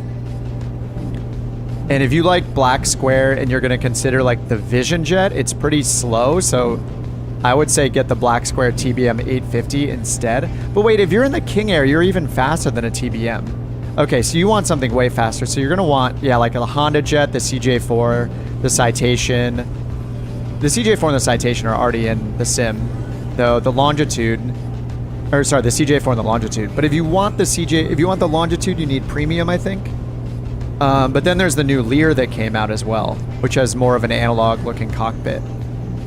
So if you like the King Air, I bet you would like the Lear if you're not a fan of glass cockpits. 850 is awesome. Yeah, but you said you're looking for the next step. So if he's flying the King Air is going to be faster than the TBM, right? Because it's twin turboprop. So yeah, CJ4 is really good if you want something bigger. If you want something tiny though, the Lear 35 is next. Yeah, if you love the analog stuff, the non-glass cockpit, then yeah. And if you've watched V1, he's been flying that. I might play around with it at some point, but again, I tend to wait for the marketplace. Yeah, if you Loyal, if you don't watch V1, go look up V1 simulations. Just Google him or type it in on YouTube. He streams all the time. He's a real life pilot who streams, and he has been flying the Lear recently, so you could watch him. I will probably not be flying that in the foreseeable future. Maybe at some point. I don't know. I get into jets sometimes. All right, so our next, we got 25 miles left still, but oh, you just see what Av Angel says, yeah. What's up, Posh? Yeah, this is a Microsoft Flight Simulator. We're flying the Comanche. We're technically supposed to be flying VFR, but you know, we break the rules. And we're playing around a little bit with some of the AI ATC called SayIntentions. It's coming out. I should get an altimeter check real quick. Can we get an altimeter for Piper 63 Echo? I don't know why I say an altimeter. Like, can we get the altimeter setting is what I want.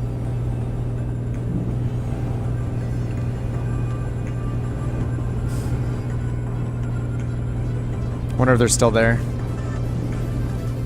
You know, I haven't been hearing chatter either. I wonder if we're not on the frequency anymore, if we got too far away. Because it was Kansas City Center. I think we might be off frequency now.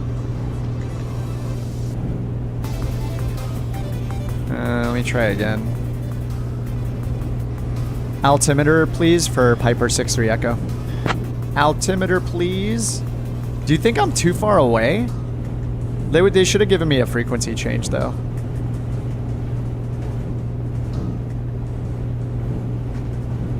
I don't think my, my transmission doesn't look like it's going through. All right, let's check this airport up here. Maybe we need a different frequency maybe I lost them. Frequencies, center. Yeah, it's a different one. Let me try this one. Piper 63 Echo checking in. Hey, Emulato, what's up? You have good manners, that's good. Yeah. Emulato, you're the first chatter on Twitch today. Appreciate it. I'm on YouTube primarily, but running Twitch at the same time, as a lot of people do. Vision Jet is great for sightseeing. Yeah, I think the Vision Jet's awesome. It's just, yeah, if you don't have something that's like a TBM style speed, and it's just really cool. It's like this little light jet. It's like very polished, right? Like high quality feeling. It's kind of awesome.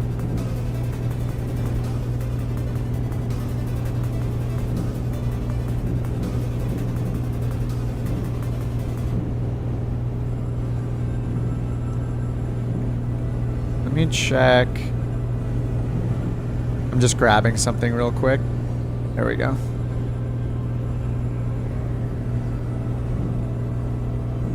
Just grabbing the chat again to put it back in. Keep going back and forth on whether or not to show the chat. I want it to be really legible too.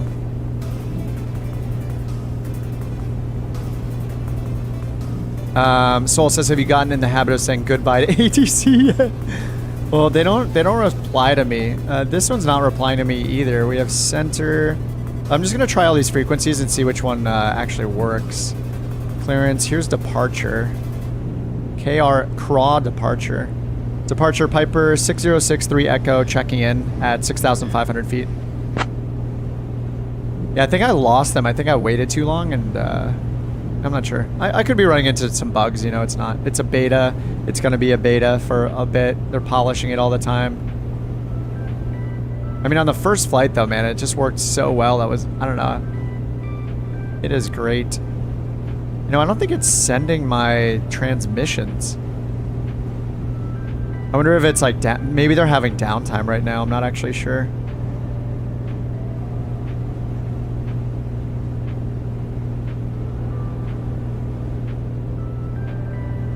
I'm actually gonna type it. There's a little text box, like a chat box, where you can type your responses in. Try 135, 575. Okay.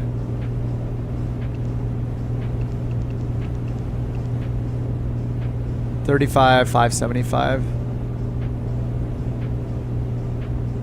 Kansas City Piper 63 Echo, 6,500 feet.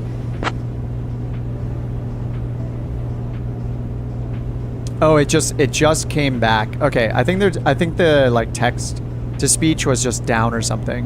Because when I look at the transcript, here I can bring it up. When I look at the transcript, all of a sudden we have checking in, that's me in green, and then it replied, radar contact, 8 miles south of Warsaw, municipal, VFR 6 below. So they said proceed on course to Nevada. So I think I was right. 25, 925. That one worked. But it seems like the text-to-speech is like down maybe right now. Say again for Piper 63 Echo. Let's see if that works. Alright, and let's see how far away we are too. Alright, so we should probably start thinking about our descent. For this, let's just run let's see if there's any weather data. I think there's none, right? There is none. We have the METAR, or the ASOS tuned in.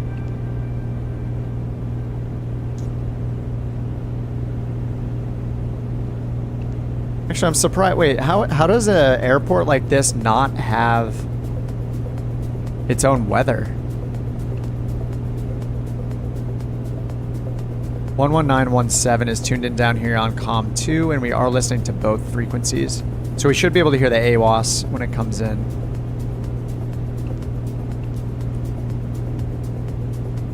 But we can go and use the procedures just to get set up for like a visual approach. Visual, so I think it was either 20 or 02. So let's just set up for 20. And then can we remove this one?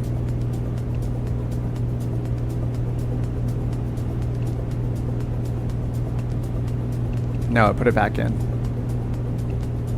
Let's try this again. Procedure, visual, 20. Alright, we're just going to load it for now, and then I'll just have to activate it once we make our turn here. Terminal controller at Kansas City, 118.4. Oh, it does it. Kansas City 1184. So we're on 12592. I think the text to speech just went down or something. Yeah, I like can't send I can't send any transmissions, so I think that's just, maybe it's down right now. It is possible. I've been on for 4 hours and 20 minutes almost, and to have 4 hours of uptime during a beta, pretty nice. I guess technically less than 4 hours. NVD uses weather from KFSK.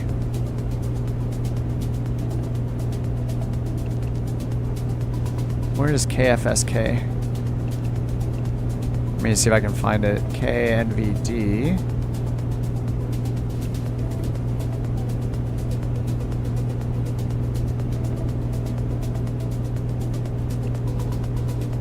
I'm gonna just go waypoint info, right? Airport, and put in KFSK. All right, let's see what we get here. Weather data, 270 at 8. All right, 270 at 8. Thanks, Loyal. Okay, so let's go to our flight plan. So we have 20, and then we have a 31. Which one do I want? 27. I mean, 31 is slightly better, but is 31? We need to look at the charts. What type of runways are here? Wait, there's no 31. Wait, what am I looking at? This is the wrong chart.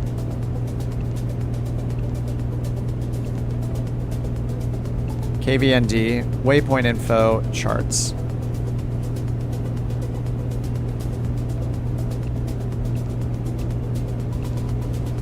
Wish it would load it automatically.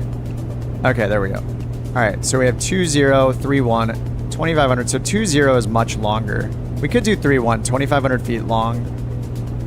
And it looks hard surface, right? It would be like, it would have like a box drawn around it if it wasn't hard surface. It would be like hollow, right? So yeah, 31.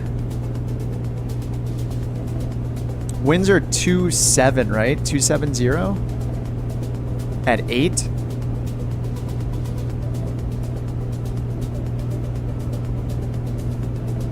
So we want to land 270. I mean, this isn't going to be north up perfectly, but 270 is going to be...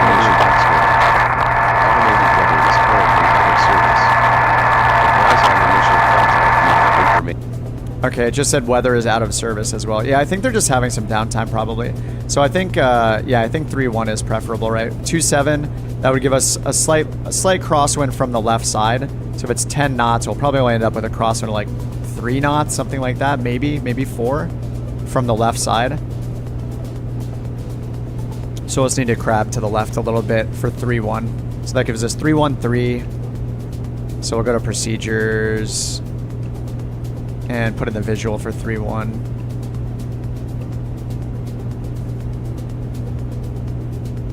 All right, let's load that. Go back to the map. All right, we're about to make the left-hand turn here. So I'm going to switch over to heading mode and make that turn manually. And then let's just go ahead and activate the approach. Actually, no, we're like 30 miles away. Okay, 272 is our new course.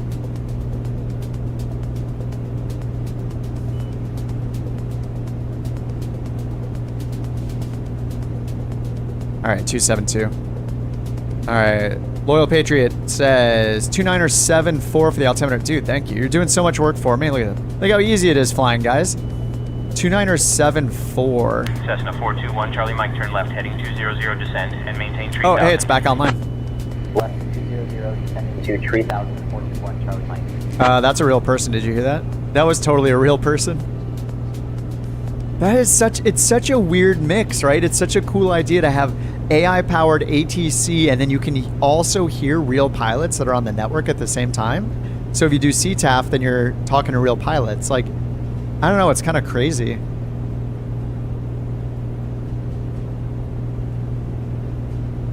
Piper 63 Echo checking in, 6,500 feet. Need to actually descend a little bit for 6,500.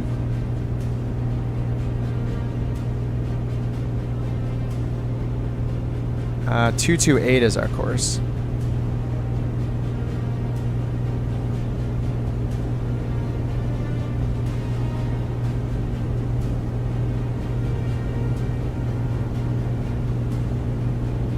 I put in the wrong course twice. 21228. Yeah, right there.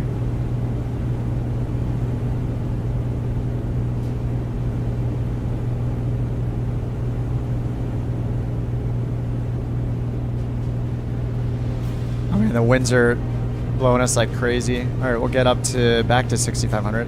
So it didn't reply to me again, but we heard the chatter. Yeah, it's not taking my transmissions right now. Who are we talking to? Departure?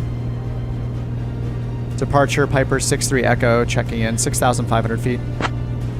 That's the way to say with you without saying with you, I guess. Checking in.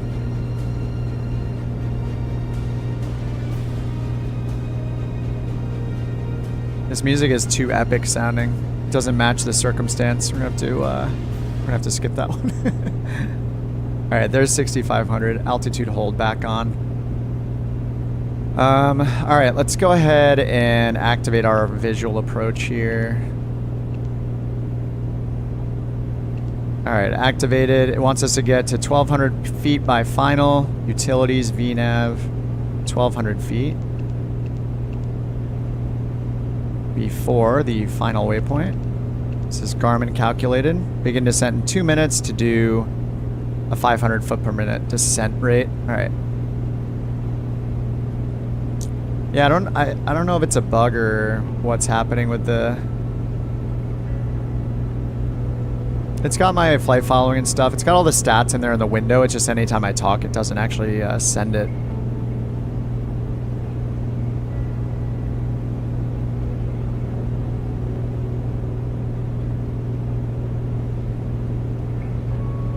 Departure Piper 6063 Echo 6,500 feet. Piper 63 Echo radar contact. Proceed on course to Nevada Municipal. Oh, there we go. Okay, it's back. We're good.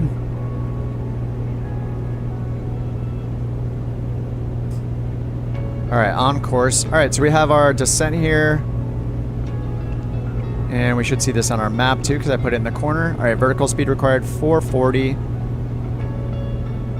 And then we're landing at, what was it, runway 31.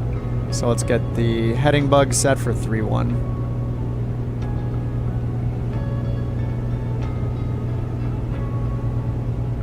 We're back. All right, let's bring in our checklists. So approach. Yeah, this is like when we're on final, we do this checklist.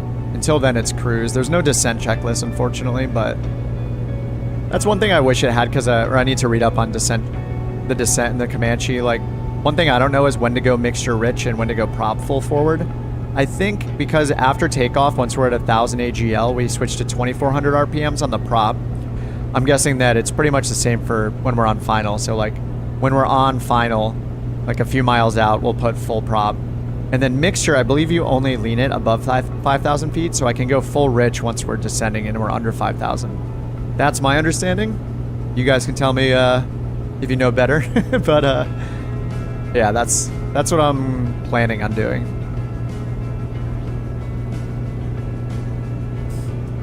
All right, autopilot, you can do it. Let's use heading to course it over here onto course a little faster. Don't break it. I'm so looking forward to this ATC. Unfortunately, out of my hands. But yeah, I think we're good now. All right, so let's check again the chart for our arrival here. Nevada Municipal. So we only have a CTAF frequency, so we'll put in 22.8 down here. And we'll announce on CTAF once we get the airport in sight. 31 and 313 is the runway heading, so if I want to be very specific, we could put a 313 in here. We're going to do it with OBS mode on the way in if we want, but GPS will give it to us too. So there's a 313 roughly. It's a little reference.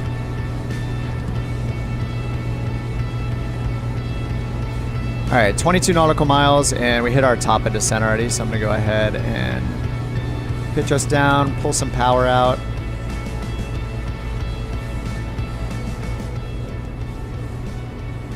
Would you like runway 31? Yeah, we're doing runway 31. Winds are 260 at 7. Okay, yeah, I think 31's still good. It's a longer runway. I don't know, it's a shorter runway, but the wind's pretty good there. So we'll have a little crosswind from the left. So we'll have to point to the left a little bit on final. All right, we need 500 feet per minute for our descent based on the VNav calculator over here. So I'm just keeping my eye right here where it says vertical speed required, so I know whether to make the descent faster or slower. Right now we're a little fast, so the requirement's going down. With these gusts and stuff, and this is not an accurate autopilot for, I can't just dial in a rated descent, we can just use trim. We'll get blown around a lot, so we just have to make adjustments constantly, but it is fine.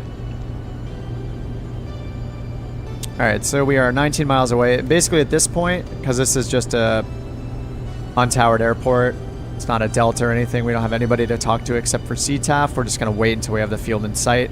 Tell the controller, they should pass us off or tell us frequency change approved, squawk VFR, something like that.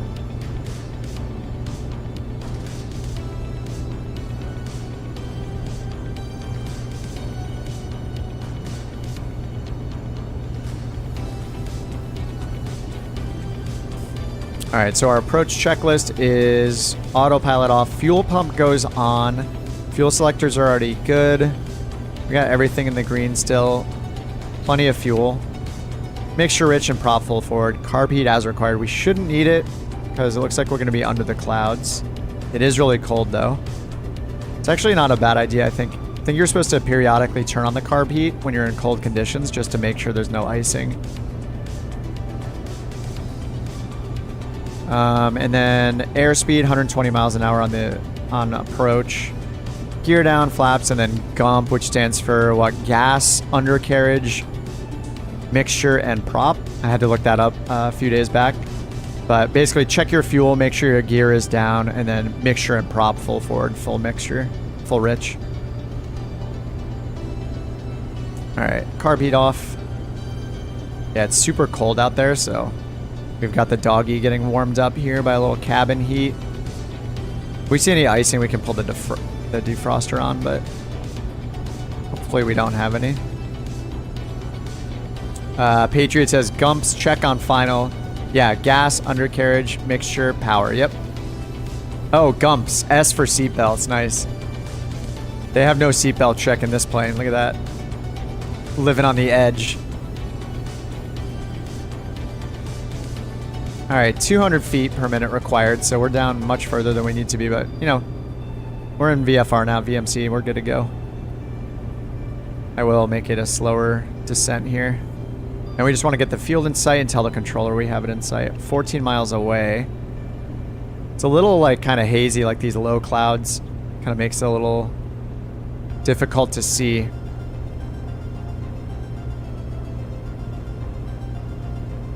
The S is for smokes, light them up. Yeah, we got a little S we need to write there. No, seatbelts off, cigarettes in the mouth.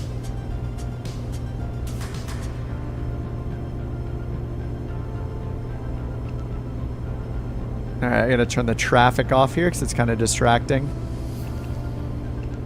All right, so it's gonna be a right turn for runway 31. Just gonna have it hold our altitude for now.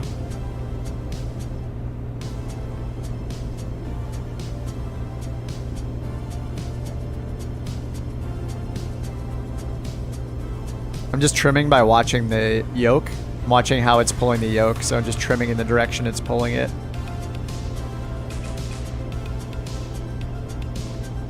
Before it yells at me, we'll see. All right, getting closer, 11 nautical miles. We just leveled off here around 2,500 feet. So let's see if we can get the field in sight. I'll be off our nose a little to the right. Looks like Loki's landing there. Wait until we actually see the field. All right, it's yelling at me for trim. Trim it up.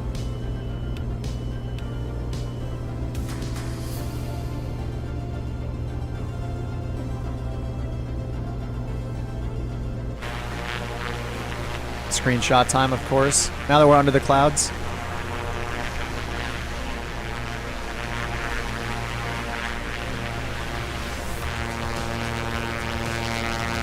Oh, who's that?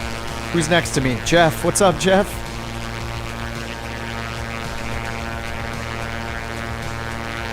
Thank you for helping me with my next thumbnail, Jeff. Appreciate that. Beautiful.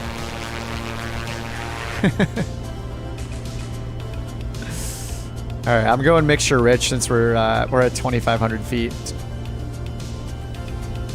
It's asking me to trim up more.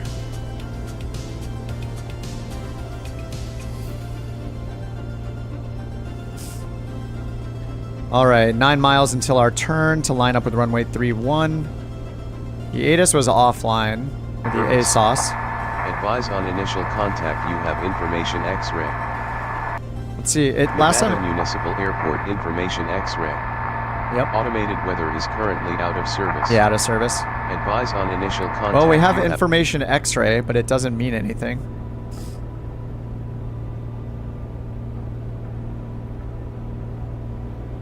I mean, we kind of see the airport. I can see like this and this. It's maybe a little too early to say that we have it in sight, but I want to just so we can pass off to CTAF.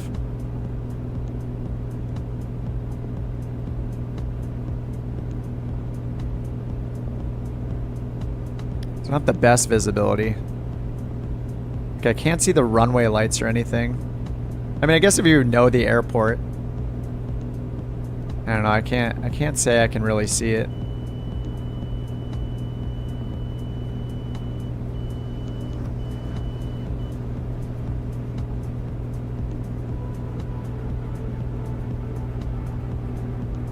It's kind of it. I don't know. I'm just gonna say that we can see it and see what they tell us. Piper 63 Echo has the field in sight. Wild ride landing? Oh, great. The first one was insane. We had such a crazy crosswind. Yeah, let's see if they have us go to CTAF 122.8.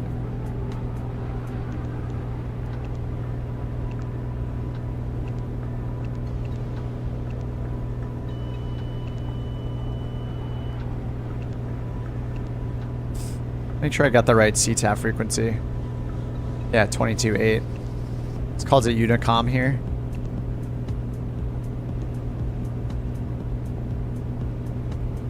It is not replying to me again. Departure Piper 63 Echo has the field in sight. Wind shear at approach. Dude, it was so bad at our last landing. It was that was some intense Alaska 411, intense crosswinds. 230 knots, follow the Boeing 737 on final. 230 knots, have the Boeing in sight, Alaska 411. All right, we're getting chatter all of a sudden. Prepare for crash landing. No way. It's impossible. I got really lucky with the last one though, that's for sure.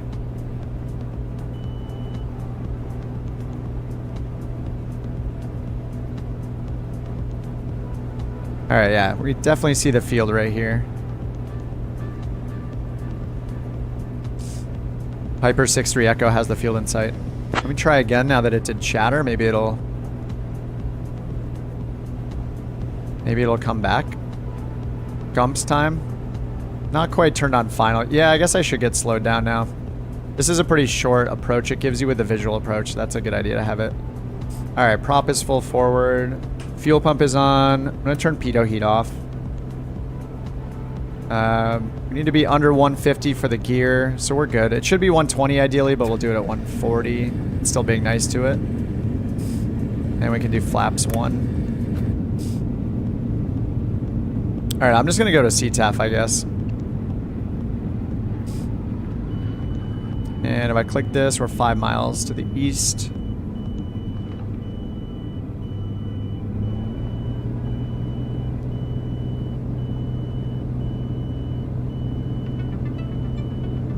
I'm just gonna turn off the autopilot.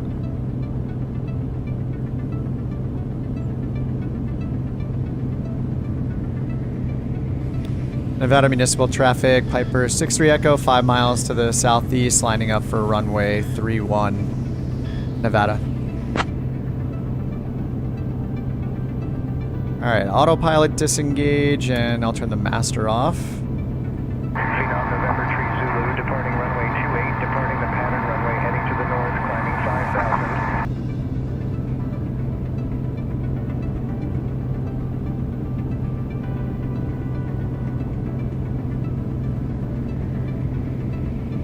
All right, so we're at 2,500. We need to be at 1190 for final. Okay. Windsock is towards me? Yes.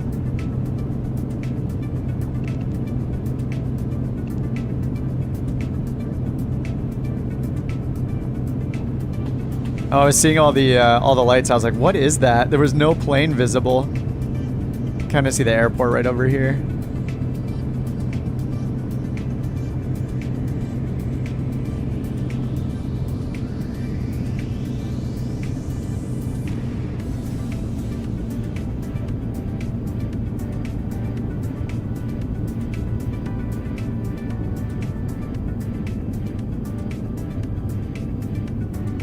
My dog made a doo-doo. That's why he's so stoked.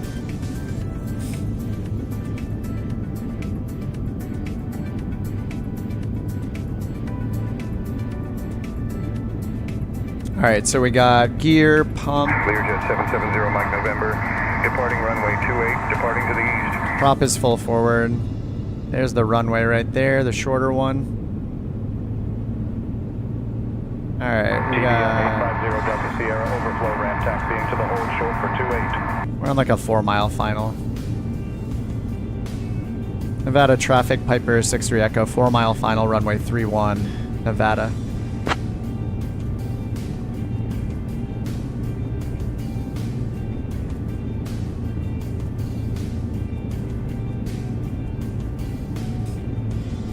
All right, 2,000 feet.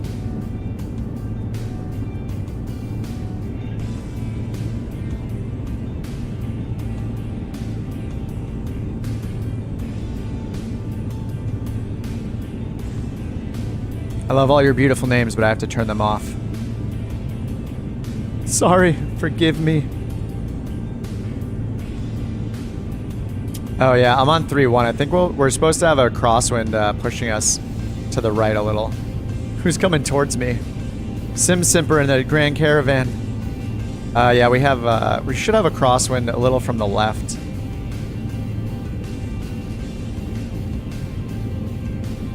Wing 280 at 12 knots. Oh, nice. Thanks, OnAir Company. I forgot you were running. 624 Alpha on base leg for runway 36. It says 280 at 4 knots, so that's not going to be a very big crosswind component, like 1 knot maybe, if it's lucky.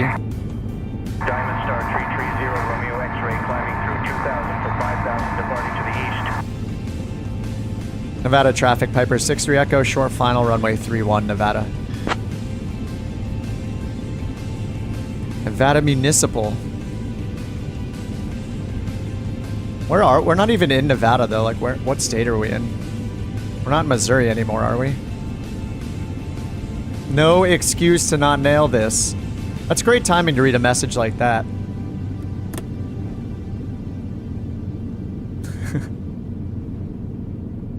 I'm actually high. As I read that, I realize I'm very high.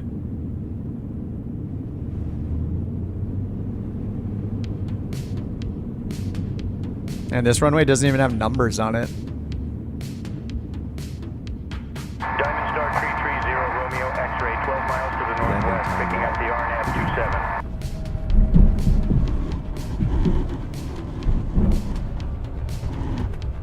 This is probably a closed runway, the way it looks.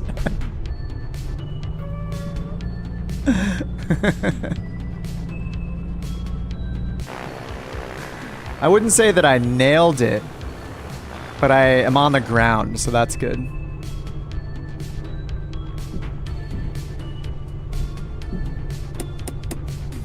All right, flaps are up. Star 330 Romeo X-ray on the RNAV 27.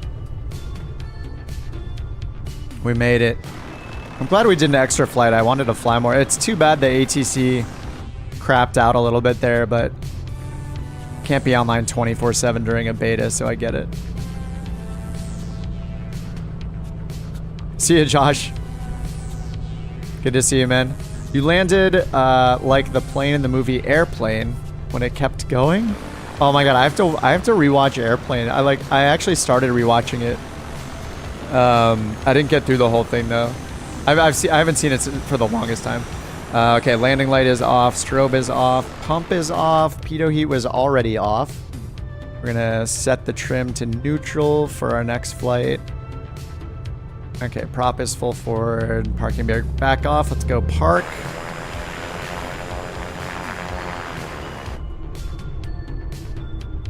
Fuel truck's waiting for us for next time. Beautiful. Way less dramatic than the last one. Yeah, that first, oh, you've never seen it, JJ? It's so worth renting it on, like, just rent it on iTunes or whatever, you know? It's totally worth it. It's incredible. Stall warning was just flashing. All right, parking brake is set. Let's go down here and get avionics, radio, master, lights, taxi light over here, all off. Hold the throttle, hold the mixture. Magneto's off. Let's get all of these in over here. Monitored by OnAir. Carb heat is off. That's good. Okay, all that is good. Trim is set to neutral for next flight. What else do we got here? Control wheel secure, ties. Yeah, mags are off. Mixture, throttle. Yes, all off. Transponder off. Radios, parking brake is set. Okay, now we just need the tie downs. Let's see what we did on air. 118 feet per minute. So the first flight with a crazy crosswind, I believe, was like 50 something feet per minute. This was more than double that. I think I just got lucky with like a nice gust at the end. All right, let's get the control wheel lock on. Let's head outside and do the tie down. All right, we need to get their luggage out of this thing. Get out of my plane. All right, rear tie down. No sumping right now. I'll do that for the next flight. Tie downs and chocks. Let's go around the other side.